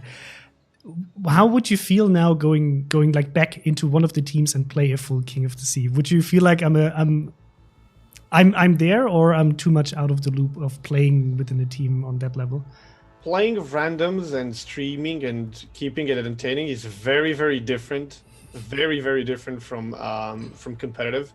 When I went from competitive to casting to just kind of, you go out of the competitive, it took me a while to actually get used to, just do it. It was like, no, that's risky. The competitive was just setting in too hard.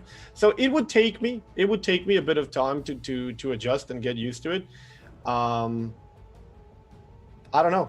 I asked that. I got that question asked on my stream a couple of times. Like, if you could, would you join some teams?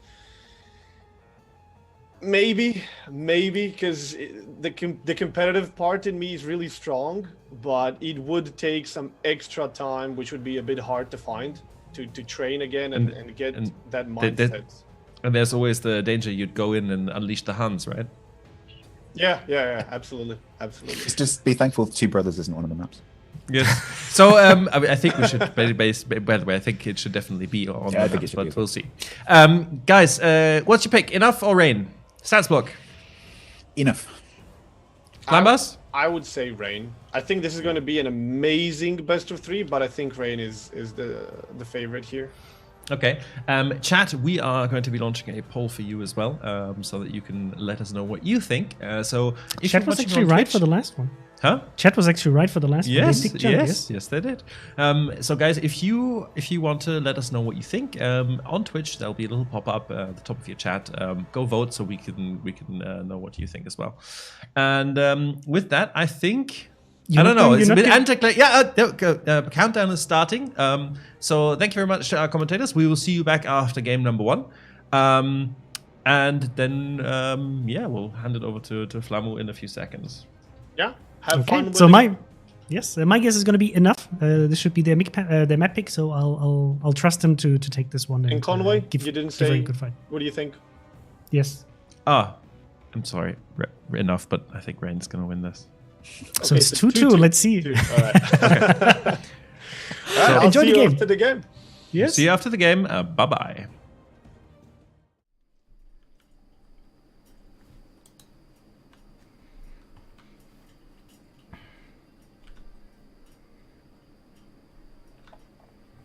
And we are live.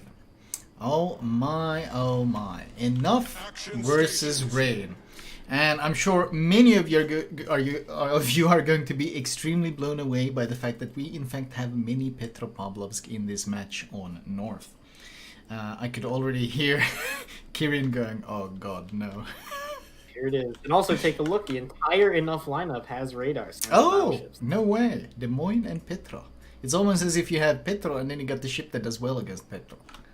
What a coincidence. Reminds me of a certain another ship at one point in this meta. Meanwhile, double Smoland versus one Submerse. But, I mean, it's not like they have a shortage of radar to provide. Yeah. We're going to have to see how Rain plays the 9-10 line. I think that's going to be the important part on this map again. With the Salem, obviously, alongside Des Moines, going to be able to probably bully the Petros that are over there. Honestly, though, I do think Submerse is such a risky pick. There's a reason people pick Smoland, and that's because, well, with the speed, you can easily disengage, and you have the heal to sustain. Because the problem is with all these Petros is the stealth radar. You're always gonna eat damage. You literally can't avoid it. You get stealth radar, and railguns blap you for X amount of damage over and over and over again until you die. Or alternatively, Smoland stealth radars you, and then you get blapped and you lose health and so forth. So running the Summers that has no way of recovering and struggles to disengage the same way, I feel like it will be hard, especially as the solo DD. Yeah, I mean, luckily he's on A, and because A is an open cap, even if he does lose HP, as long as they can keep radar on it, he can be effective with his torpedoes. And they will have triple stealth radar over A, or at least double, maybe triple if Rogue, depending on where Rogue being positioned. So this could be nasty for the small end if he tries to go for it for Repri. Summers is laying that preemptive smoke for the Petros. Of course, the upside is a small and torpedo power isn't quite that deadly, but it does have those super narrow torps, and they are of course very, very fast as well, which means they can be nasty to dodge provided they are aimed perfectly. Ultimately, though, the question is, can the Summers torpedoes offset the disadvantage that they have because of all the enemy radar and of course gunpowder? Yeah, we've got the first radar out of this game from Bazinga on Captain Crap, and it looks like he's going to dodge everything. Wow, he's not going to take a single hit. There was a radar. Everyone. There was a radar on the other side as well. This hip is eating well, actually, not eating any damage yet. Whoa, what? No. Huh. Well, both DDs on either side have taken 0 damage despite getting caught in radars. So Repri actually ate a bit of health. He ate like 600 damage, but overall the Summers managing to dodge everything is important. Woot wasn't quite so lucky, losing about 10k health. He's recovering some with a heal. Meanwhile, we are seeing Rain's previous tactic of the Robin and Dastard pushing center with Kremlin Petro. Last time, the crossfire is what kind of killed this push. There was this nasty Kremlin that arced the shell over the islands, and this time there's a Yamato, which could arguably do the same job but even better. So we'll see if there are any potential crossfires coming in. Elchris, on the other hand, is eating a lot of damage and being forced quite far back. Elchris will be forced back here, and I think this hit got radared, so he actually took a pot shot at the small end to get a reset. I'm not sure if that was worth it, because that's 20 seconds of blue. That's a questionable choice. He's down 7k HP already, and like you talked about, he doesn't have that. Oh no. See, I don't think that's worth it when you're the only DD, and when your health pool is honestly such a important asset. I think that was a mistake, because they're gonna probably get the cap now anyway. He gets away, but down to 8.5k. He's getting to the point where a small and catching him in radar can just solo kill him. Yeah, and actually take a look at Robing. It looks like the same exact thing happened here again. Or the Des Moines maybe for reversing out did a lot of damage to him, but he's down to 20k again. 20k 5 minutes in again. 4 minutes in, sorry. Oh wow, 7.6k health remaining on the Summers after all that. The best chance he's got right now of recovering is of course landing a juicy torp on the small end, but Repri, experienced DD player, just goes perfectly stern in. Highly unlikely even a perfectly placed torpedo would catch him because he can just accelerate and dodge, and that's exactly what happens. They tried to time a radar and breaking the engine at the same time to get some damage in, but no torpedoes hit. They do get a bit of chunk damage in on him, but ultimately I do not see them keeping this cap away from enough for long. Yeah, now that this sheep is down to 7.6k, there's really, if he does go in for another contest, I would be very surprised because he's probably going to die for it. Robin is down to 20k again. Was it a crossfire again? Yeah, it looks like he got hit by a crossfire once, yeah, and then he probably healed and got hit again by, it looks like the Ohio and the Petro. The Ohio's actually shooting HE at him. Because we've seen this exact same push, and we've seen it get crushed by a crossfire in the past as well. Well, not crushed, but stopped in its tracks. On the other side, we do have Salem actually stern in, so he wants to kite and play it very safe. And Lea Zur, who's been very convincing in his Des Moines, pushing up behind the islands. Yeah, it looks like they should be able to reset C here with any of the 3 radars on cap. They either see him or they have him radared and pop. There's the reset. It does show just how effective they have been with resetting and just cycling their radars. Neither team has been able to secure any objective yet. We are 6 minutes into the game, and even with these very, very experienced DD players sitting at the edge, angle, dodging to their heart's content, they have struggled to secure anything. And Captain Crap will finally secure a cap, securing C for the team. But how long this will last is very debatable, considering there is an Ohio Petro Des Moines pushing up this flank, which is going to zone him out big time. Take a look at Rubbing. Rubbing is down to 10k8, 2 torps from the small end, and the small end is opening fire. now. If he gets fires, he's gonna die. Here. I really love when we've gotten like higher in these ranks. These small ones, they just open fire so much. They use their guns so much more. In fact, one of the key differences between these better small end players is just how much damage they're putting into the ships with their main guns. Robbing is trying to dodge, trying to get into cover. He's got one fire on him. Can they get to one of the superstructure? Oh, he's taking so much damage. 3.5k, 3.3k. He's 2.8. Oh, wow. He's still alive somehow. And he's getting good damage in on the small end. Ripri, in fact, might be losing his ship. He's afraid to shoot anymore. He had to stop. They should be able to finish him. No fires, 1.3k. Even more damage going in on the small end. If they lose the small end for robbing, it's a terrible trade. 2.6k left. HE is out. Oh, but it does so little. 300 health remaining. Robbing is still alive. Still putting in damage. Surely. The small one is dark now, so he's not going to die to this. So, oh, he's got the heals off! Oh no! He gets the heal off! And with the small one forced out of range, Robbing is gonna go dark once the radar runs out. He's actually dark already. He's already gone dark. He actually survives somehow. Oh no, that was very well played. They focus so much, they're actually gonna get A. This sheep is gonna cap it on 7k HP. Yeah, because the small end, he needs to wait for a heal before he dares to contest. Because he got so very, very low.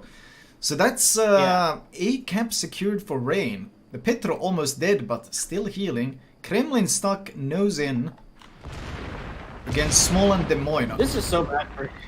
I mean, Dastard should be able to... Small and Des Moines and the Ohio secondaries are going to reverse. I don't know, like, it's going to take them some time. Oh, Des Moines just got chunked hugely. Who's chunking it? Crossfire? Oh, it's the Ohio from mid. Look how far he pushed up. Malamu has pushed right into the center. If Dastard can trade this, that would be perfect for him because he's really kind of screwed here. Oh, he dodges all the torps. No, did he dodge all the torps? I think no, he ate one on the nose. Yeah. But what is Desert Fox gonna do here? Like the match is gonna brutalize him. There's the Petro radar. Gives them all the info he needs. Dastard is probably gonna blap the Des Moines now. I'd be surprised if the Des Moines survives. He needs RNG on his side.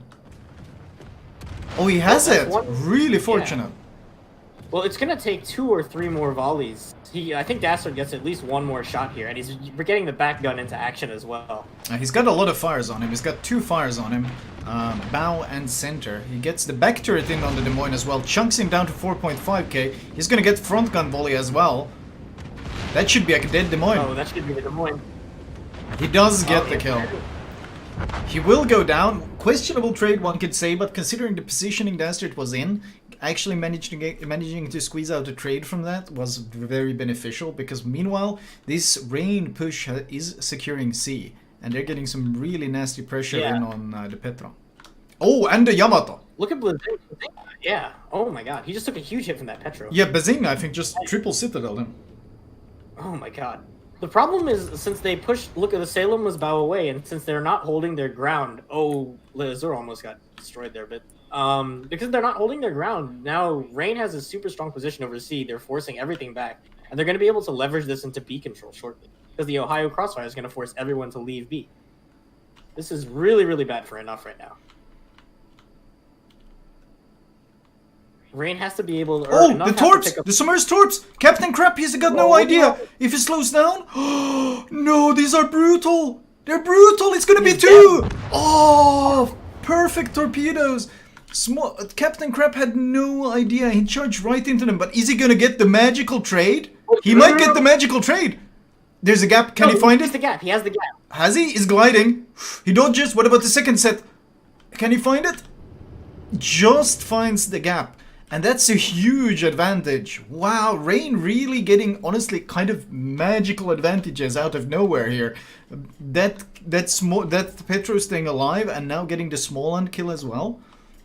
They will be able to secure B because of this. And they're going to force the Ohio back because the torpedo pressure is going to scare him away. Meanwhile, the Yamato is caught completely off here and he will go down. Yeah, this, like getting, you can't give up the 9-10 line just because it lets them push into mid like this, and then once they push into mid, your B side is so dangerous or so exposed. I mean, they lost at Des Moines because Malamu got that crossfire in and just straight up citadeled him, and now he takes down the Yamato as well. This Ohio is causing all sorts of havoc, and look how far back the Petro and Salem are. Yeah, they're basically useless. Honestly, the Des Moines and the Petro could just go dark and then wait for them to be forced to push back in, and then they'll be in a crossfire and they just die.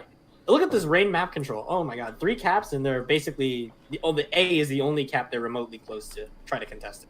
To contest enough.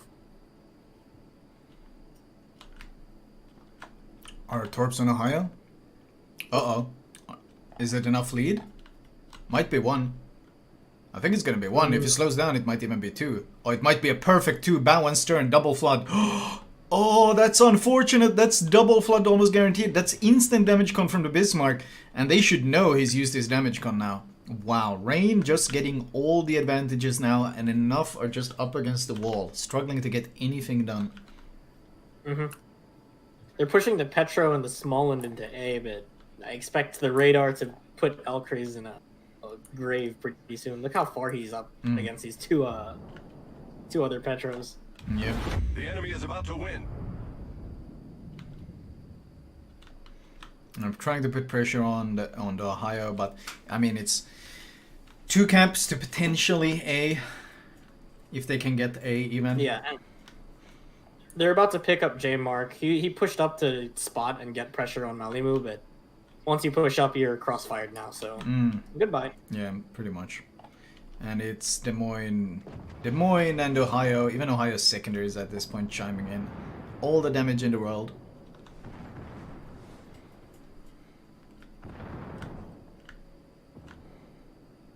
Yeah, that's gonna be J Mark dead. Yep, they might pick up Woot on the one line here, but. Oh yeah, he's nose in. He can't disengage. They're just ignoring Willis and focusing Woot, who's nose in. He goes down. Yeah. Willis though, well he's angled away, so he's probably not gonna go down. Question is, how much pressure can they put on Elcris? If Elcris pushes any further, he's gonna be crossfired big time by robbing. He's probably aware of this. Yeah, he's actually popping the radar for Repri right now. Repri kind of has to shoot here because they do need a kill. They need to get a lot of kills actually in order for them to win this game. But they're on a timer because Bazinga's about to come around and shoot Bismarck right in the broadside. Oh, Repri down to 2k. There's gonna be another Robin going for another shot. Is that a kill? I think it might be a kill. Yep, that's a kill. Yeah, meanwhile, Ohio's pushed into B, but Petro can citadel him from this range easily. Bazinga might just blap him. Yeah, Bazinga blapped him with the citadels. You can't give broadside to Petro. And yeah, that's pretty much all she wrote. This was, I mean, I would say one of the turning points was just those Torps catching that Smallland, because they lost all center control. But before that, the big tactical mistake from Enough was just giving up 9-10 line entirely. Just abandoning it. Yeah. I mean, Malimu was allowed to push up because they abandoned that flank. You cannot do that. If they push up into C, then your entire B side, the ships behind the rocks are all exposed and they're all going to die. Basically, map control just eroded at that point, and Rain utilized that extremely well. They just took full map control and just boxed in enough, and one by one, you can see them just being crossfired and deleted. Robbing might actually trade on Kaufman if he gets a shot off in time. Oh, yeah. He's angling. He won't get that much. No. But Elcris will die, and then we'll leave Kaufman alone. Yeah, versus a 40k AP Willis, or HP, sorry, AP. But on the other side, we have the Salem, like basically 20k HP, but he was so far away because he took the kiting position and he moved so far away he was basically useless the entire game, unless he's running range mod, which he might be if he's playing that far back.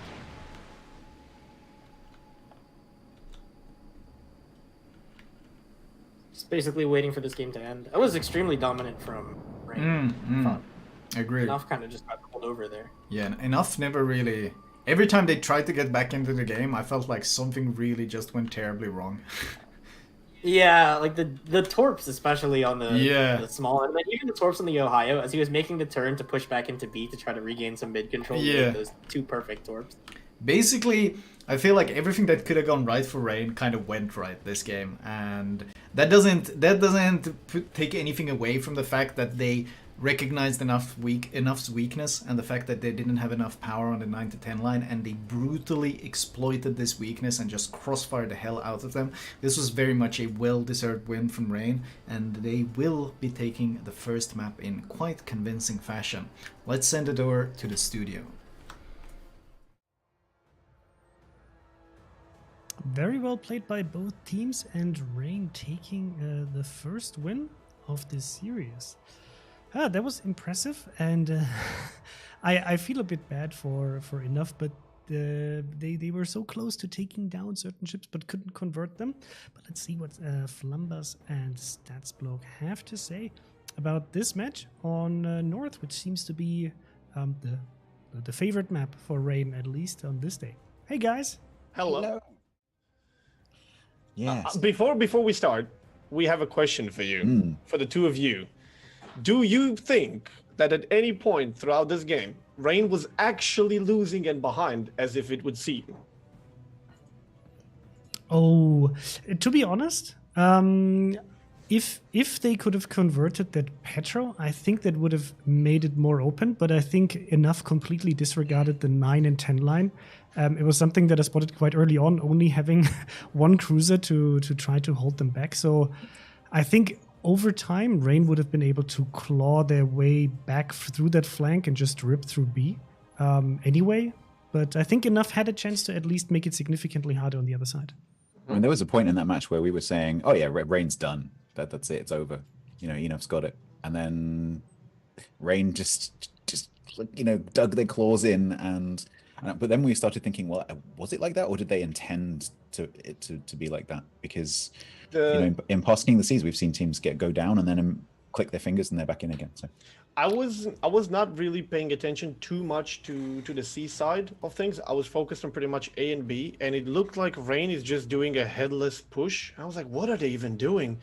They're pushing with that Petro, which is gonna die, and he didn't die this entire game. Like, that guy deserves a Steel Wall award of some sort. Him not dying there and Kremlin actually trading before going down.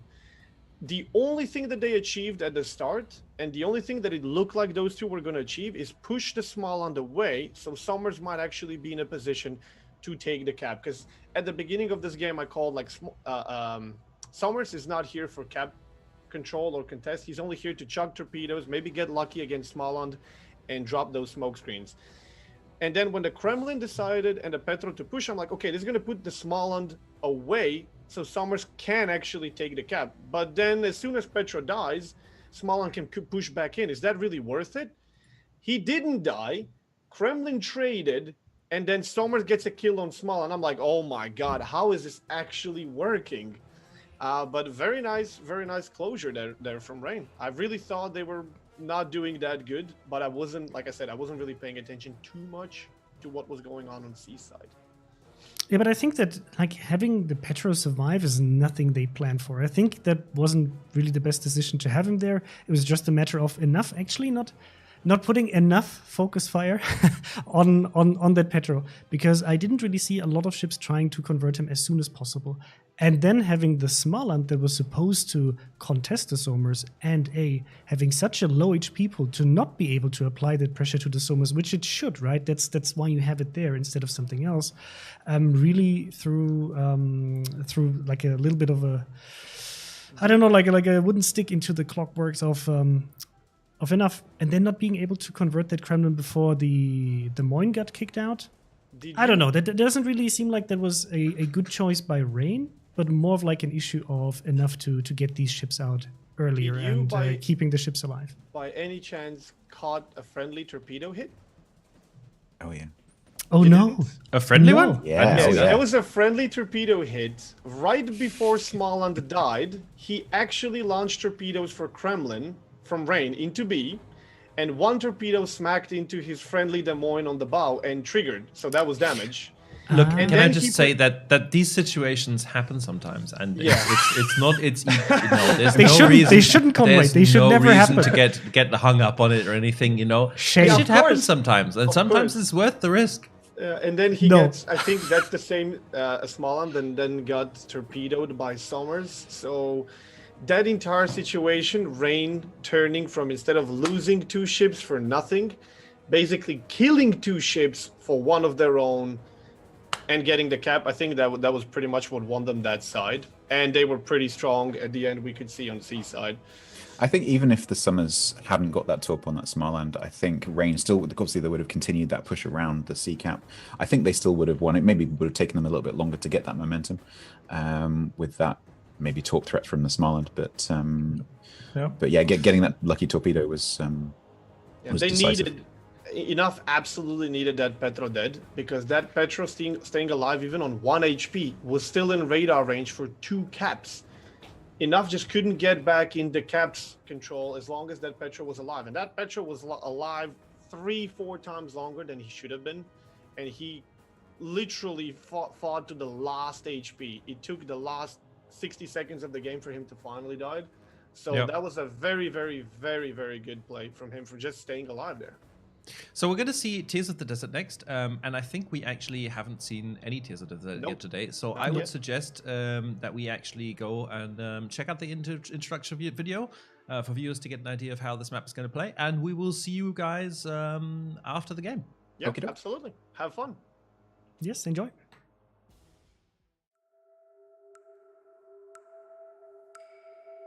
Off the North African coast, an arid expanse of the Mediterranean Sea plays host to opposing forces as they battle it out for control of the seas. Amongst these sun-blasted islands, where enemy fire isn't the only bad way to die, only one team will triumph. This is Tears of the Desert. Tears of the Desert is a 42 by 42 kilometer domination style map with 3 cap points running in a line from northwest to southeast.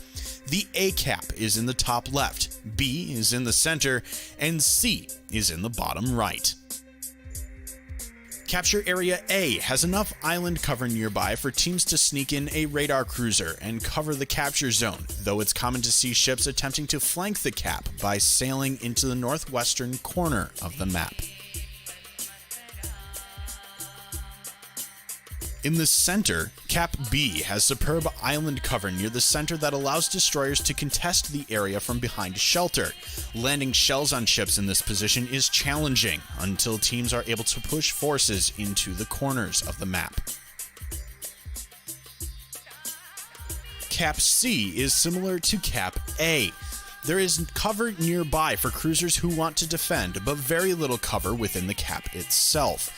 The picket line of islands that separate B and C make pushing in force from one cap to the other very challenging. 18 ships, 2 teams, 1 victor. It's time to play Tears of the Desert.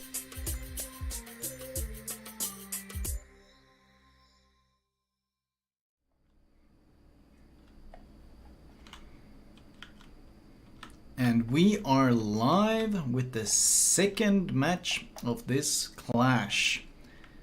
And finally, for once, there is not a team with 5 Petros. There is 3 Petros each, which I would say is an improvement, right? Mm-hmm. And in fact, there are 2 cruisers without radar in this game. Oh, Goliath and Venezia. Surprisingly, both are really good at penetrating 50mm of plating. What a convenient surprise.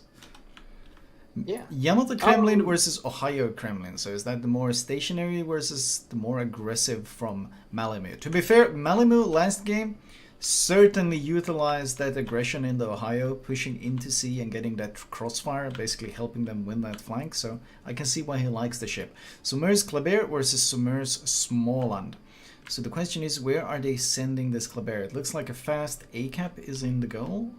Yeah, it actually looks like a fast A-cap. Is anyone sending any YOLO ship into B? That's such a common thing on this map. Småland, it looks like. Okay, not exactly the high-risk ship in that sense. Yeah. Actually, the Kleber, I think what they're going to do here is they're going to rush it up to the 1 line. Maybe go through the cap and cap it. But what they really want to do is spot the Des Moines before he gets to the island. Crossfire him if he tries to get there, alright. Yeah. We always see the Des Moines get up to that rock, and it's incredibly strong. So what they're trying to prevent that here. However, I really do like that enough is looks like they're going to position the Sommers to give him the smoky beats just in case they go for the spotting. Yeah, I think they're smoking in both Summers and Venezia. in a goal to get them up to that island, and then they're even pulling the Kremlin in for potentially making some sort of crossfire push there. Because if they do manage to get the Des Moines up to the island and they start pushing with the Kremlin, it's going to be incredibly hard to deal with. I think that's their play here, so we'll have to see if... Oh man, it looks like... Are both battleships going to head towards A side? Oh, it is. Kremlin and Ohio. Oh wow, if they manage to get vision, if they manage to get any vision, that's a lot of firepower coming their way. Actually, Malibu, look at the path he's taking. I think he's going to go B. Or at... No, that's so risky in a battleship. Right? This early in the game, everyone can have shots. They're playing super aggressive though. This is already very, very aggressive early game positioning. They're trying to get some sort of crossfires. His guns are already preemptively aimed though. They absolutely, they know exactly what enough is doing though. They are, look, they're smelling this. His guns are already aimed. He's pushing up to get the crossfire. The Kremlin is going around the other way of the island. This has the potential of a disaster for enough. Ooh, and if the Clever, so what I think the Clever is going to do here, he's going to go upward towards like A1.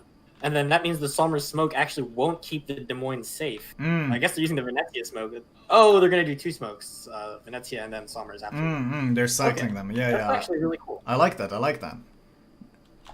I think they use Venezia when you get spotted, and then you follow it up with Sommer's smoke. Yeah, that might work. Yeah, so now what the Clever needs to do, he needs to go to A1.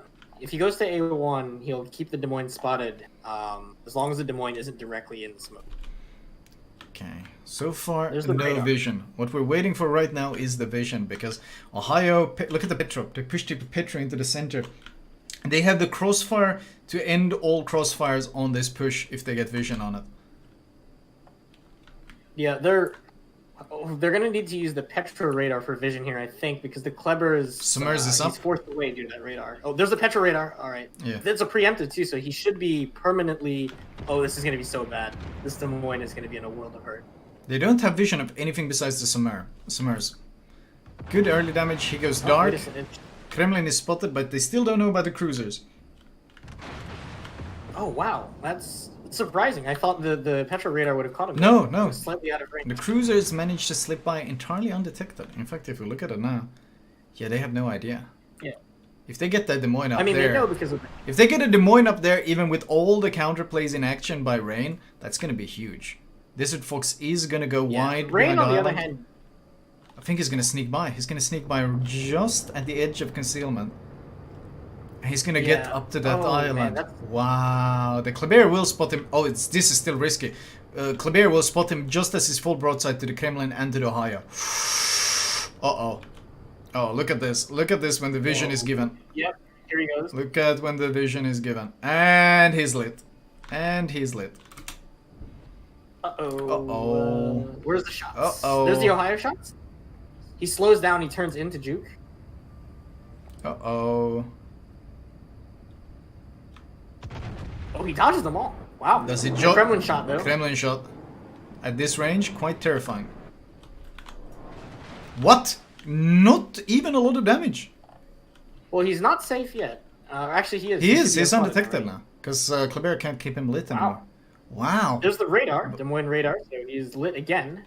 And then once the Des Moines gets up to the island, Leazor is going to hydro him, and he's going to be in a very precarious... That Ohio in the center is so nasty. They played Malibu incredibly aggressively over and over again, and it's giving them these angles that you wouldn't normally expect that are being super, super effective and catching people off guard. I'm surprised that he's incredibly safe here too, especially because of Enough's deployment. I mean, Enough is going to flip these caps back, but this Des Moines is such a issue for them. Once he goes down, their Des Moines is going to be sitting on the rock. Bismarck is already pushed into kind of a potentially risky situation. So if he wants to get out of here, he has to show a lot of broadside. Dastard dodges all the torpedoes. Or was it Bot Venezia torpedoes? And Leazur, look at him. Leazur is actually in huge trouble. Look at Bismarck. Bismarck is just like, oh, you can push up, so can I. And now he's coming around the corner right in front of a Des Moines. This is nightmare status for Leazur right now. This Kremlin push is dreadful. The Torps are locking him in too. I think Leazur's the dead Des Moines. Yeah, he's dead. They're actually not going to get Desert Fox, and Leazur's going to go down first. That's a huge advantage for Enough here. He dodges all the torps as well, whereas Leazur is eating one, has to turn in to dodge the other one, putting him even closer to the Kremlin. Literally the last thing he wants to do at this point. Back turret, all she wrote. Kleber gets some torpedoes in, he's gonna get one hit on the nose, and Ohio is getting a lot of broadside on Bismarck here. Question is, can he Citadel him? They need to trade. Can he Citadel him? Should be at this range. No. Looks like still and not enough to actually get that Kremlin Citadel. Vulnerable broadside, not that vulnerable, and Bismarck will have time to angle now. And Desert Fox is actually peeking out around this island, starting to put pressure on the Petro, forcing him back as well. Look at Woots, he's YOLOing into the middle of the map. I'm not really sure what he was trying to accomplish by coming out like this, but now he's kind of stuck in front of Mark and controller kill. Oh, and Yamato will hurt him at this range. Big time. He'll just go for those upper nose superstructure hits. Yeah, and then on top of that, the closer he gets to the other Petros on C. And because his team is falling back from C, they can just move up and eventually get his broadside here. Smallland loading some AP on his broadside, getting some free damage in. The rest of his team is so far away though, he's all alone. Woot is... Yeah. This is very questionable. I don't know what he's hoping to achieve here. Keep Yeah, them if occupied while they overrun A, maybe that's the plan, but submerge that smoke proving so useful. With the Petro forced back, there is actually no vision on this Kremlin. If you just stop shooting, they will not have any vision whatsoever on him. And torps are out on the Ohio. Dodges the first.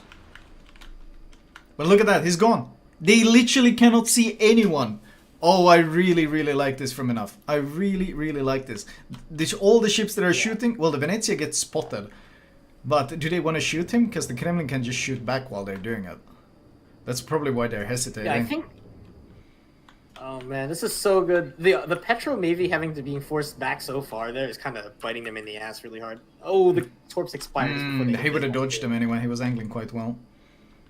Oh, he might get spotted by the Ohio though. Do they not see the Ohio? They do see the Ohio. They definitely shooting it, yeah. They are focusing him. AP is out. Oh, he shoot. They're trying to focus down Malamu. That's their goal. Meanwhile, Woot goes down. Not surprising with his, honestly, I would say rather questionable push through the center.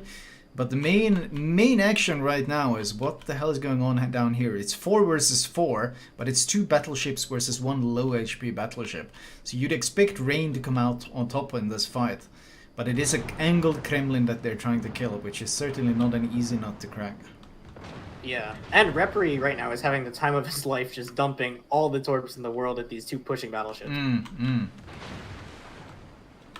Oh, but he's not having much luck landing any. Even with Hydro, they're doing such a good job of dodging them. Dastard finally eats 2 of them. It looked like the Venezia and the Submerged Torpedo, but the damage is underwhelming to say the least. And Bismarck, the Kremlin, is still alive. I think he's gonna... Will he have another heal soon? Oh no, he's burning. He's burning. No, he's get the heals. He actually got the heal up. He does get the heal up. Yeah. Oh, wow. He's giving a lot of broadside. No way he can kill the Ohio. If he kills the Ohio, they're actually gonna get the Ohio, aren't they? They are. Yeah. Oh, no. And now he can push in and crossfire the Kremlin. And he's healing so much as well. Oh. Oh. It's a disaster. Yep. It's an absolute disaster. Oh no, this is actually, this is going so pure shit for Rain right now. Oh, and he's getting sits as well. He's getting enough broadside to Citadel the Kremlin. He's trying to angle against all the torpedoes. Man, this Kremlin staying alive for this long is crushing Rain's dreams. A torpedo hit as well. He gets set on fire again, but he should die now. He finally goes down. But at this point, the Kremlin is down to what, 14k. He is healing. But oh, there's so many torps, so much ordnance coming his way. Can he accelerate past the torps? He might. Yeah, it looks like he's gonna be fine. He has to kill this Venezia now, though, which is almost full HP still. How is their vision looking? They can't see anything except the Des Moines. Oh, the Kleber, though, he's gonna YOLO the Des Moines. It's gonna be an easy YOLO, in fact. I think this is gonna be a very, very easy YOLO. Yeah, he can kill them both, actually. He torps the right side, then he keeps pushing. Only uses 1 set. Cool as ice gets the first one. Can he get Avenger Squirrel as well? Dastard is actually dodging all the torps. This is not over yet. This is in fact far from over. Dastard's still alive, dodging all those torps and huge hits on the Venezia with that overmatch. In fact, the Kleber might not even join in. Oh no! They finally No, get... no. I think the Venezia can turn around and kill the Kleber now, right? Oh, but they... Where's the... Is He it hard popped spotting? spotter plane. Popped spotter plane. Kleber is trying to reverse. That's smart. They do have vision. He's within vision range. Uh-oh, Avenger Squirrel. But he can't turn too much broadside because the Petro is coming around. Petro might get too much broadside here. Oh. No citadels. And the Kleber lives Kleber with 6k health. Oh, but here comes the Smallland. Here comes the Smallland charging in. Yeah. Oh, robbing. That was a 21 kilometer Yamato shot from across the map that just took off 10k of his HP. Oof. He still will be able to get Avenger Squirrel. Yeah, he's close enough that honestly the sap won't really do much. And he will have such good accuracy on those shells that he will take down Avenger Squirrel. Yeah, he just has to be careful about these torpedoes and obviously the Yamato shots from across the map. As long as he's careful, he should be able to. Oh, they lose Bazinga Flux. Meanwhile, the rest of the map, enough is just crushing. Honestly, the big drama is this flank. Smallland opens up, they all open up. Venezia does go down. Robin is dodging all the torpedoes by the looks of it. The HE does very, very little to him. He's getting some good damage in on the small one. Actually, yeah. Kleber, this slow with reload booster, is probably going to do a stupid amount of damage, but he opts to drop torpedoes instead, not having confidence in the damage output, and Captain Crap will easily turn in and dodge these torpedoes. Perhaps questionable, I don't know, but Robin goes down as well, and this is looking like a wrap for enough. They punch back. It's surprising it's going to... I mean, Rain looked like they had a really good strategy at the start, but then all of a sudden they couldn't get the spotting they needed, and all their ships kind of were out of position as a result. Yeah, I think it came down to such small margins as well. If that Petro radar had caught the Des Moines as he was trying to push up, they would have been in so much trouble. But a lot of things worked out well. Enough played it very well as well, especially Bismarck, aka the Kremlin, just staying alive for so long. Yeah, he had his angling basically perfect there. He wasn't taking sits from either of the battleships, pushing on two different sides there. Two different angles, I guess. 988, 4 seconds remaining. There is nothing Rain can do anymore. And once again, we have a tie game. 1-1. Enough, I would say, not quite as convincing as Rain was in the first map, but a very well-deserved win. In fact, we only focused on the A side. Meanwhile, Enough was completely dominating the rest of the map. But part of it can perhaps be attributed to Rain kind of throwing away Woot in the center for questionable value. Regardless, well-deserved win, and we will be going into Game 3. Let's send it off to the studio. What a match! Wow, this was really great and entertaining to watch. I hope you guys enjoyed it as much as we did here. And we'll invite Flambass and Mr. Statsbloke to talk about this one and how this turned out to be tiers for cruisers and also battleships. Yeah. What a match. Wow, this is such a big turnaround, like with Rain taking like the triple cap, super aggressive push on B with the BBs, being ready for the things and then not being ready for the things that await. Yeah, it feels like Rain had a couple of very, very weird decisions here. One of the first decisions was pushing Petro and Ohio into B. We were like, okay, they got a plan. Let's see what the plan is. It felt like they were actually expecting a push from Enough on that corner, top right corner, because that's what the Ohio's purpose was. He gets angles which otherwise they wouldn't get. But then they decided, I'm like, okay, Kleber is going to go for the cap. He's going to take the cap. He's probably going to go behind the island, which he did, but it was a bit delayed. And then it feels like they didn't know Des Moines was coming. So when they spotted Des Moines, he starts running away. But then they decide to throw their Des Moines under the bus, which was a bit weird because there was no chance that between Kremlin, Sommers, and Petro, he was ever going to make that, what is it, B2 in the top right corner? So they literally threw one ship away. In the meantime, Enough is pushing 2 Petros on the border of the map, and we have seen that before work very, very heavily. Just 1 Petro on that position behind the island on the left corner of the map is enough to control the entire cap. So they were never going to control C. They have B, but they need to move out of B because now they're losing the flanks. And they commit to A, but they throw one ship under the bus before they even commit. And then they push through. And I'm like, okay, their last chance is to win this fight, which then they ended up losing. So enough, just really, really good performance here. And they destroyed Rain in this second game pretty good. I was really, really shocked to see. Not to mention that Petro in B, the poor guy just suiciding against the entire push.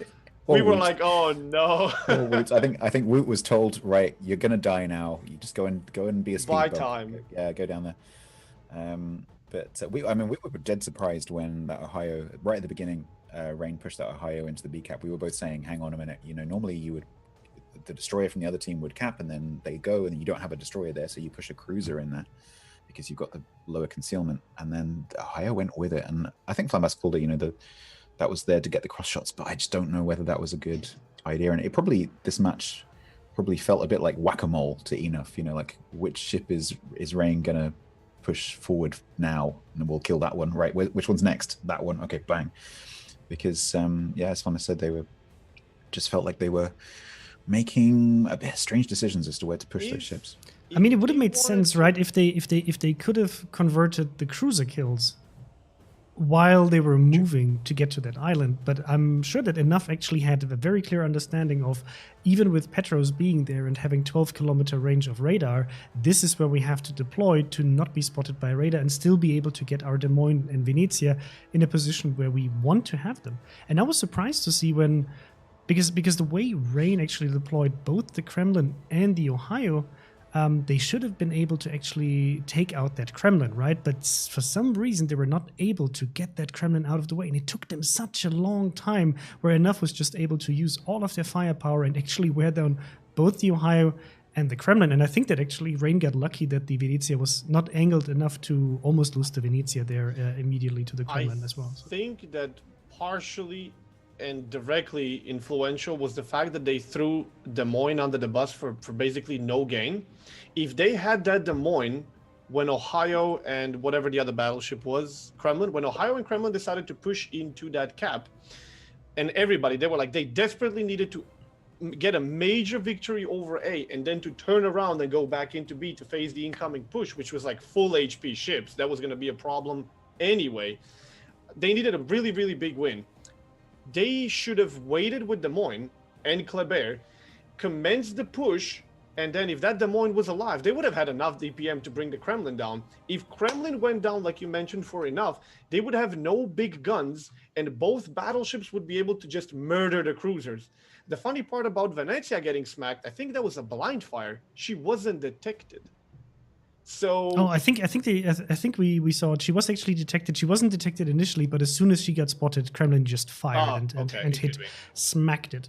But overall, yes, because that Enough Kremlin actually got, I'm sure, like 2 citadels at least into the other Kremlin, which obviously makes a huge difference if the Venezia, because the Venezia wouldn't have been able to actually kill it. But yeah, super. Like I was very impressed by Enough how they played it. The Des Moines we were talking about, they were able to pressure it not only with the Kremlin but also with really decent Somers torpedoes, pushing him into like an awkward position. It's like, where do I turn? I have no escape. I need to dodge torpedoes. I need to show my too much of my broadside to anything else. So he was dead in the water. Very impressive display here by Enough. And that's interestingly, both teams have lost their maps. So they were both, that seems to be the theme of today. Whoever picks the map, it's going to get dominated on that map. I was just commenting to Flambass that maybe it's that the team that chooses the map has a plan, because when you choose a map and a spawn, you have a plan. And when your plan goes wrong, you don't have anything else, whereas the other team is just reacting, and so it's easier for them in a sense. We still have to remember, though, right? The one team gets to pick the map, and the other team gets to pick the spawn. Is it, or is it in the Scots? No. This time it's actually. We used to have this in the past, but now basically each team bans one map. It can't even be the same map because they don't know what the other team is banning, and then each team gets to pick the map plus the spawn. Plus the spawn. Okay, I thought we were still doing. Okay, then it's even more surprising because you really. But it's the usual, right? You have your battle plan, and then this battle plan meets reality, and things don't go the way you want them to go, and then you have to react. And this is what makes these teams so damn good at what they're doing. Yes. They know how to react. And they've seen enough of these situations to just instantly talk about, okay, how are we going to counter this, make a decision, and then react on this. Because you cannot just rely on one plan. You have to have several options during the battle, because otherwise you will have a ruffle stomp, right? If your plan doesn't work out and you're just stuck there and you need to wait for like 2-3 minutes to react, that's too late on this level. So we are going back to our tiebreaker loop here. Any predictions for this match? Did we watch a map intro for this yet? For Luke, I think we did at one point. We did. Yeah.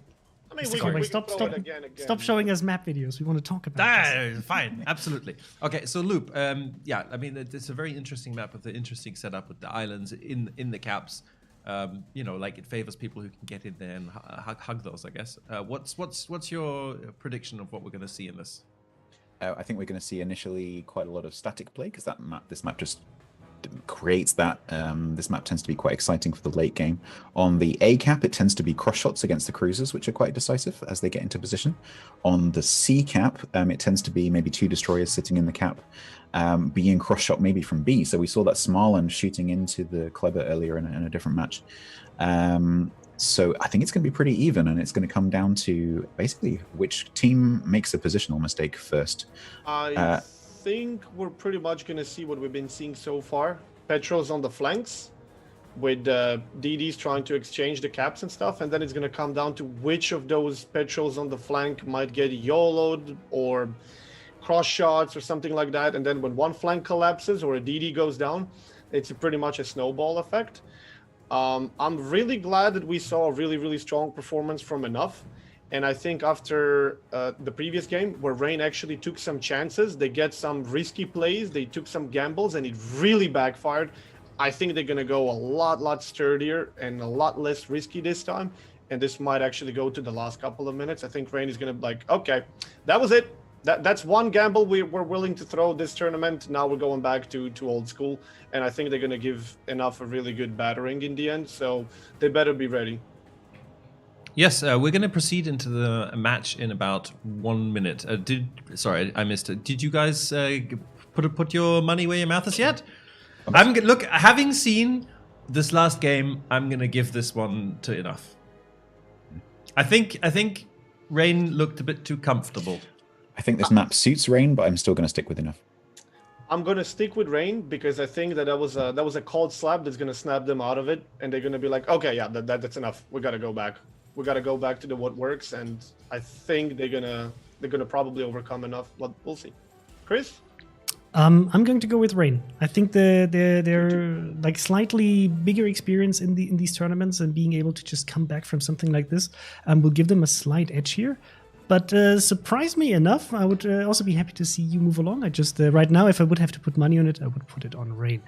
Okay. So chat, let us know who you think is going to win this one. Yes, there's a poll active. Well, there will have been a poll active. Well, there will be right now. It's just for us in 5 minutes. It will have been going to right? be. Yes. Exactly. Okay. But anyway, let's say goodbye to our casters, and we'll catch back up with you after the game. Enjoy. Battle starts.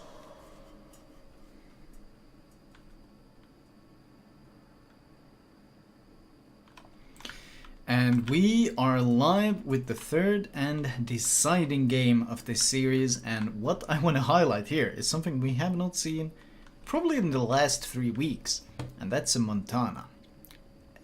For this deciding game, Rain has brought a Montana. Double Goliath as well, and double Kleber, but man, Montana, wow. There's a, what is it, 2016? Yeah, 2016 comp pick.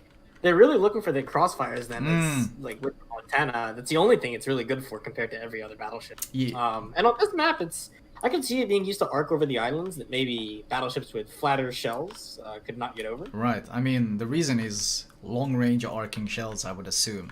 The only other reason would be the improved heal, but generally it's not really considered. I mean, the cooldown is so long, so people prefer the Ohio's fast reloading heal instead. We're gonna have to keep an eye out on Dastard and see where he positions that Montana, because obviously it's some set position that they have probably figured out is really good at being shot up by that Montana, and they're gonna try to utilize it.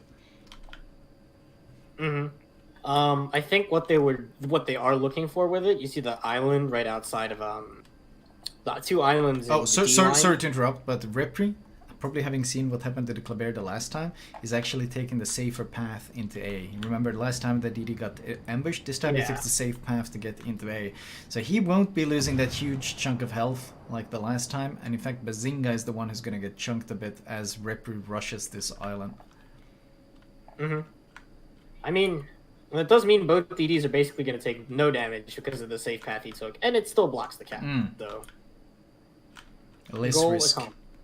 Meanwhile, Captain Crap does get radared inside B, and Montana goes for some shots in on him. He dodges all of it. A bit of chip damage, and honestly, that's the only radar they really have. So they will get B, but in return, the Kleber will cap C for Rain. So it's going to be even trades across the map. Yeah. I mean, the thing is with Rain's, the setup they've taken has significantly less radar than every other team we've seen play this map so far. So they only have basically 1 radar over every cap, compared to Enough, which has 1, 2, 3, going to be 4 when the Stalingrad moves up over A. I want to highlight though, Enough, we saw Venezia play very far back on the C1, C2, but Enough has actually flanked a Stalingrad all the way around there. And I would assume they're going to try to do some sort of coordinated Soviet push here. Petro, Kremlin, Stalingrad with potential Kleber, YOLO, and the Stalingrad crossfire from the center. We'll see how it works. Yeah. I think that could go really well for them, especially since they did bring a Montana instead of an Ohio or a Kremlin or any of the normal battleships we see. And Montana doesn't really want to, or really you can't do too much to this Russian push if it does come in like. Oh, Bazinga getting chipped a bit. Oh, they're teasing some YOLOs here. Yeah. I think are they hard lighting each other right now? No. They are not. They are not. They're just far enough away. If Repri reversed a bit more, he'd get vision of Woot pushing in, which could be quite nasty actually. And he might see Mr. Evasion as well. But he's keeping an eye out on the next passage. That's really why he's playing back here. I really, this is going to be tough for Rain to do anything about, or I mean not Rain, sorry. This is going to be tough for Enough to do anything about, since they're already down points and they can't really contest C at all. Well, they can actually with the small one now that it's coming over here. Actually, Enough might be in a really strong position if they can secure C, but the Kleber will probably contest it. AP out on the Goliath, Kremlin AP, overmatches that upper belt. No real hit, he dodges all. Woot pops the radar, will catch the Kleber, but Kleber shouldn't have too many issues, moving out. And they do get vision, and with them shooting they can also see, they can also take pot shots at them. Yeah, right now Woot and Mr. Evasion kind of have to do a really good job evading here, just because they're going to be in the crossfire, the Stalingrad in mid, the Petro, the Kremlin. And I wish Imark was playing a little more aggressive, because he would actually be able to punish Mr. Evasion so hard right now. He was a little more out there. Oh, some decent chunk damage on Mr. Evasion, but of course he does have that super heal, so if it's not Citadels, it's not much. Meanwhile, Captain Crab caught in a really awkward position, caught full radar with the Kleber charging out with reload booster blazing, and is actually down to 8.6k health. Finally gets in behind the island, but that was a lot of health lost, and they didn't really seem to get much done in the meanwhile. Yeah, that was really smart. They anticipated the rotation and then used the Kleber to push the small end off. So that was kind of Enough's way into the game if they could get a contest, like park the small end on an island. But meanwhile, Bazinga. What happened to Bazinga? I'm not sure. We looked away for the other side, and I feel it looks like Bazinga has been caught in a radar, and he's been chipped extremely hard. Is that a double fire? It's a double fire actually, and he can't damage on it. So that's going to be a lot of damage. And Repri's going to reverse around here and keep him spotted. Oh, he's going to probably shoot. I'd be surprised if he doesn't shoot. Where's the shots? Repri? There we go. There it is. Bazinga has to dodge. And he actually gets undetected. Oh no. That could have been a kill. Ooh, Kremlin gets a hit. Blind fire just short. Bazinga barely gets out alive, but that's going to be A for enough, and that's exactly what they needed. I wonder what happened there to force Bazinga off the island. Was it the Imark just getting too much of a broadside? I think it was the combination of Imark and the enough Stalingrad at B that created a crossfire that basically scared him off. Yeah, he probably used. They probably used AP and got a full pen or something like that. Or can Kleber take full pens? My memory is failing right now. No. Okay, so never mind. They probably just punished him with HE then. Jesus. But that puts Rubbing in a really awkward spot because Imark is way far up now and is going to have a decent broadside on him, assuming he doesn't angle. Oh, he's bow in too. Ooh, this could be bad. He's kind of stuck here. Rubbing in B. Oh. That's Stalingrad AP across the map on Rubbing. I don't think he has any idea. I don't think he has any idea. He's literally sitting stationary. Oh, and he gets very fortunate with no rail hits. Leazur, meanwhile, gets chunked pretty hard from the center as well.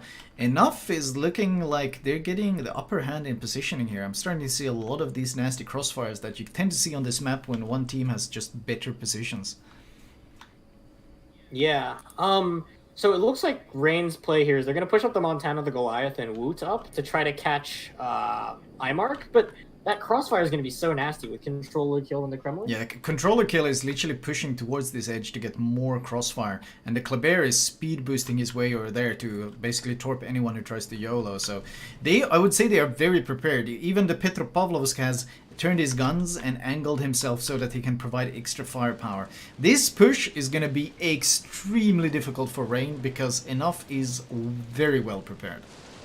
Yeah, Rain needs to make a move. The points are going to start running away towards Enough, and honestly, considering how the health pools are going, both teams are relative. Oh, what happened to Elcrease? I think the Montana got him. He's 2k HP in the middle, 1k HP now. Whoa. Yeah, Rubbing is going to pick him up. Whoa, what?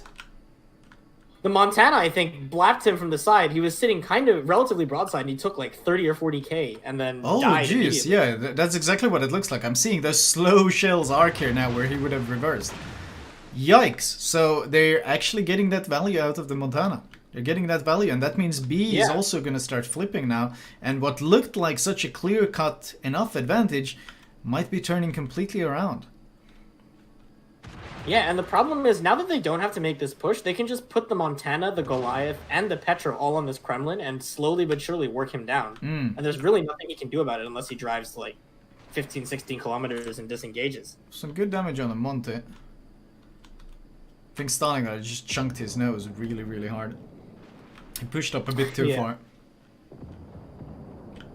I think we might have to. I think this Kleber might have to actually YOLO? do the thing here. Yeah, because I mean they need to get either kills or they're taking C back. The small one got onto C. Kleber will contest in time though. Yeah. Well, that's still. Oh yeah, it's still 1-1. The small one radar is. And I don't think they have anything to force the Kleber off. They have no shots. The Petro is behind a rock and the Ohio. He radars him, but no one is shooting. No one is doing anything. And they're like, well, he's there. And Captain Crap is like, well, I'm out of here. Yeah. I mean, he knows he can't stay there because if the Kleber decided to speed boost around the island and just start shooting him, he would probably just kill all the small and straight up. So now it's a 2-camp advantage and a 40-point advantage to Rain. Rain has all the advantages right now. Oh, Imark is trying to push up now.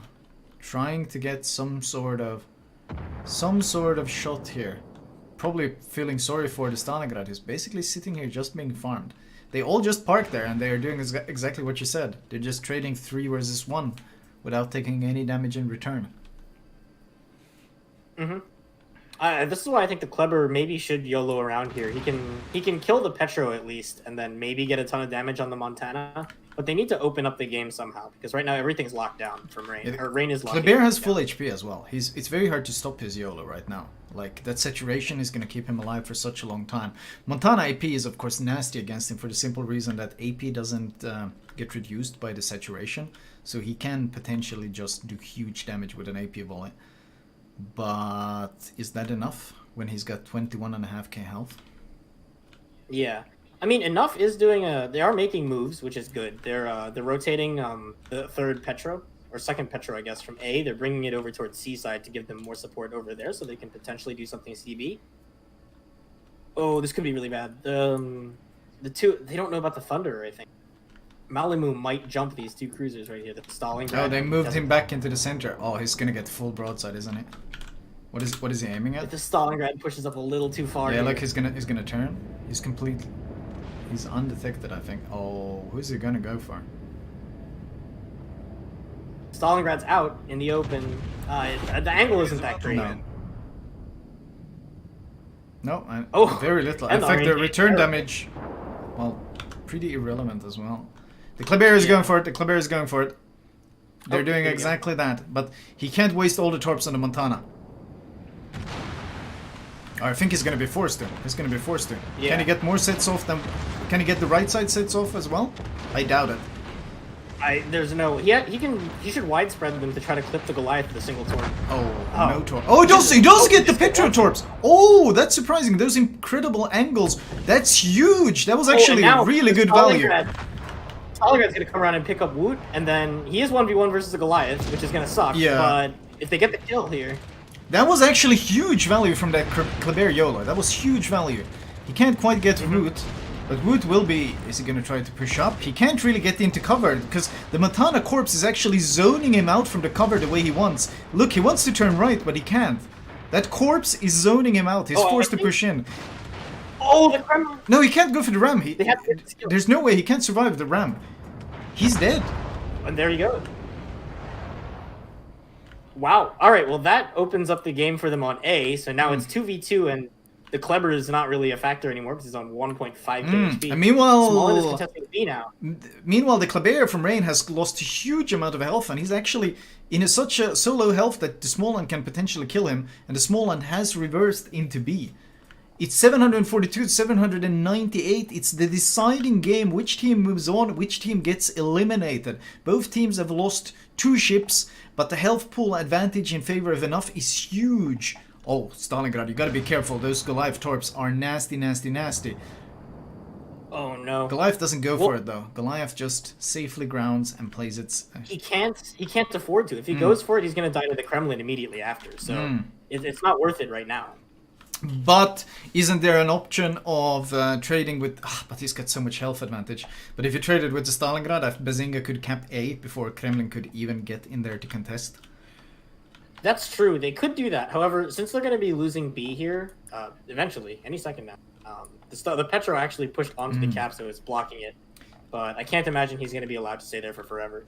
Oh, Goliath Artorias just got chunked huge by that Ohio Ura match, and he's down to 25k and healing.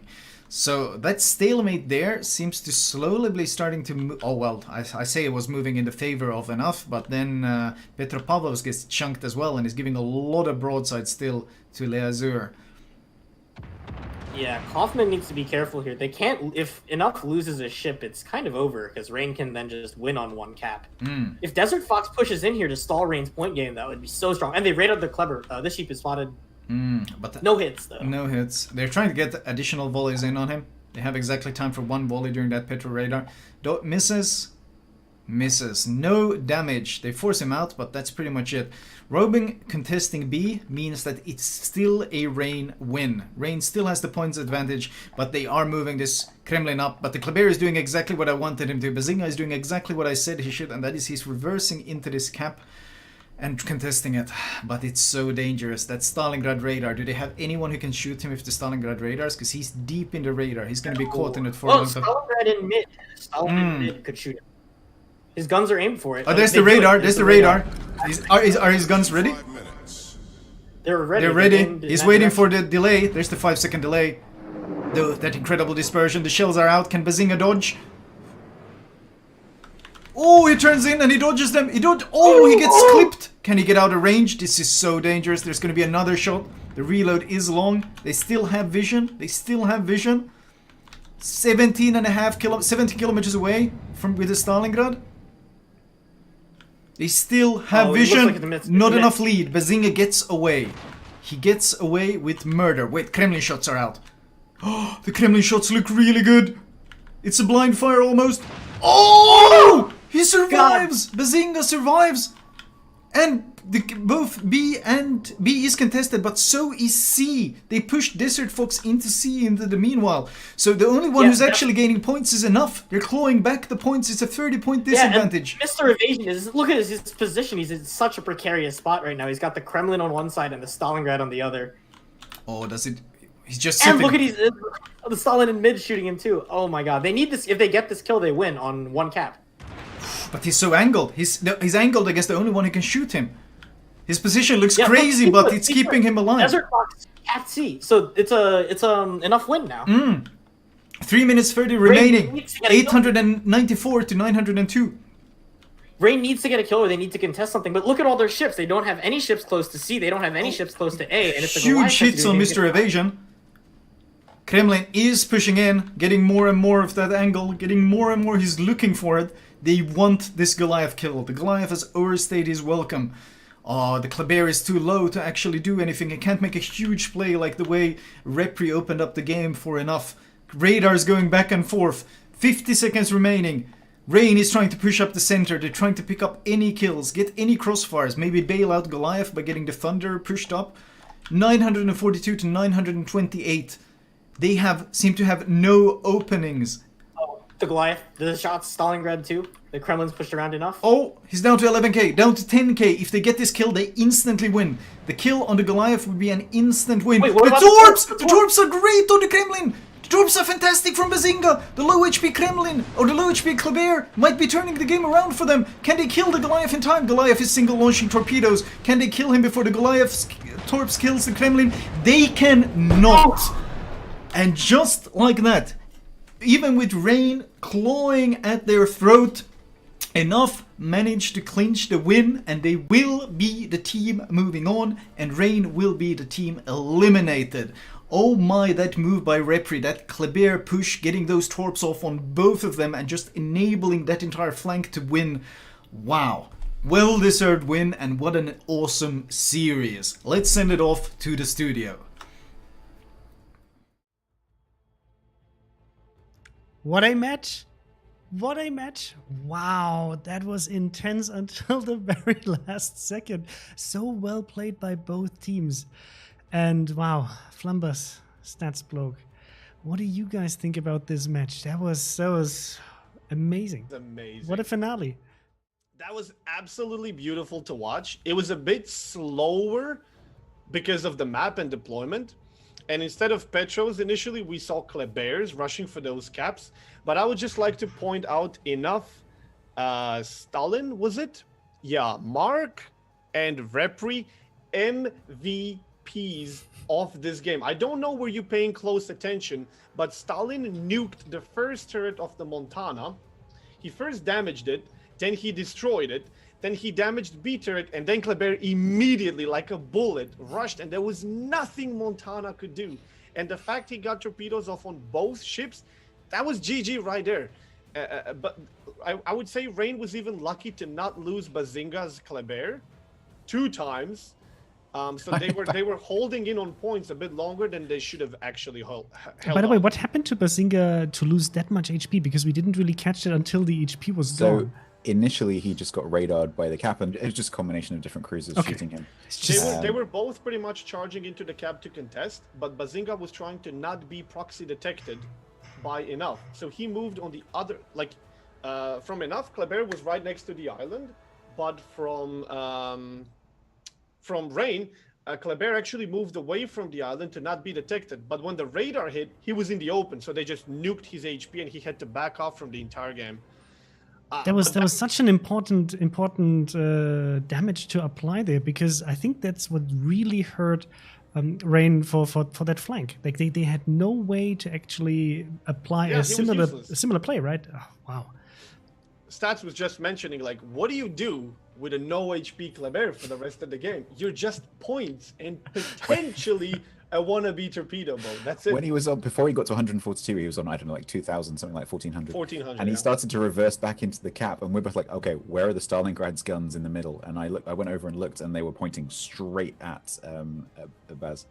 And of course, as soon as he started to cap, radar shots out, but they all missed pretty much. And then one volley connected, got him down to 142 health. But then the Kremlin started pushing down. and I was thinking, yeah, he's just going to stick around. You know, a destroyer with torpedoes on 1 hit point is just as dangerous as a destroyer on full health with torpedoes. So he's just going to he's going to get torps on the Kremlin, but it wasn't quite enough. With the Kleber, it's more difficult than with other DDs, right? It is, of course. With the concealment, you don't have the same option as others. But something that's really interesting this tournament is because of the new Kleber legendary, is how many of these Klebers are legendary Klebers, because I was asking around during the week and it seems to be about 50-50 whether teams are running it or not. Okay, interesting. It gives you that much lower concealment, which later in the game allows you to play around in open water with the torpedoes a bit more. Yeah, I love how Klebers have been utilized to break up certain camps that build around islands, right? And just say like, okay, this is our option. We just go and we nuke this flank, because that's what broke Rain's position there on the cap, because they were actually outnumbering the Kremlin 3-1 and slowly chipping him down. But with the Kleber rushing in, that completely changed the game plan down there. It was a beautiful best of 3, I gotta say. I expected the last game to be sturdy and for Rain to be a bit more in control and everything, and they kind of were until that they did one thing opposite of what I expected them to do this game, and I think it kind of didn't really work in their favor. The initial deployment, it felt like Rain was going to take control of what was that on the other side? Not where the Stalin, Kleber, Montana whole thing happened. Not that cap. That cap was supposed to be completely for enough and B. They had those 2 caps in a lockdown. I'm like, Rain can't do anything here. They're going to go for the other part of the map. And then they didn't. And I'm like, why would you go head through wall when you have a cap that you could take and then try to work your way into B? They really decided to destroy enough where they were the strongest, and it didn't work out. So. Yes, and I feel like I mean the Rain team brought a very different setup from what you would expect, and I can see what they were trying to achieve with it, but I feel like they didn't really get the most out of the Goliaths. I mean, the Goliath has very decent guns, and it does provide you with the survivability, but I don't think they got really the money's worth out of it. And I'm not sure whether they might not have, they should have potentially opted for using the Goliath to nuke the Stalingrad and try to get away with potentially just surviving the Kremlin's attack. Because otherwise, they would have been able to maybe open up the cap for the DD and at least have something else there. But the Goliath wasn't really able to do anything being locked down there. The other thing you can do at Goliath that's quite interesting is because it can heal 50% of citadel damage, and it has that super heal, you can take something on the chin and carry on going. And I've seen in this tournament, and in randoms as well, I've seen Goliaths just basically charge at battleships because they can take one on the chin, pop that heal, and then they're still there. And they've got torpedoes and you don't. We have seen before where a ship is locked in a cap and you see the opposing team just working its way around him. They need to get him killed, and you know he's living on borrowed time. And it always kind of surprises me in a negative way when and we've seen this at least twice already in this King of the Sea, that the teams fail to realize that this guy is dead. You need to extract him right now, or you need to YOLO him. And then you see neither. You see just him getting enveloped, and then he dies, and then it's like, why? You could have just run off 2-3 minutes earlier when you saw that the flank is collapsing. You don't need to throw additional ship. Or YOLO, and what happens. If you get away, you get away. And I think although they lost, Rain did identify that with Baz in the Kleber. Like, okay, this Kleber is now useless for what we wanted to use it for, but we can still use it for something, even if it's not dying and just maintaining those points on the board. I was actually just thinking about the Goliath when I was referring to that. Yeah, sure. He kind of needed to commit there when the Kremlin was pushing, or Ohio, whatever it was, when he was pushing on the border. Stalin was waiting, and he was receiving fire from the other side. Like, you're in a triangle. You got to get out. You got to do something. Just go for Stalin and then see if it happens. But I mean, you never know, right? And in hindsight, it's always 2020. But I felt like this could have been potentially an opening to break up this flank. And at some point, you got to take the risk. But it was so close and so well played by both teams. So I'll just say congratulations to Enough for winning this. Rain with a very decent display here and very strong showing. But it wasn't enough to make it to the next stage. Can I just point out? I called it. Yeah, good job. I was Good wrong. job. This is the first time I was actually wrong. But MVP that from my Totally. perspective, Stalingrad, Kleber, MVPs of this game. Did you notice that Montana lost a gun? Was amazing. Really? Montana lost a gun, and then they disabled the second one, and that was when the Kleber go. So the Stalingrad said, I assume on voice, the Stalingrad said, "I've got both guns. Go." What do you mean, really? I just said that like 5 minutes ago. Conway, are you even listening?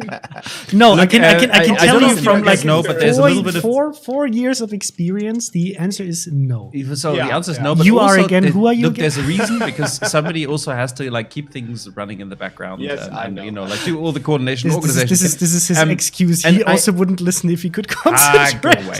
So I'm here to talk about the next game because we are now going to be watching our second quarterfinal. It's going to be the Garbage Men versus Cheeky Breeky. I'm very excited about this. I'm very It's gonna be excited about amazing. yes. So we are going to be playing, first of all, Junk's pick of Shatter with Bravo Spawn, then Cheeky Breeky's pick of Loop with Alpha Spawn, and we have Land of Fire as the decider. So that's interesting. And we also haven't seen Shatter yet at all today. So please, like, Absolutely. I think we're going to have to go play the map video. We're going to kick the game off in 2 minutes. So what I would like from you guys is tell me, who do you think is going to win? I this? would like to point out that Cheeky Breeky are the only ones this tournament that we have seen first use so many petros. I feel like this is their meta, so I don't know. This is going to be an amazing game. I don't know. I don't want to call a winner right now. Okay, cool. That's we will no. You have to decide now. I don't think the Cheeky Breeky Petro comp is going to work on this map. I'm going to go with Junk. Okay, Flambass. Just say a name. I don't know. I feel like Junk should be the ones winning, but Cheeky Breeky Junk, defined thank the you. meta. Okay. Okay, Chrysanthos. So for this one, this is the pick of Junk, right? Yes. So they're gonna lose. Yes. So I'll give it to Junk to break the theme of the day of handing away your own map. Junk, I believe that you put your garbage on that map and you want to reclaim it. So I believe in you. Cheeky Breeky map 1, Junk 2 and 3. With that, let's have a quick look at the map video introduction. Thank you very much to our guests. We will catch back up with you after the game. See you then. The picturesque coastlines of the maritime provinces of eastern Canada form the backdrop for a titanic clash of opposing fleets. These steep cliffs and jagged rocks will soon echo the thunder of heavy guns, and only one team will emerge supreme. This is Shatter. Shatter is a 48 by 48 kilometer domination-style map with 3 cap points running in a line from west to east. The A cap is on the extreme left, B is in the center, and C is on the far right. Cap Alpha on the left is the safest for destroyers.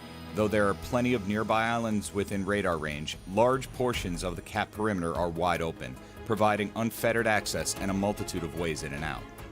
This directly contrasts with Capture Point Bravo in the center, which is claustrophobic and has only a handful of entrances and exits. Ships caught here typically fall under tremendous focus fire from both map edges. On the right, Cap Charlie is frequently the site of staring contests between enemy ships. It's common for each team to park a ship in the cap to keep it contested, then work the 9-10 line with battleships and heavy cruisers to try and force an opening. 18 ships, 2 teams, 1 victor. It's time to play Shatter.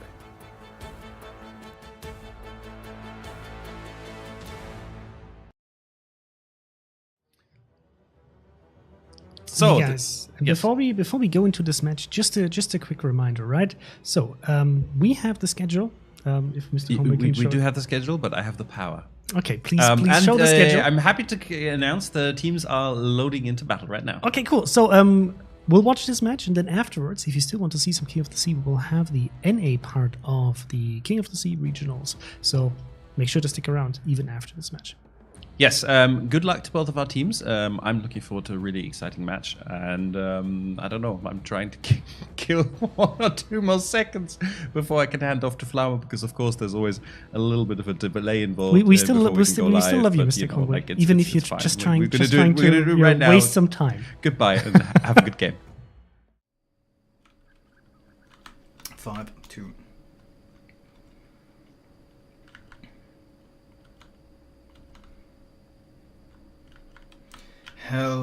Hello everyone, and we are back with the next, and I would assume potentially final series of the day.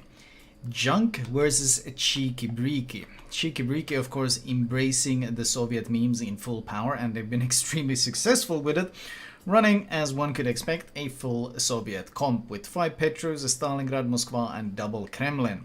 On the other hand, this is Junk's pick, and this is the first time we're seeing Shatter today, and they are in return running double Henry, Goliath, and a Kleber.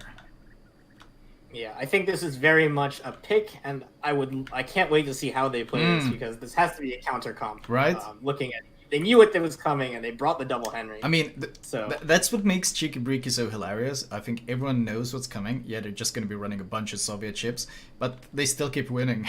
That's the thing. Yeah. You know exactly what's coming, but you can't stop it. So it's going to be interesting to see what has Junk prepared to stop the Iron Curtain.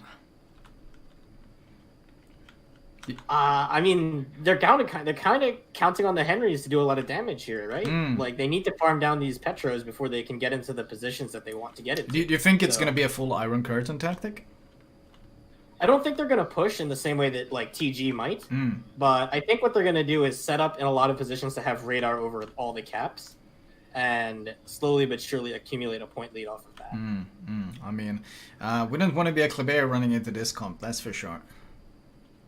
Yeah, I mean, look at the A side where the Kleber is. They're going to have triple stealth radar over the cap, assuming they go for radar position. Yep. So he's not going to have a good time. And they're bringing both Kremlins over here. So maybe what they're going to do, I think I've seen some teams talk about doing this, is put the Kremlin through mid while pushing up the flank as well. So they make this kind of really nasty crossfire with the Russian ships. And the Kremlin's so tanky in mid. As long as they can get a kill before it goes down, it's fine. Indeed. But look at this counterplay by Junk. Double Henry, Petro, all sailing towards this flank. They have been undetected, I assume. They have no idea what's going on. Is it some sort of lightning fast push up the flank, or is it just kiting away and farming? I would expect more farming than anything. I think yeah. That's what I think, except the problem with Petro and farming it, your DD that spots it is always going to be in radar. So if your DD does take too much damage, which has really no fault of the player, like, it could be a great player. But yeah, stealth radar is stealth radar, and railguns are railguns. Yeah. So, yeah, I mean, it could work, but they're gonna have a hard time. I don't think this is a 100% win for Junk just because they brought ships that do really well against 50. We are seeing the tactic materialize right now. Striver trying to keep that Petro spotted while double Henrys just start farming him. But of course, that non-stop radaring just forces him back, and he's already lost 6,000 health. When you only have 26,000, that hurts. Yeah, and when your entire job is... they need him alive to do his job, so... The other option they have for spotting here is if they can use Way 3X to tank shots to the bow over and over again, then the Henrys can farm the ships that are fighting him. I also like Cheeky Breeky's tactic here. You see Queen's Marksman. The reason he's going so far away is they want Floppy Copy to take all the RPF. And then Queen's Marksman is taking this hilariously wide angle. And I would assume he's going to push in eventually. But they're intentionally taking the basically maximum range you can imagine for this. Unless he's turning away, in which case I have no idea what he's doing. Yeah, I think what he's trying to do, I think they're setting up a crossfire with the radars, so if a ship pushes up to try to get floppy copies from, they have him within those 2 radars. But did you really need the Queen's Marksman to be this far away, considering they have gotten vision of basically everything, because Floppy did radar earlier? Yeah, I don't know. I don't think he needed to be that far away. Look at Devourer and Ho Chi Minh's position, though. It's actually super nasty for this crossfire. They can start farming the Kremlin from here, or at least the Moskva can, and they're blocking B completely. The Kleber does actually take A though, which is quite surprising, and Ohio, John Karubia has some nasty shots on Relictus. Relictus doesn't seem aware at all. Oh, but the lead is not enough, and no real damage. That could have been nasty actually. That Ohio central positioning is working out pretty well. He's getting really, really nasty pot shots. And look at Swiping Cat and Captain Danzo. They are moving up, and that's going to put a lot of pressure on Pac-Man plays here in his patch. I think they're actually kind of doing the Iron Curtain here. Look, they're all pushing. Yeah. Everyone is pushing everywhere. Except on this one flank where Queen's Marksman is playing safe. But everywhere Yeah. else, it's Oh. just push, push, push. Look at the Kleber. He's caught really close to a lot of these ships now, and that's going to be a lot of damage on him. Oh my Kremlin god! AP. As mentioned, AP ignores that saturation mechanic that makes the Kremlin so tanky. Oh, and the follow-up HE. He's actually going to die instantly. Jesus. Yeah, wow. Well, that did not last long. Yeah, and here we go. Here's the push, and that means Way 3X is in a really, really sketchy spot. Iceman is in a really, really sketchy spot. And once these Henrys lose their spotting, if they have to fight close to the Russian ships, it's no. You don't do that. Yep. The second... Oh, Philippolis just got chunked hard. What just chunked him? Was that the Kremlin or was that the It's Ohio? the Petro. I think. Oh, no, it's from Petro, there. yeah. Oh, he's nice. And second volley coming in as well. No citadels, though. And now he's close enough to do exactly what? He can't really go for this ram. Oh, no. He just has to wait until the Kremlin's... I think they're going to work down the Kremlin here and then maybe shoot Pac-Man from where they are. Pac-Man is getting a Because they lot of have double damage in, caps. though. Yeah. He did get a lot of damage in, but it's only a matter of time. And the Kremlin being forced back means that Devourer and Ho Chi Minh are going to start hitting his broadside as well. AXX actually pushing up a bit. Oh, Yeah, if I he think he pushes might wanna up, he try can to citadel the Kremlin. He can citadel the Kremlin if he pushes up Yeah. now. Oh, he's totally gonna go for it. He can sit him and... Oh, I don't know what else. This is... Emdale, M is not respecting this. This is gonna be huge, because this AP is so filthy. Yeah, they need to shoot him with something. Oh my god, he's gonna kill oh the my Kremlin. God, He's this gonna is so kill the bad. Kremlin. And he's faster than then Philippolis' turret traverse. Petro doesn't actually have that fast turret traverse. So he's easily gonna be able to run away from those guns. And he's gonna kill the Kremlin. Meanwhile, the Kremlins ram each other. So this means Cheeky Breaky is out of a battleship. Oh, the back turret though. They need this Kremlin kill. Uh-oh. Wayx. He got so close. He got so close. He's not getting the sits anymore. The Henrys are gonna finish. The Kremlin's too far forward. There we go. Can they finish Philippolis as well? Oh, Wayx is in I a don't think nasty so. position, and those 360-degree turrets means the guns are always pointed the right way. 300 health, broken engine, and he does go down. So what is the final tally? Well, 3 ships down. 3 ships down for Junk, 2 for Cheeky Breaky. But they did lose both the Kremlins already. Yeah, but I mean, look at that. They still have an HP lead because they have all Russian ships. Lose 200k off your battleships? Ah, no problem. We have more. Well, this is a real issue for Junk now. What do they... Oh, Pac-Man plays is kind of risky, but this is an issue for Junk because what do they put onto the cap? And how do these Henrys get anything done right now? Yeah, see, that's what I was saying Yeah. with... Kleber dead. Like, once they lose their plotting ships, they're kind of screwed. Ohio is trying to push up, but he's just being farmed. Relictus? Yeah, I think... Oh, this is a ballsy position. He's giving so much broadside to Pac-Man. This is so much broadside to I mean, Pac-Man. on the... And to the Ohio. I think he's parallel apart. No, he can get out of move. this? He has to get out of it. I think. No, he can accelerate at least, but the 2 Henrys are probably kind of discouraging him. Yeah. I mean, I really don't like Philolpus moving off of this rock here. I feel like he should have just sat there and then waited for the Henrys to come fight him at close range. Now he's going to get chased down and farmed because... Force the brawl, basically. Yeah, exactly. You want to force the brawl. Sure, the Henry has torps, but you've got the sick Russian penetration, and your team will hopefully be crossfiring him as well. He's trying to drag him in and then have Relictus push around, but that doesn't work because Pac-Man plays... Him sitting in that position has been so useful for them. Oh, AP is out. Yeah.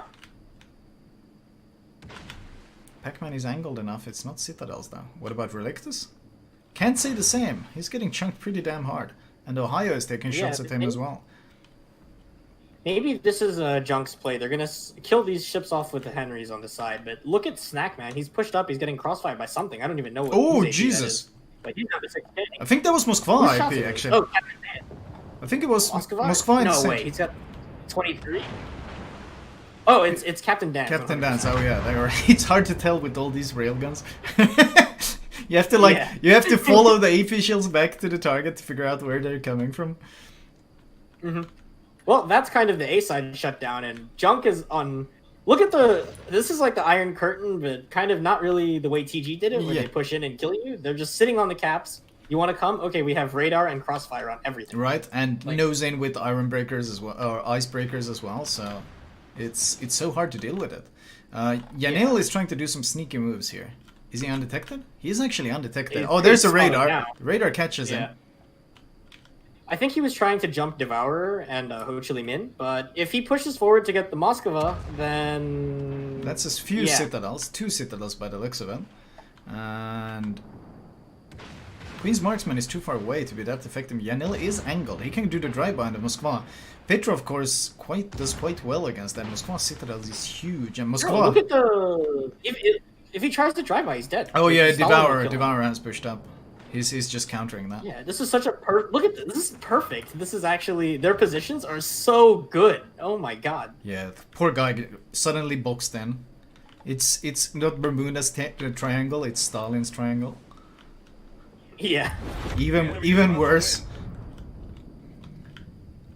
Yeah. Oh my god. Yeah. I mean, he's doing good damage to the ass of the Moskva here, though. I didn't know he could pen that well. Yeah, well, you got to remember, incredible pen. 380mm gun equivalent pen. I wonder if is he actually getting sits for there, or is it just pure pen damage? It's actually insane how much damage he's doing. I have no idea. I mean, he is on... I think it's saturated now. The boot is just so saturated that the damage kind of fell off, but that was a lot of damage, jeez. Yeah, I mean, now he's gonna burn to death. Like, he's literally... No, he's still getting good damage in, though. Oh. Yeah, I don't know how that armor scheme compares. I should probably look at that if I get a chance at some point.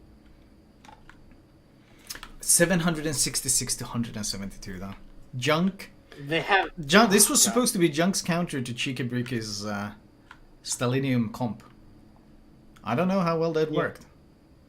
Moskva is actually going to go down to Definitely Daniel. did not work. He's actually going to go down to this. It's just eating so much damage for this turn. Look at that. Yeah, wow. Huh.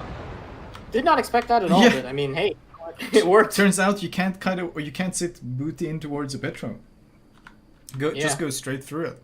He will go down though. Yanil will go down. And the question is, it's not like that really opened up the map much for Junk in this case, because they got such good positions. Like, just look at the way their ships are parked. They're all just... It's crossfires from everywhere. Yeah. Like, the Ohio is going to be the next one on the chopping block to push, but he's going to push into the rear of the Petro. And the Petro can actually just go forward here. And if he goes forward, he'll have the broadside of the Goliath. So he's just going to run around, play ring around the rosy with this guy. I think he's actually going for him. Yeah, Villags gets spotted, and he's actually crossfired between Queen's Marksman and... Oh no, they got crossfires everywhere. What does Villags do now? This is brutal. I mean... Queen's Marksman has been sitting on that line like the entire game, being like, God, I hope... Yeah, he's been waiting for his moment to shine, and here you go. Here's your moment to shine. Get to have crossfire fun with floppy copy. He's not even gonna get the kill on him. Maybe. Actually, super heal. I mean, yeah, there's no good options here. Ohio does chip damage, really. Overlakes, Citadel, broken engine. Oh, that's rough. That's a dead Goliath. Rest in peace. And now floppy copy. Remember, 360-degree turrets. In fact, if he slowed down, he could get the crossfire on the Ohio, and he could just Citadel him as well. But he's just honking and running away. He's slingshot. Oh no! Oh man, this is nasty. Oh, it feels brutal. Henry's about to go down. They're gonna get zeroed. You hate to see it. Are they actually gonna zero them? This was Junk's pick, you said. Yeah, it was Junk's pick. Oh no. You know what map we're playing next? I don't know. We're playing Loop next, which we saw Cheeky Breeky play last time against Rain, and it was also the same kind of situation. Oh god. Look at Floppy, he's actually going to get broadside on Pac-Man the way he's going. Oh yeah. Is it gonna... Oh man. Oh no. No, actually that wasn't that bad. Meanwhile, Captain Dance is just swinging in behind him. Oh man. You hate to see it, man. You hate to see it. This is brutal. Yeah, they're not gonna get zeroed. I think Pac-Man's gonna live long enough to It's just 1,000 to 32. Cheeky Breeky. Oh man. Really living up to their name. memeing their way to the COTS finals by the looks of it, running their full Stellinium comp. Nothing to see here, Tovarich. Everything is perfect. Let us send it off to the Gulag, to the studio. Very impressive here by Cheeky Breaky how they deployed their ships and sent Junk back home with everything they had almost. Wow, what a match. Let's bring in Flambass and Statsbloke to talk about this match. Yes. Hey guys. Hello. Hello. We have something we prepared for you dudes. We were not sure when we actually wanted to show you this, but I think now is the perfect time to demonstrate what the strongest of the strongest are in this game. All Russian lineup. Full 9 Russian ships. Moscow, Stalin, double Kremlin, and 5 or 6 Petropavlovsk. They just rolled in the caps. They destroyed Junk, and Junk couldn't do anything. They first killed the Kleber, then they pushed in, they traded, they eliminated that Kremlin that potentially had the chance of a side shots. Then they rammed another one, and when I thought, okay, well, they just need to put the Henrys out of action, but if Henrys get a hold of these Petros, they might get a comeback. And then 2 Henrys focus 1 Petro, and then 1 Henry dies and Petro gets away. I'm like, yeah, this is over. It's like you can't stop this many Petropavlovs. This is actually insane. Yeah, but I'm not sure, because the way it looked, Junk didn't really get any value out of the Kleber pick. The Kleber didn't really have any kind of play there, so I don't know why they really deployed it. Flambass said to me, how do you cap if you've got just all cruisers? And I said, well, how do you cap if you've got a destroyer against 7 radars? Yeah. And then it's like Cheeky Breaky heard us and they were like, no problem, just push. Yeah, but it's just for me, this is something, Junk knew that this team is probably going to bring a very strong composition like this that has exactly these factors. And we're not able to really leverage the double Henris plus the Kleber to actually counter this. So for me, it's a question of did they misposition? Did they not really get to play their own strategy as they wanted to? Because I'm sure they thought this is going to break. We have seen Cheeky Breaky do this. And this is what I told you before when you asked me who do I think is going to win. I'm like, Junk I would expect them to win because of who they are. But we have seen Cheeky Breaky before. They developed this meta. They go, every time we watch them, there's more Russian ships inside. And this is the first time they actually went full Russian lineup. When I saw that, I just immediately started laughing. And I was like, let's see if this actually works. Petros are just really strong. They have hydro, they have radar, they have strong AP, they have a decent HE. They can tank, they can push, they can punish. There's almost nothing this ship can't do. Major weakness, it's it doesn't really have torpedoes. And Junk just showed up with 1 DD. They tried something, immediately got murdered. And then Cheeky Breaky just went in. They're going full on with the development of the game. They just took all these Russian ships, which are super sturdy, and just commandeered the map. And there was really nothing Junk could do. They tried. Everything they tried failed. Things we've seen plenty of matches today already that show off the normal kind of way that a match goes, where both teams get into position, they stop, they look at each other, and then it's like the first person who blinks loses. And teams aren't used to receiving this sudden, instant wall of push. And even if you prepare for it, and I feel like that double Henri was an attempt to prepare for this push, I don't think they expected it to be quite as all in as they actually went. And when I said, I don't think it's a very good map for a Petro comp or, all cruisers comp or whatever, I wasn't expecting them to push quite as hard as they actually did. When we saw them pushing that cap with Kremlins and Petros, we were like, this is either going to work or it's not going to work. Yep. And they immediately... That's very wise. Yeah, but usually... They're going to win or they're going to lose. There are 2 options now. It's either going to work or it's not going to work. Yeah, but usually you have trades. This ship kills that one but gets punished by this one gets punished by this. They just rolled in. They took the caps. They eliminated the opposition. They rammed what they needed to do. They made the Henrys useless. and then they just run off. And then they killed Henry while running away. It was impressive. It was a very, don't get me wrong, it's a very strong showing. For me, the question is more like, okay, where did this come from? Is it more of like Junk not being able to deploy their plan? Because I'm sure they tested this beforehand, right? That, okay, how do we actually counter a very strong push like this? Because we've seen this in the past, actually. We've seen this already in previous King of the Seas, for example, when Stalingrad came out and TWA was bringing a full Stalingrad composition to actually push the enemy away, and teams found a way to counter this. And I would have expected here to see a clearer counter to what the team deployed. So far, we have costed Cheeky Breeky a couple of times. We haven't seen a counter to this. This is why I didn't want to give my definite answer on who's going to win between these two, because Cheeky Breeky always get away with this strategy. The closest they ever got was one Petrol on 1800 HP versus 3 enemy ships. He gets away and they win on points. That's the closest these guys ever got to actually losing. They always get away with this crazy strategy. So I don't know. I'm very, very interested to see what the game number 2 and 3 are going to be.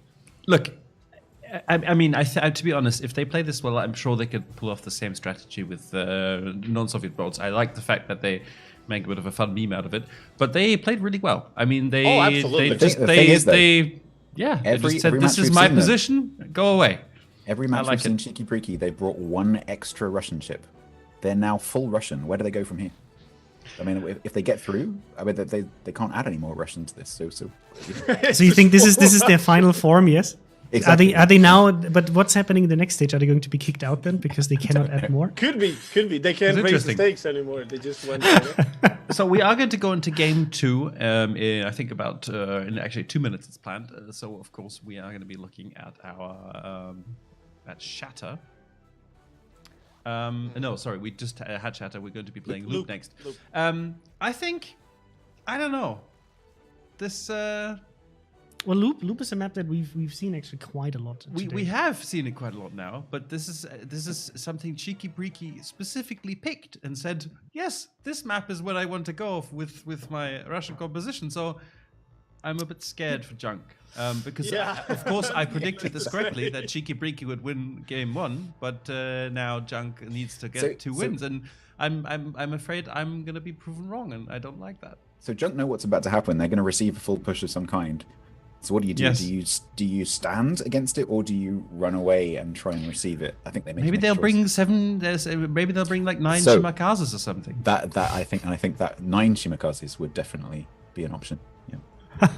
I'm curious to see how they're going to adapt to this, because we've seen teams bring also very strong Petropavlov's compositions on this map and also lose with it, while where other teams, for example, opted in for specific ships like Salem's on certain flanks. So we'll have to see how the teams are going to adapt their strategy to not lock themselves into just saying, hey, let's just pick this one ship and go with it, and not then lose out on the small differences that actually make teams win this because it's on such a high level. So I'm very curious who's going to take the next one. There's 2 things that I'm very excited about. One, this is the first time on this map is the first time we've actually seen Cheeky Breeky deploy the strategy, and we were like, whoa. They didn't have 9 Russian ships, but they had 5, 6 Petros, and they went for A and C the same way we've seen Kleber's work before in Rain versus like the previous best of 3. So I'm curious to see who can stop this. And this is where we saw them the first time. So I think they're going to be pretty experienced on this map. But I want to see if this can be stopped, who and how. So I'm very excited about this next game. So who do you think is going to win this one? Like the first time, I'm not going to give the experience. Cheeky Breeky has so far been a very, very pleasant surprise in terms of performance. So. Yeah, well, the countdown started, so you need to decide now. Junk? Flambass?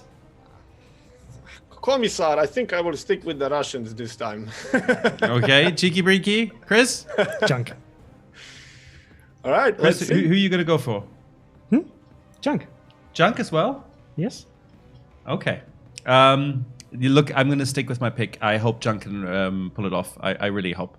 Anyway, we'll see you guys afterwards. Good luck to both teams. Yeah, let's go into game number 2.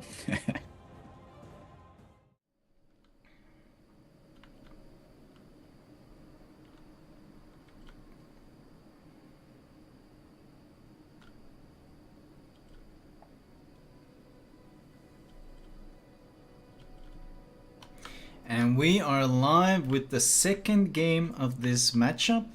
And Cheeky Breaky noticed that apparently Moskva's stern is a bit vulnerable. And honestly, the Stalingrad pretty easy to spot. So the logical solution was obviously 2 Kremlins and 7 Petropavlovsk. Because Tovarich, who needs anything else? Junk on the other hand, going for the Ohio, Yamato, Salem, Goliath, double Petro, Stalin, Kleber, Smolensk comp. We shall see if they have better luck this time of pushing the stopping the Soviet push. Yep. We will see. I think the problem is these DDs are basically going to be dead weight because they're going to have 2 or 3 radars over every cap. Yanil is going to try to dive for B here, but as soon as he touches it, you're already in radar range. He's in B. Philippoulos radars in. And he's forced to disengage. The question is, how much damage will he take? Yeah. I mean, the railguns actually be back in 1 second. Yeah, and Kremlin AP is out on him as well, and the crossfire, the shells from everywhere are out. He is forced out of the cap. They are trying to get some counter damage in on Philippoulos in return. But... oh, they are getting some Stalingrad HE damage in on him, actually. And wait, are they actually just pushing Philippoulos straight up to the island? They are. Yanil is keeping him lit. They are keeping vision. Whoa, what is Philippoulos doing? This is insane. What the hell am I watching? Is he trolling? What am I watching here? Dude, are they rushing a Petro up to the island? And he goes dark? They radar him. Smolensk radars him. That's the only way they can keep vision of him. But they're actually pushing the Petro straight up to the island. This is the dumbest thing I've ever seen, but it's it's actually working. They're up to the island behind the cover. And you can bet Junk was not actually expecting this. I don't think anyone was expecting this. I wasn't expecting this. And Philippoulos is now camping B from behind the island. They will get vision of him, I assume, some way. Let's see. No, they actually don't have any vision. He's too stealthy. And what am I? Okay, they radar. Stalingrad radars him, so they do keep vision on Philippoulos. Meanwhile, the Petros have been spreading out.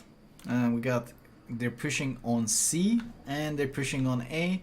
While the entire team is focusing on trying to kill Philippoulos, who just kept, he kept B. He kept B. Junk was the King of the Sea finalist last season, and Petropavlovsk just kept B. Okay. That is all I have to say about that action. Meanwhile, on the other side, we have 2 Petros pushing up towards the 1 line, obviously trying to get the crossfire from there. We got Captain Dan's, who appears to be reversing in through the center. M has just straight up charged through the center. He's not even pretending to slow down at this point. It's just full steam ahead. They have pushed in a Petro. Queen's Marksman has pushed into C. A Kremlin is following straight up behind him. And they got a Petropavlovsk pushing up the flank. They are charging and just taking map control before Junk can even do anything. Junk literally isn't even allowed to get into this game by the looks of it. The Kleber at least manages to secure A, so they do have something there. Is that Queen's Marksman? No, it's a Devourer on the flank, probably going to reverse in. So that's 2-1 cap advantage, and the Kremlin it's 4.5 minutes into the game, and the Kremlin is already on their side of the map. I don't really know what to say about that. Do they even have vision of him? I don't think they do. No, they literally can't see him. So it's a stealth Kremlin that's crossfiring them. That is, wow. Does it catch the Salem? This is gonna be so awkward to push into now. Yeah, and he's crossfiring the Salem. Like, they kept B with Philippoulos at the start. They just rushed him into the center. I mean, they have to keep him alive now. He is the kind of kill point that Junk has available for them.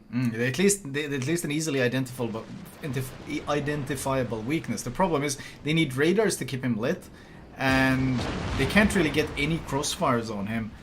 The only crossfire they could potentially get would be pushing straight all the way through A, but they got 2 Petros, actually multiple Petros locking down that angle. Yeah, I think actually they should push those Petros up to get the broadsides on the entire A team here. Like, look at if they can crossfire Pac-Man plays, he's an easy kill because Salem broadside is easily penetratable. So, Well, right now they're actually sending Sniping Cat. He's pushing into their spawn. And he just did he just Citadel the Yamato from... Yeah, he Citadel the Yamato, so he's just charging in here. On the other hand, we have Mascot, who's also pushing up to theirs. The thing is, Junk are being zoned off from their own islands. Like, this is their islands. They're being zoned away from them. yeah. Sniping Cat could be putting himself in a bit of a dangerous position here. But it doesn't look like he cares. He's barely taking any damage. He's gonna have the Stalin broadside. Yeah, soon. Stalin is crossfired in spawn. That's really it. Stalin is being crossfired in their spawn. Oh, they're gonna get Philopoulos though. Oh, they will get the kill on him. That's good. I mean, he served his job as a stealthy capture securer. How is he still alive? How is he still alive? Yeah, I don't know. Why is he? What? 514. Why is he? Okay. Okay, Petra killed him. There we go. Meanwhile, Look. Meanwhile, Sniping Cat, you nailed look that. at Sniping Cat. He's actually just giving broadside to Stalingrad and Yamato, and they can't Citadel him. And he's just sailing past them into the spawn. I really don't understand the point of this position now. Like, yes, he can YOLO out if they have to push, and he'll probably delete them, but now he's easily farmable by Vilex and El Snackman, and Goliath does do okay against Kremlin. So. I mean, remember, Goliath HE pen is actually 59 millimeters. Kremlin deck armor is 60 millimeters. Is coincidence, tovarищ. So, yeah, I guess he's gonna not do as well as I would normally hope he would. I was surprised they didn't just sit and farm the broadside there. Kleber rushes out to kill the Kremlin. Oh, that's nice. I like that. Gets 2 torps, 3 torps. We've seen this before. He has to land all 12. But the torpedo belt is mitigating. Oh, he's gonna kill him. Oh, he does get the kill. Yeah, nice. Oh, did Junk overextend? I think they did. Sorry, not Junk. Sorry, Chikibriki. Did they overextend? Wow, the Sniping Cat deletes him, but I think they're throwing away both their Kremlins again. But the thing is, I've seen this before, and that's Chikibriki doesn't value their Kremlins at all. They just throw them in there. Yeah. But I don't... Well, I think in this game it's going to be a little different because right. the crossfires are not as strong. No, and it's much longer range, and Petro doesn't do quite as well from longer range. Also, I think the presence of the Salem is way stronger than those 2 Henrys, because like the Henrys get worse the closer they get, and when they have no spotting, they have to get closer. The Salem gets better the closer it gets. So. The question is, I think Cheeky might have overextended. In fact, Cheeky is down on health. That's actually huge. Yeah. Cheeky is 100k down on health. I think Cheeky just went full meme instead of trying to actually go full win. they went full meme.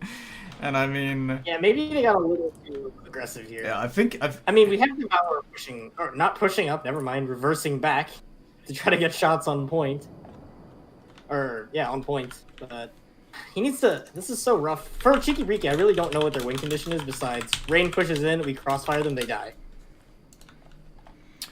Devour is... Oh, he's gonna get the broadside on jump point. He is. He's going for that shot. Yeah. No damage? Was that no damage? Is point healing? Negative, no damage. That was literally no damage.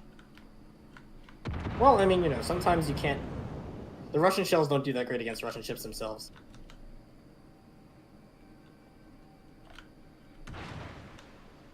Is he gonna kill this? Or... Devour's actually... He has done 0 damage to point so far. I'm getting a lot of feedback about team colors, but... Conway? Right. Meanwhile, Iceman... I mean, I think they're just gonna be zoned out. They're gonna be pushed back now. I think Cheeky Briki just went too ham.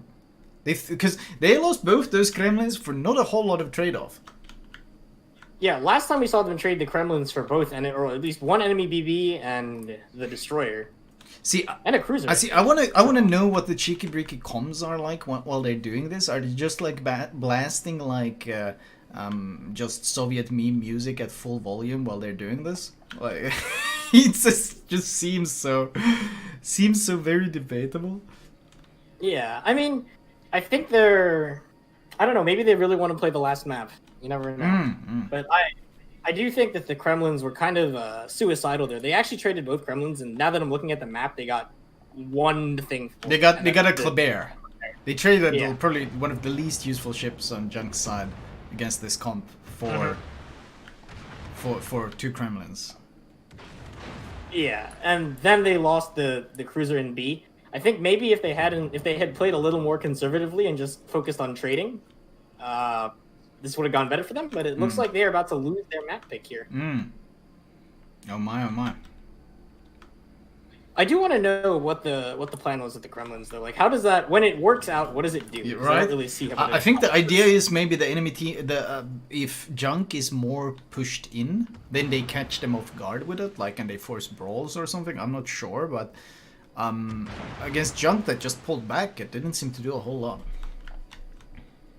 Yeah, I mean the thing is they're always going to have a vision advantage on you generally, just because they have DDs and you don't. And while the Petros are hard to spot, the Kremlins are not relative to the Petros. So they're going to know they're coming.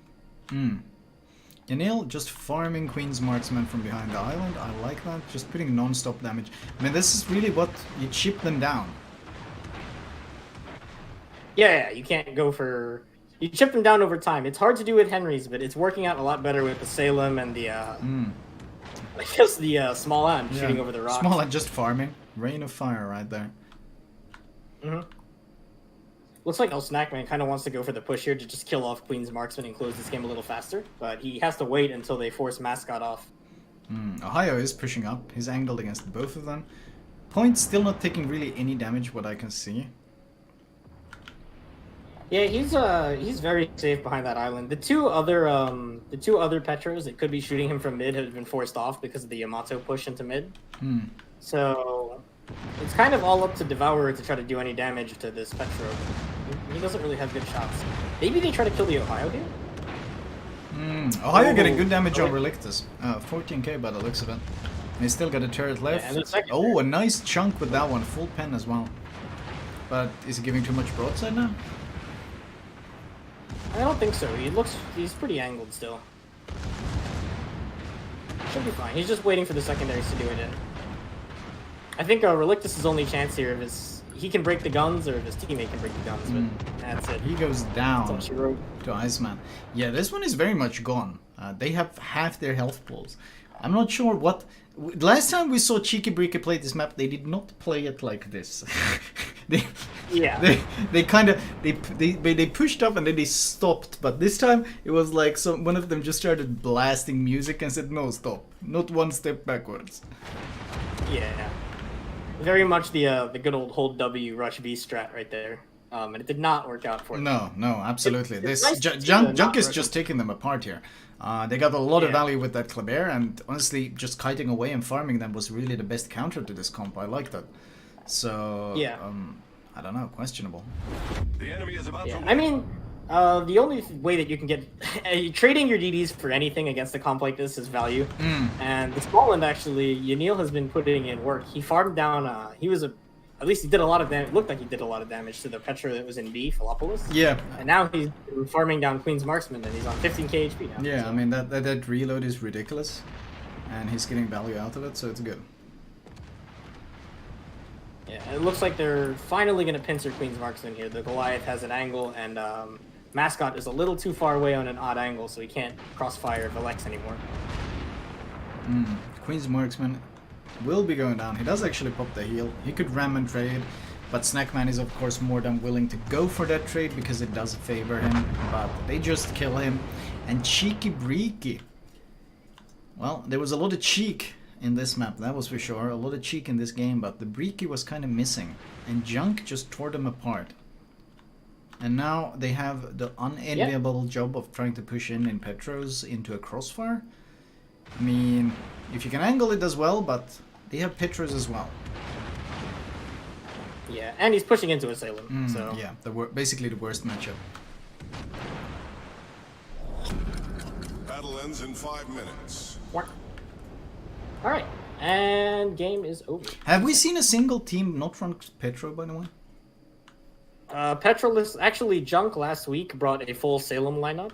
I don't know who they beat, but they did bring full Salem, I think. Regardless, Cheeky Breaky, A bit too much W holding this game. I don't think I've ever seen two Kremlins die so quickly in a comp game, so I guess they do get that award. But ultimately, it is Junk that convincingly picks up this map, only losing the Kleber on the way.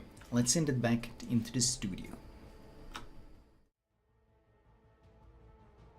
Yeah, very well played here by Junk, and being very methodical and step-by-step taking apart these very, very pushy Petropavlovsk and Kremlins. Let's get in Flambass and Mr. Statsbloke and talk about this match. Hello, guys. Hello. Well, We have well then. we have finally seen it. Stats did point out though in this game that Cheeky Breeky just spread way too much.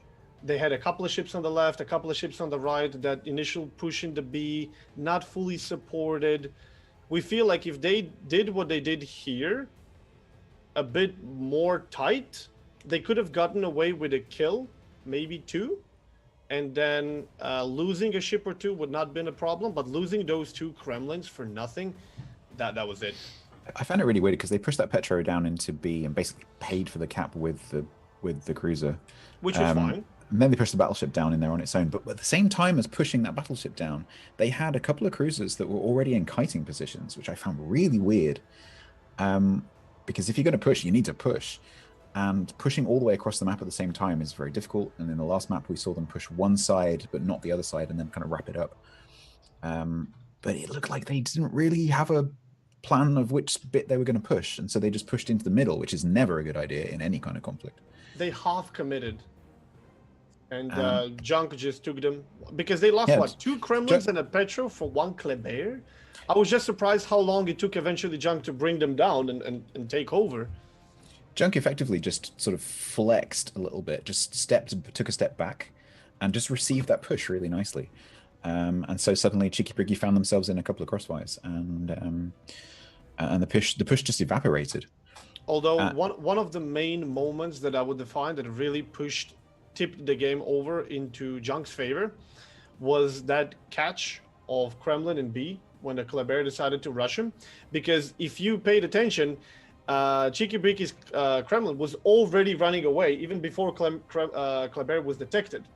And then the Petro's radar went off and they saw him and they were like, oh, it's going to be close. And you could see that Kremlin didn't want to kill Kleber and take a lot of torpedoes. He wanted to dodge torpedoes, and he couldn't get his guns to bear. Even with this expert marksman enhancement bug that we have currently going on, he still couldn't turn the guns on time. And he received full, 12 torpedoes or something from Kleber. And that was a full HP Kremlin that got immediately nuked. They lost control of the cap. They lost that Petro, which was fine because they got the cap. But losing that Kremlin, I think that was just a snowball effect afterwards. Yeah, absolutely. I think Cheeky Breeky was just a bit too relaxed when it comes to losing ships and committing them to these positions.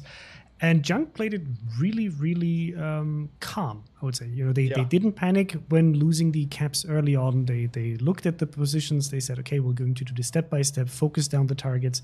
I was a bit surprised to see the Goliath not open up on the Petropavlovsk on B initially, because with the Sherlocks he should have been able to really help get him down, but they had to fight their other fight on the C cap. But yeah, overall, well played by Junk.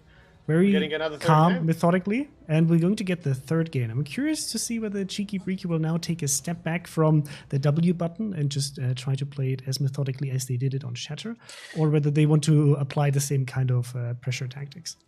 Now that they finally tasted defeat with this strategy, and now that Junk finally found the solution for this, and now when they both expect each other exactly, now I will give definitely a bit more advantage to Junk.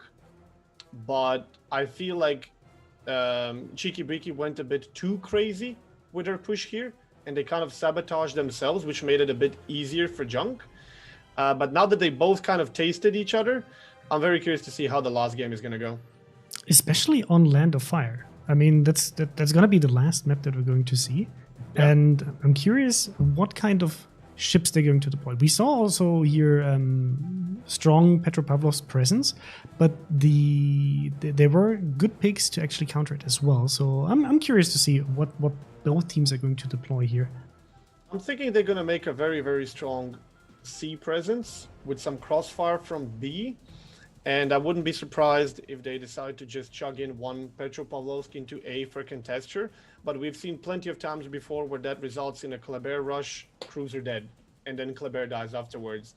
So that seems to be the thing that's developing about the Land of Fire, where they're just really, really big fights and long fights over C, and then A and B kind of stumble into some YOLOs and torp rushes. I think on this map we'll see Cheeky Breeky go back to the tactic they used on Chateau, where they lock down one side and push the other side. I think they've just discovered that pushing the middle doesn't work, and this map I think is perfect because it's quite a long, big map, and so you can't shoot from A to C really. So I think they'll be able to gang up on one end or the other, probably the Charlie end, I would imagine. Push through. Okay. We do actually have a map preview for this map that we have not yet watched, so we can tune into that in 1 or 2 minutes. I don't know what they were doing with their Kremlins either. It seemed this is what I personally would do in a random battle, and Chrysotos can confirm this. Push the W key and then just keep pushing it because why not, right? But it doesn't work in King of the Sea because you will get focused, crossfired, and taken out. I don't know. Interesting to see what they did. I don't think it's some people in chat, and in 5 minutes they'll we'll get to this. Say like, oh, it's like we told Cheeky Breeky to throw intentionally, so to defeat the rumors of Russian bias, or they did it on purpose because no, they played to win, but I think they just misplayed here. I think, the Cheeky Breeky is a team that is not that experienced in terms of King of the Sea, at least, as far as I know. They've been playing in the last King of the Sea, and they actually made it to the knockout stages. But Junk has been one of the most experienced teams, and that might actually help them in a situation like this when, you want to showcase what you're doing, what you're capable of, and sometimes have to hold yourself back from being in that rush of like, yes, this game is going in our favor, let's keep pushing, let's keep doing this, it's working right now, and not to have that discipline to say, hey, this is what we want to achieve, and now adjust.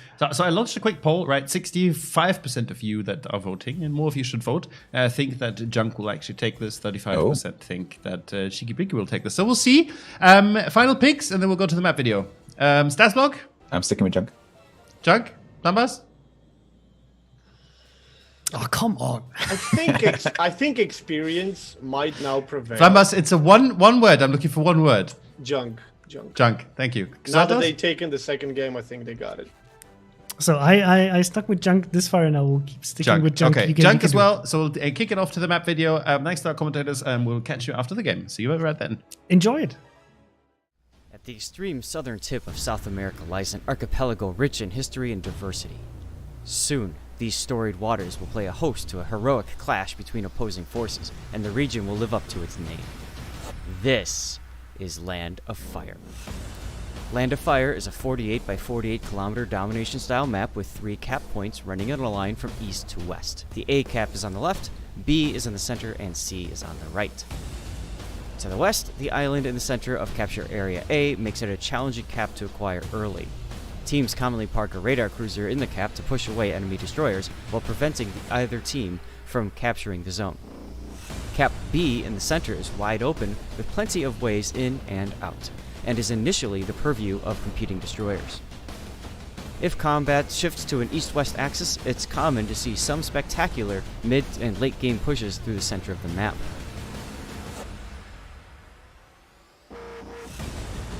On the right, Cap C and the islands to the east make a tempting target for teams looking for early cap points, but teams who invest too much firepower along this edge of the map may find themselves at an extreme disadvantage later in the game. 18 ships, 2 teams, 1 victor. It's time to play Land of Fire.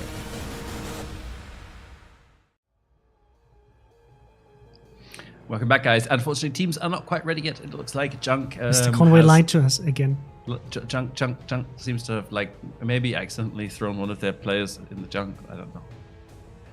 That was a failure. That was a garbage joke. That was really bad. Anyway, but I think Junk are going to be. I'm really looking forward to seeing them here. This last game was good, and I believe, I'm confident they can beat Cheeky Breaky. Yeah, for me, like when it comes to competitive in general, what I love about it is not only do you get to see the best players, but you get to see completely different compositions. And sometimes a certain meta establishes itself, and we actually had that in previous King of the Seas, where we suddenly saw what I talked about earlier. For example, TWA going for a very strong Stalingrad push. And teams will find a counter to this. And especially when they can prepare for one specific map. And this is what I love to see, the way these teams approach it, and then how they play it, and how they turn it into something where they can say, okay, if this team is going to bring this, we'll be able to deal with it. And that setup will still work out against other setups. It's such a difficult task as a team to be able to prepare for all of these different scenarios and to still manage to build it over time and keep it up. As we've said earlier in the tournament, we have seen a lot of different compositions. And some teams even changed completely their lineup once they saw what the enemy teams were bringing, checking it out for themselves, and then adapting over time. This is one of the coolest aspects for King of the Sea, and I hope that you enjoy what you see here. So don't forget that this is not the final day of King of the Sea for the European Regional Finals. This is only day 1. We're here in the quarterfinals, and tomorrow you will see the semis and the actual finals. Absolutely. This isn't even all of King of the Sea for today, because immediately after we finish, North American tournament will have the same stage as we, and we are actually going to be handing off and raiding our dear friend Sea Raptor, who's going to be casting with Lord Zath. They're really good. They do quality cast, so you should definitely consider tuning into them as well. But I think for now, it's time to go to the final game of Cheeky Breaky versus Junk, and we'll see which of the two can convert. Have fun.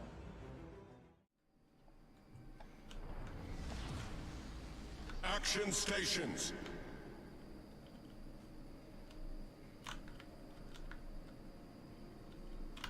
And we are live with the third and deciding game of which team will make it to the semi-finals tomorrow. And I am glad to say that Cheeky Breaky has moved away from the full Soviet comp. We see a Småland, and we see Double Thunder, and even a Des Moines. Now I would assume the Des Moines is once again instantly turning for that 9 to 10 line, and honestly, I'm glad to see this. I'm very glad to see this. Yeah. On the other hand, Junk has brought Salem, Goliath, Hindenburg. I would assume all of these ships are rather powerful against that, well, the Petropavlovsk army. Mm-hmm. However, I think what Cheeky Breaky's thought process was last time they beat, they played Rain, I think, who they played last. They ran the full Russian cruiser lineup, and now they've switched it up, so maybe they're trying to play the mind game here. But regardless, it looks like Junk is going to pick up those 2 early caps with the Klebers. They're going to get their way before any ship can. So yeah, the double Kleber on both flanks, and they are pushing Wayex up to the center with that Petra, which means he will be able to stealth radar that Småland as soon as he gets detected. So that will probably delay or force away the Småland temporarily as well. So the advantage that they're building here is going to be quite significant in the early game. He should be getting spotted any second now. Yeah. And as soon as he's spotted, he's gonna put. Yeah, he gets spotted. He pops the radar, and Double O is radared. But Double O should be able to. Well, he'll eat 1 volley, and then he'll get behind the island, I think. Tertiverse comes in. Well, Double. Oh, nicely dodged. He only eats 1 overpen, and overall, not too much damage taken. The radar usage. Yeah, go on. Yeah, the radar usage there actually guarantees he gets the B cap for free as soon as the radar is down, which it probably already is.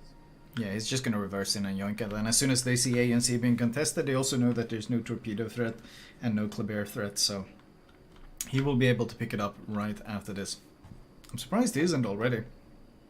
Wants to get Torps off first, I guess.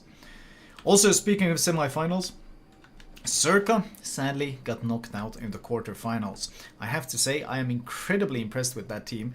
They I think they made qualifiers King of the Sea 9, and they have no entry for King of the Sea 10. And now they made it all the way to the quarterfinals. Circa, of course, was almost a full French team.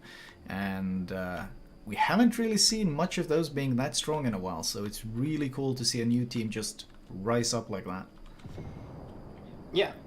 Meanwhile, back to the game, Relictus is actually trying to make the island here, but Wayex on BCAP on the other side of the island is making it incredibly hard. He's getting crossfired, and the Kleber is going to keep him. He's spotted for now by the Kleber. Oh, wait, they got the reset in a W?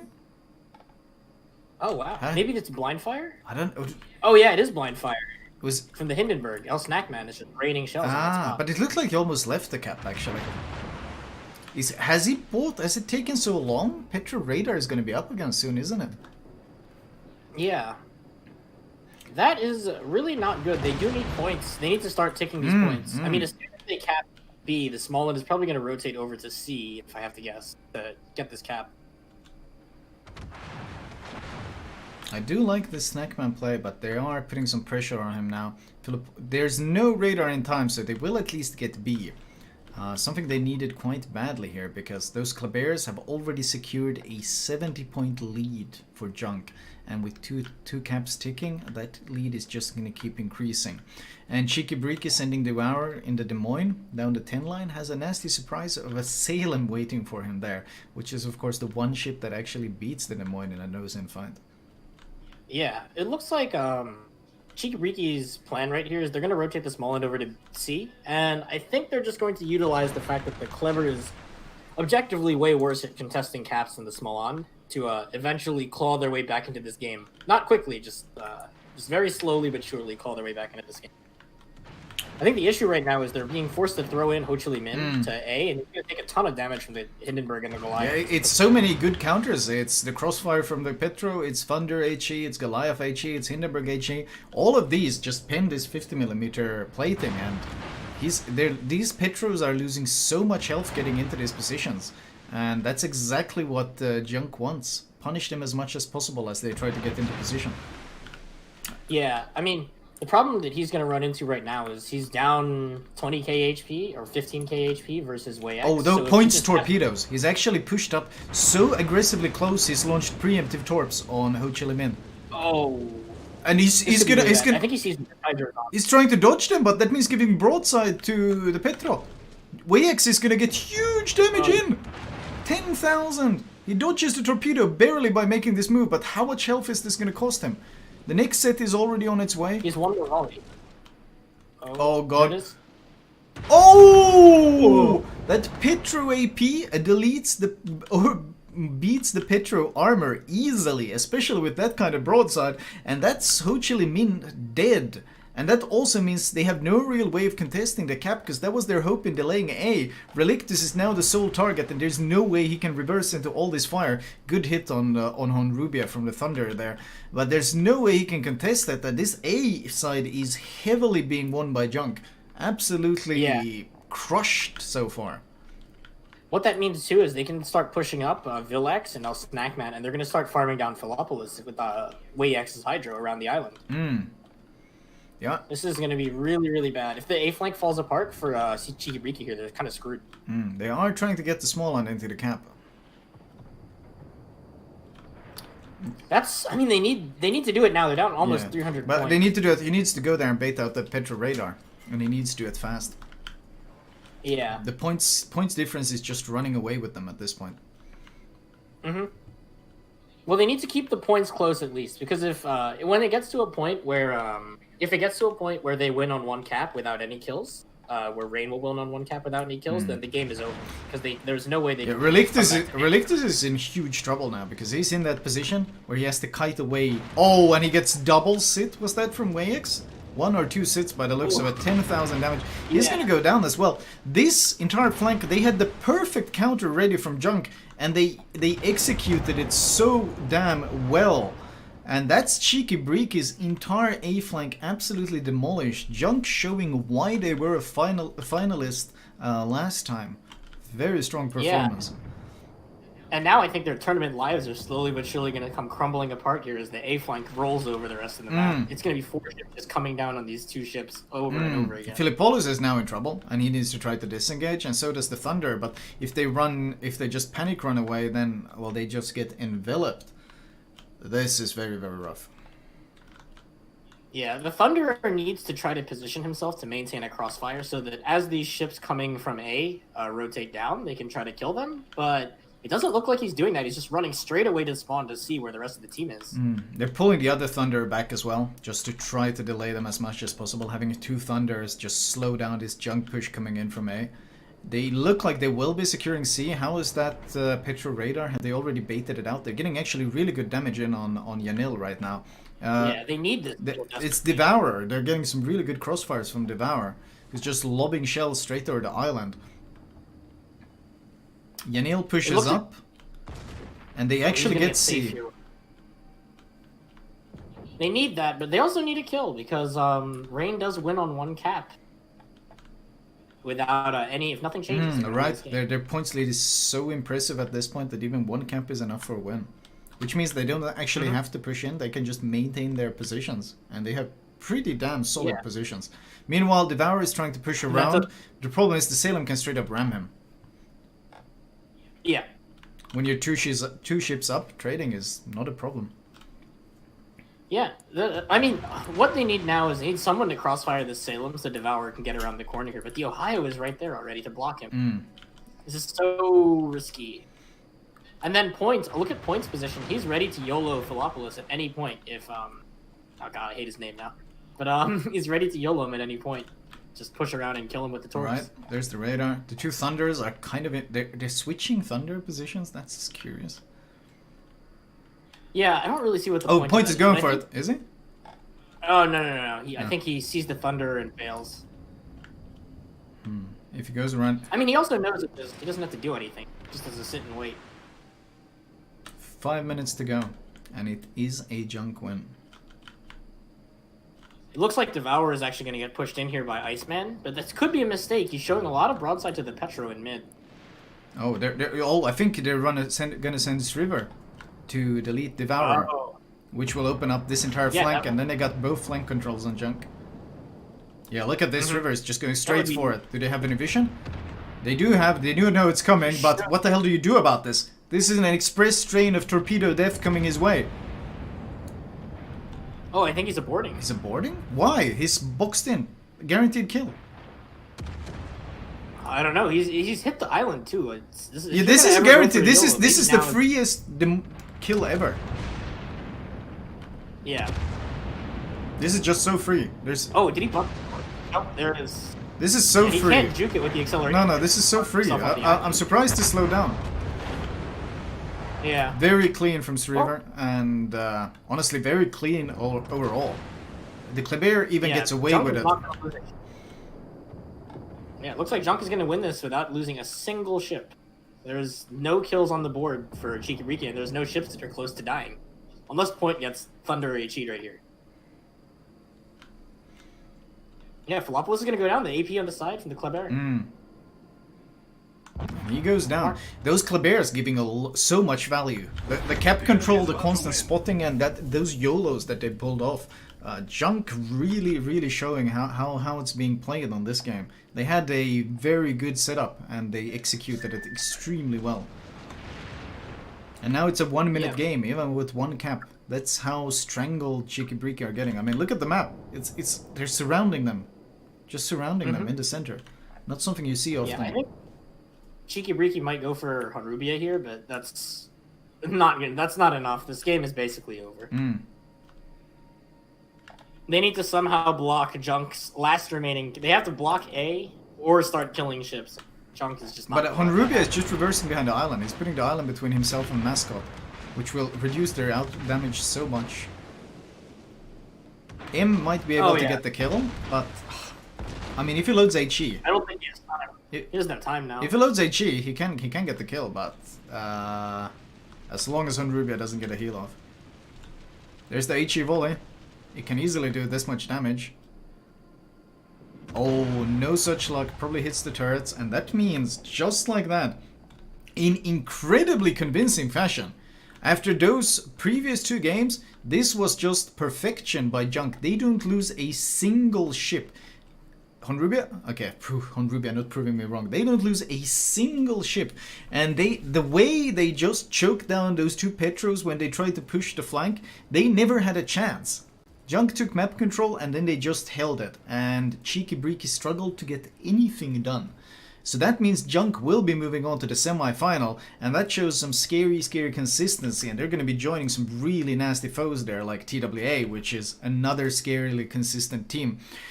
Oh man, we might actually have a rerun of last year's final, TWA versus Junk. But that's for tomorrow to see. Let's send it over to the studio.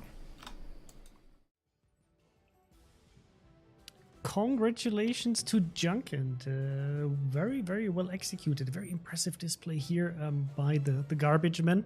They did not disappoint.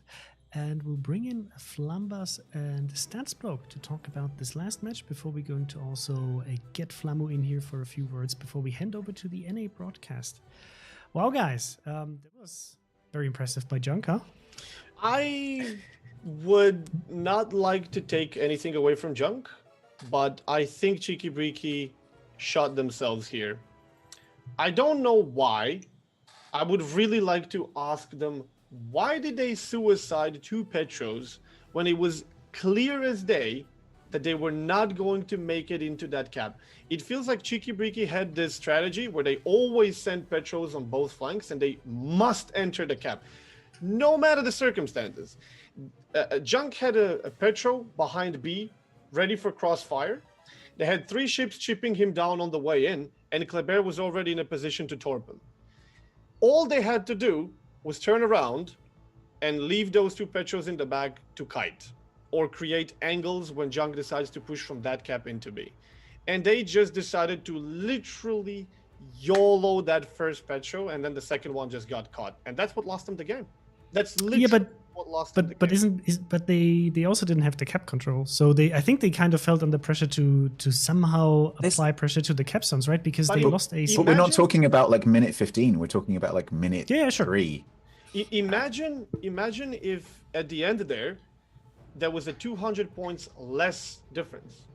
Because every ship that dies is 100 points. One team gains 40, other team loses 60. So that's 100 points difference for each ship lost. They sold 2 ships for free, completely free. Imagine if they still had those ships. Imagine that Thunder on 4,000 HP at the end there that was hiding if there was 2 Petros to shoot him. This was a game that Cheeky Breeky lost against themselves. I'm not trying to take away anything from Junk, but Cheeky Breeky completely just... I don't know what they decided to do there, but they lost against themselves. So, congratulations to Junk, absolutely. The experience did prove, and chance to adapt did prove very valuable, and they did manage to overcome. I would just really like to know why Cheeky Breeky forced those 2 ships there for no reason, but it is what it is. I don't want to sound biased, don't get me wrong. I was just triggered watching those 2 ships sailing into their death for no reason. But this is why we're here, right? To discuss what the teams were doing and our point of view on this. Both teams played very well, but Junk seemed to be very strong in this one. With the composition they brought, with the way they approached it, and Cheeky Breeky didn't seem to have an answer on how to approach this, and probably made some mistakes like that one. Yeah, I think experience definitely came on top in this best of 3.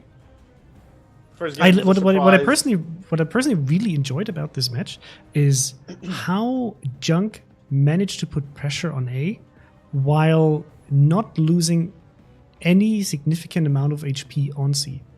This was something that I really loved, right? Because Cheeky Breeky just went, "Here, have a ship," and that Petro or Stalingrad that was sat underneath B just got 3 shots into the broadside of the ship that's going down to the island. He must have thought it was his birthday.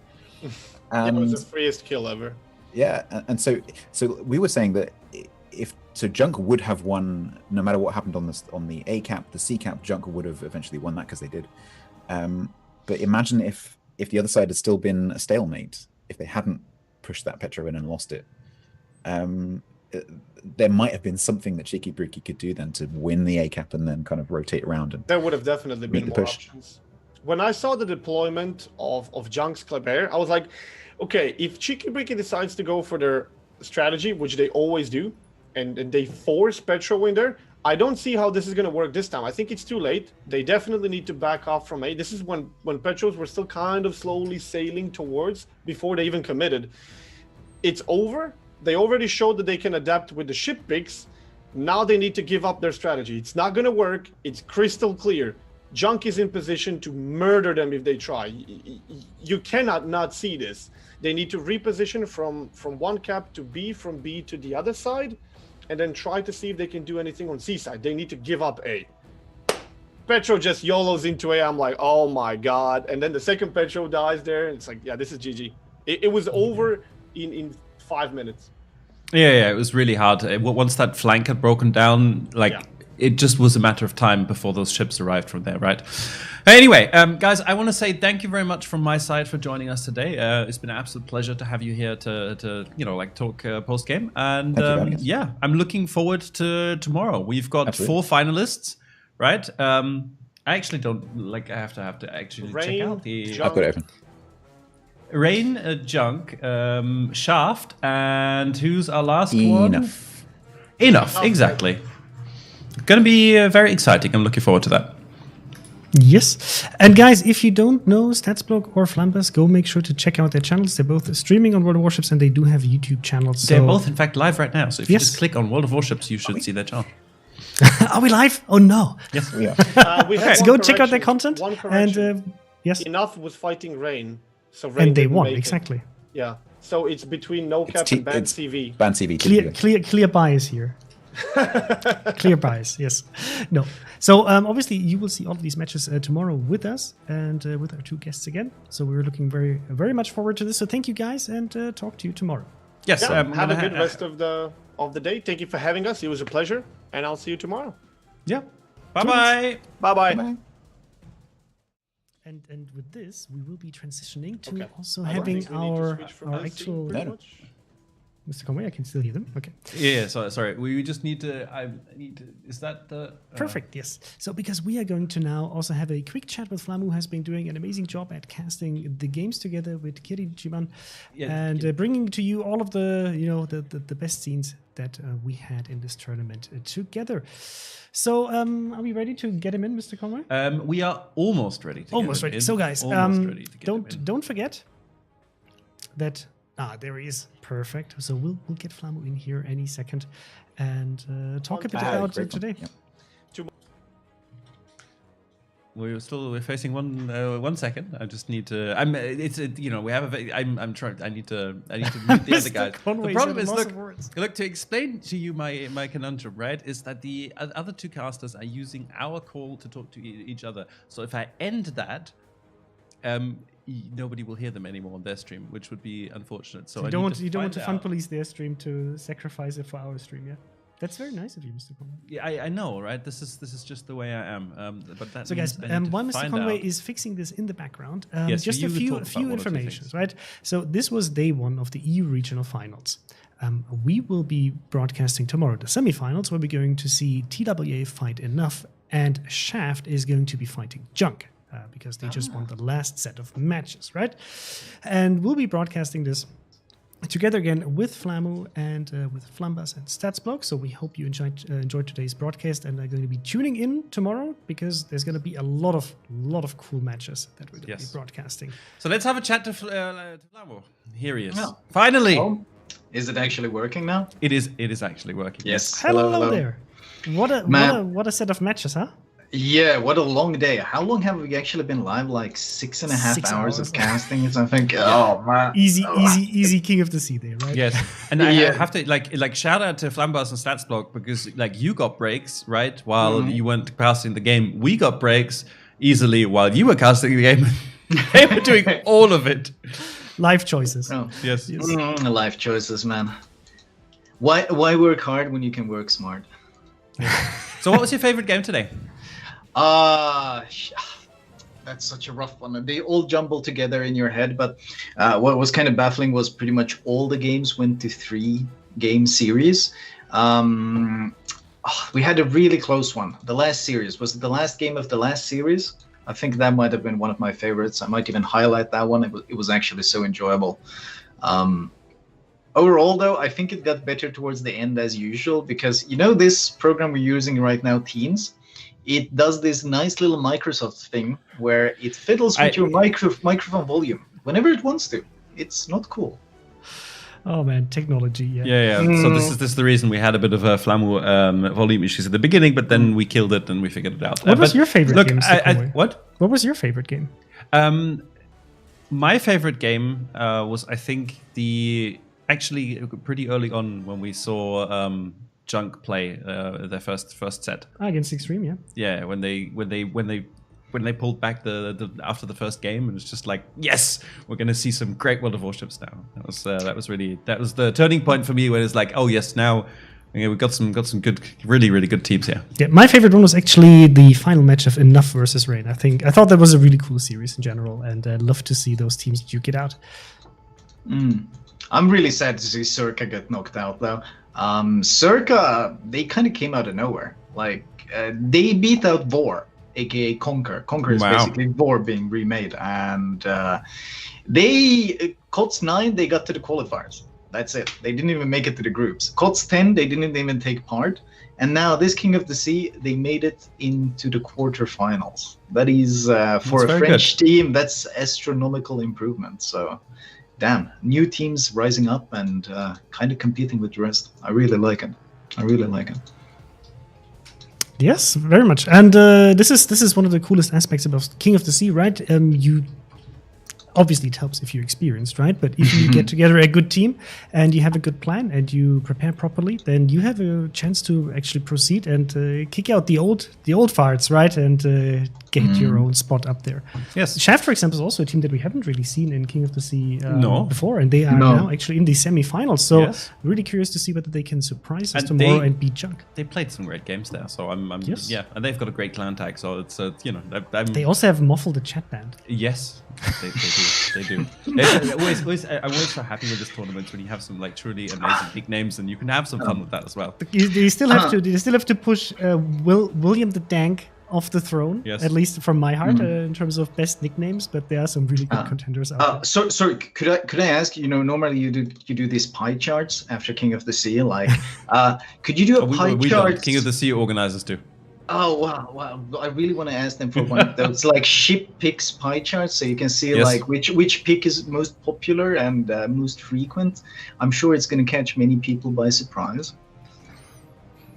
I'm sure you mean the slight amount of Petropavlovs that we've seen in this, but for me the interesting part is that we haven't really seen that development in the first days of King of the Sea. We actually saw a huge wide variety of cruisers being deployed in most of the matches, and only after Cheeky Breeky bringing a full Petropavlovs Cup.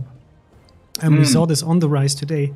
And now actually with Junk, for example, finding a good counter with a good mix of ships to take it apart. So curious to see what's happening tomorrow. I'm pretty sad that Cheeky Breeky abandoned the meme. Like, if you're going to go for the meme, you need to embrace it fully. And in the last game, they kind of abandoned it. And then Junk, honestly, I felt like Junk just proved that they are the better team, and they very much deserved it. I would have liked to see them go down blazing with the Soviet meme instead. It was actually a question for you. What do you think happened in the second match with Cheeky Breeky? Do you think they just got cocky and just decided, you know what, we'll just live the meme through like to the end and just push? It was kind of baffling, like because it wasn't even a full YOLA. Like, they charged into them, but it was like a couple of their guys just kept pushing for questionable reasons, and I felt like at one point they had really good positions, and then they just kept going for no real reason. I don't know. I had such hopes for them, but unfortunate. And in the third map, they abandoned the meme, and then just Junk was the superior team.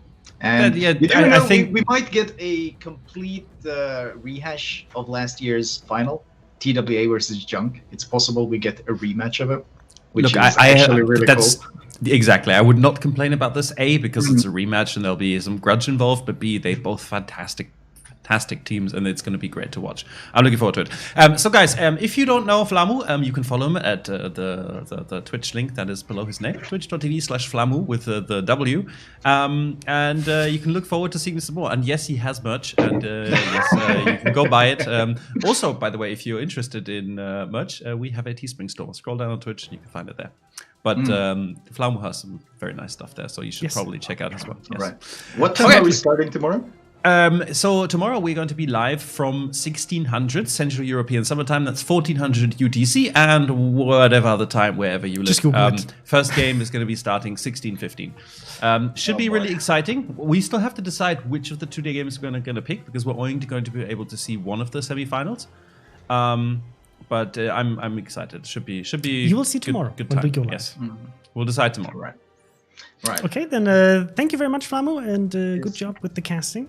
Yes, thank you very much. Good job. Good job with the organizing. Credit goes to the organizers as usual. Thank you very much, and we will see you all. We'll see you back tomorrow. Bye-bye. Bye. So, and then we have a few other things to talk about before we hand over to the NA casters.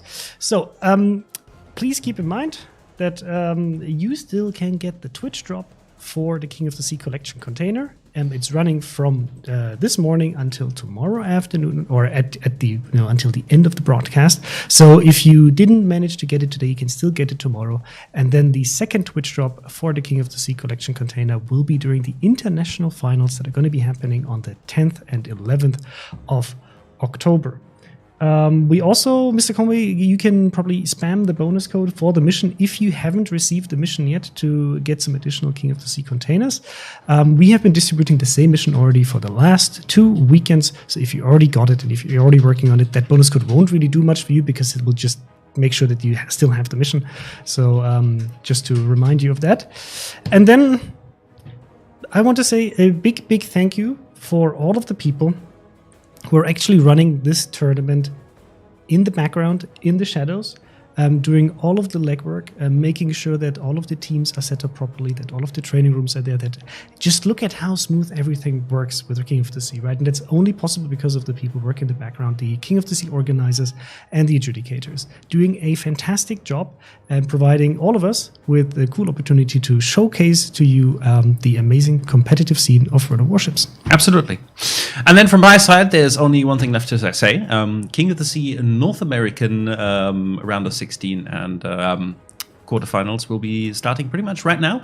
And we are going to hand you guys off to our dear friend Sea Raptor and Lord Zath, who are going to be covering into detail. So if you feel like checking out a bit of different meta, go watch them. And remember, their top 3 teams are going to be facing off against our top 3 teams and Asia's top 3 teams and Russia's top 3 teams on October 10th and 11th for the first truly international King of the Sea international finals. And it's going to be glorious. We will finally have the answer to which team is the best World of Warships team in the world. Well, until the next tournament at least. Exactly. So guys, thank you very much for tuning in. We hope to see you again tomorrow. You can find the times also on your portal publications for King of the Sea. So if you're not sure what time we're talking about. And with this, I'll say goodbye. Have a good night or morning or lunchtime, whatever time it is at your place. And we'll see you tomorrow. Bye-bye.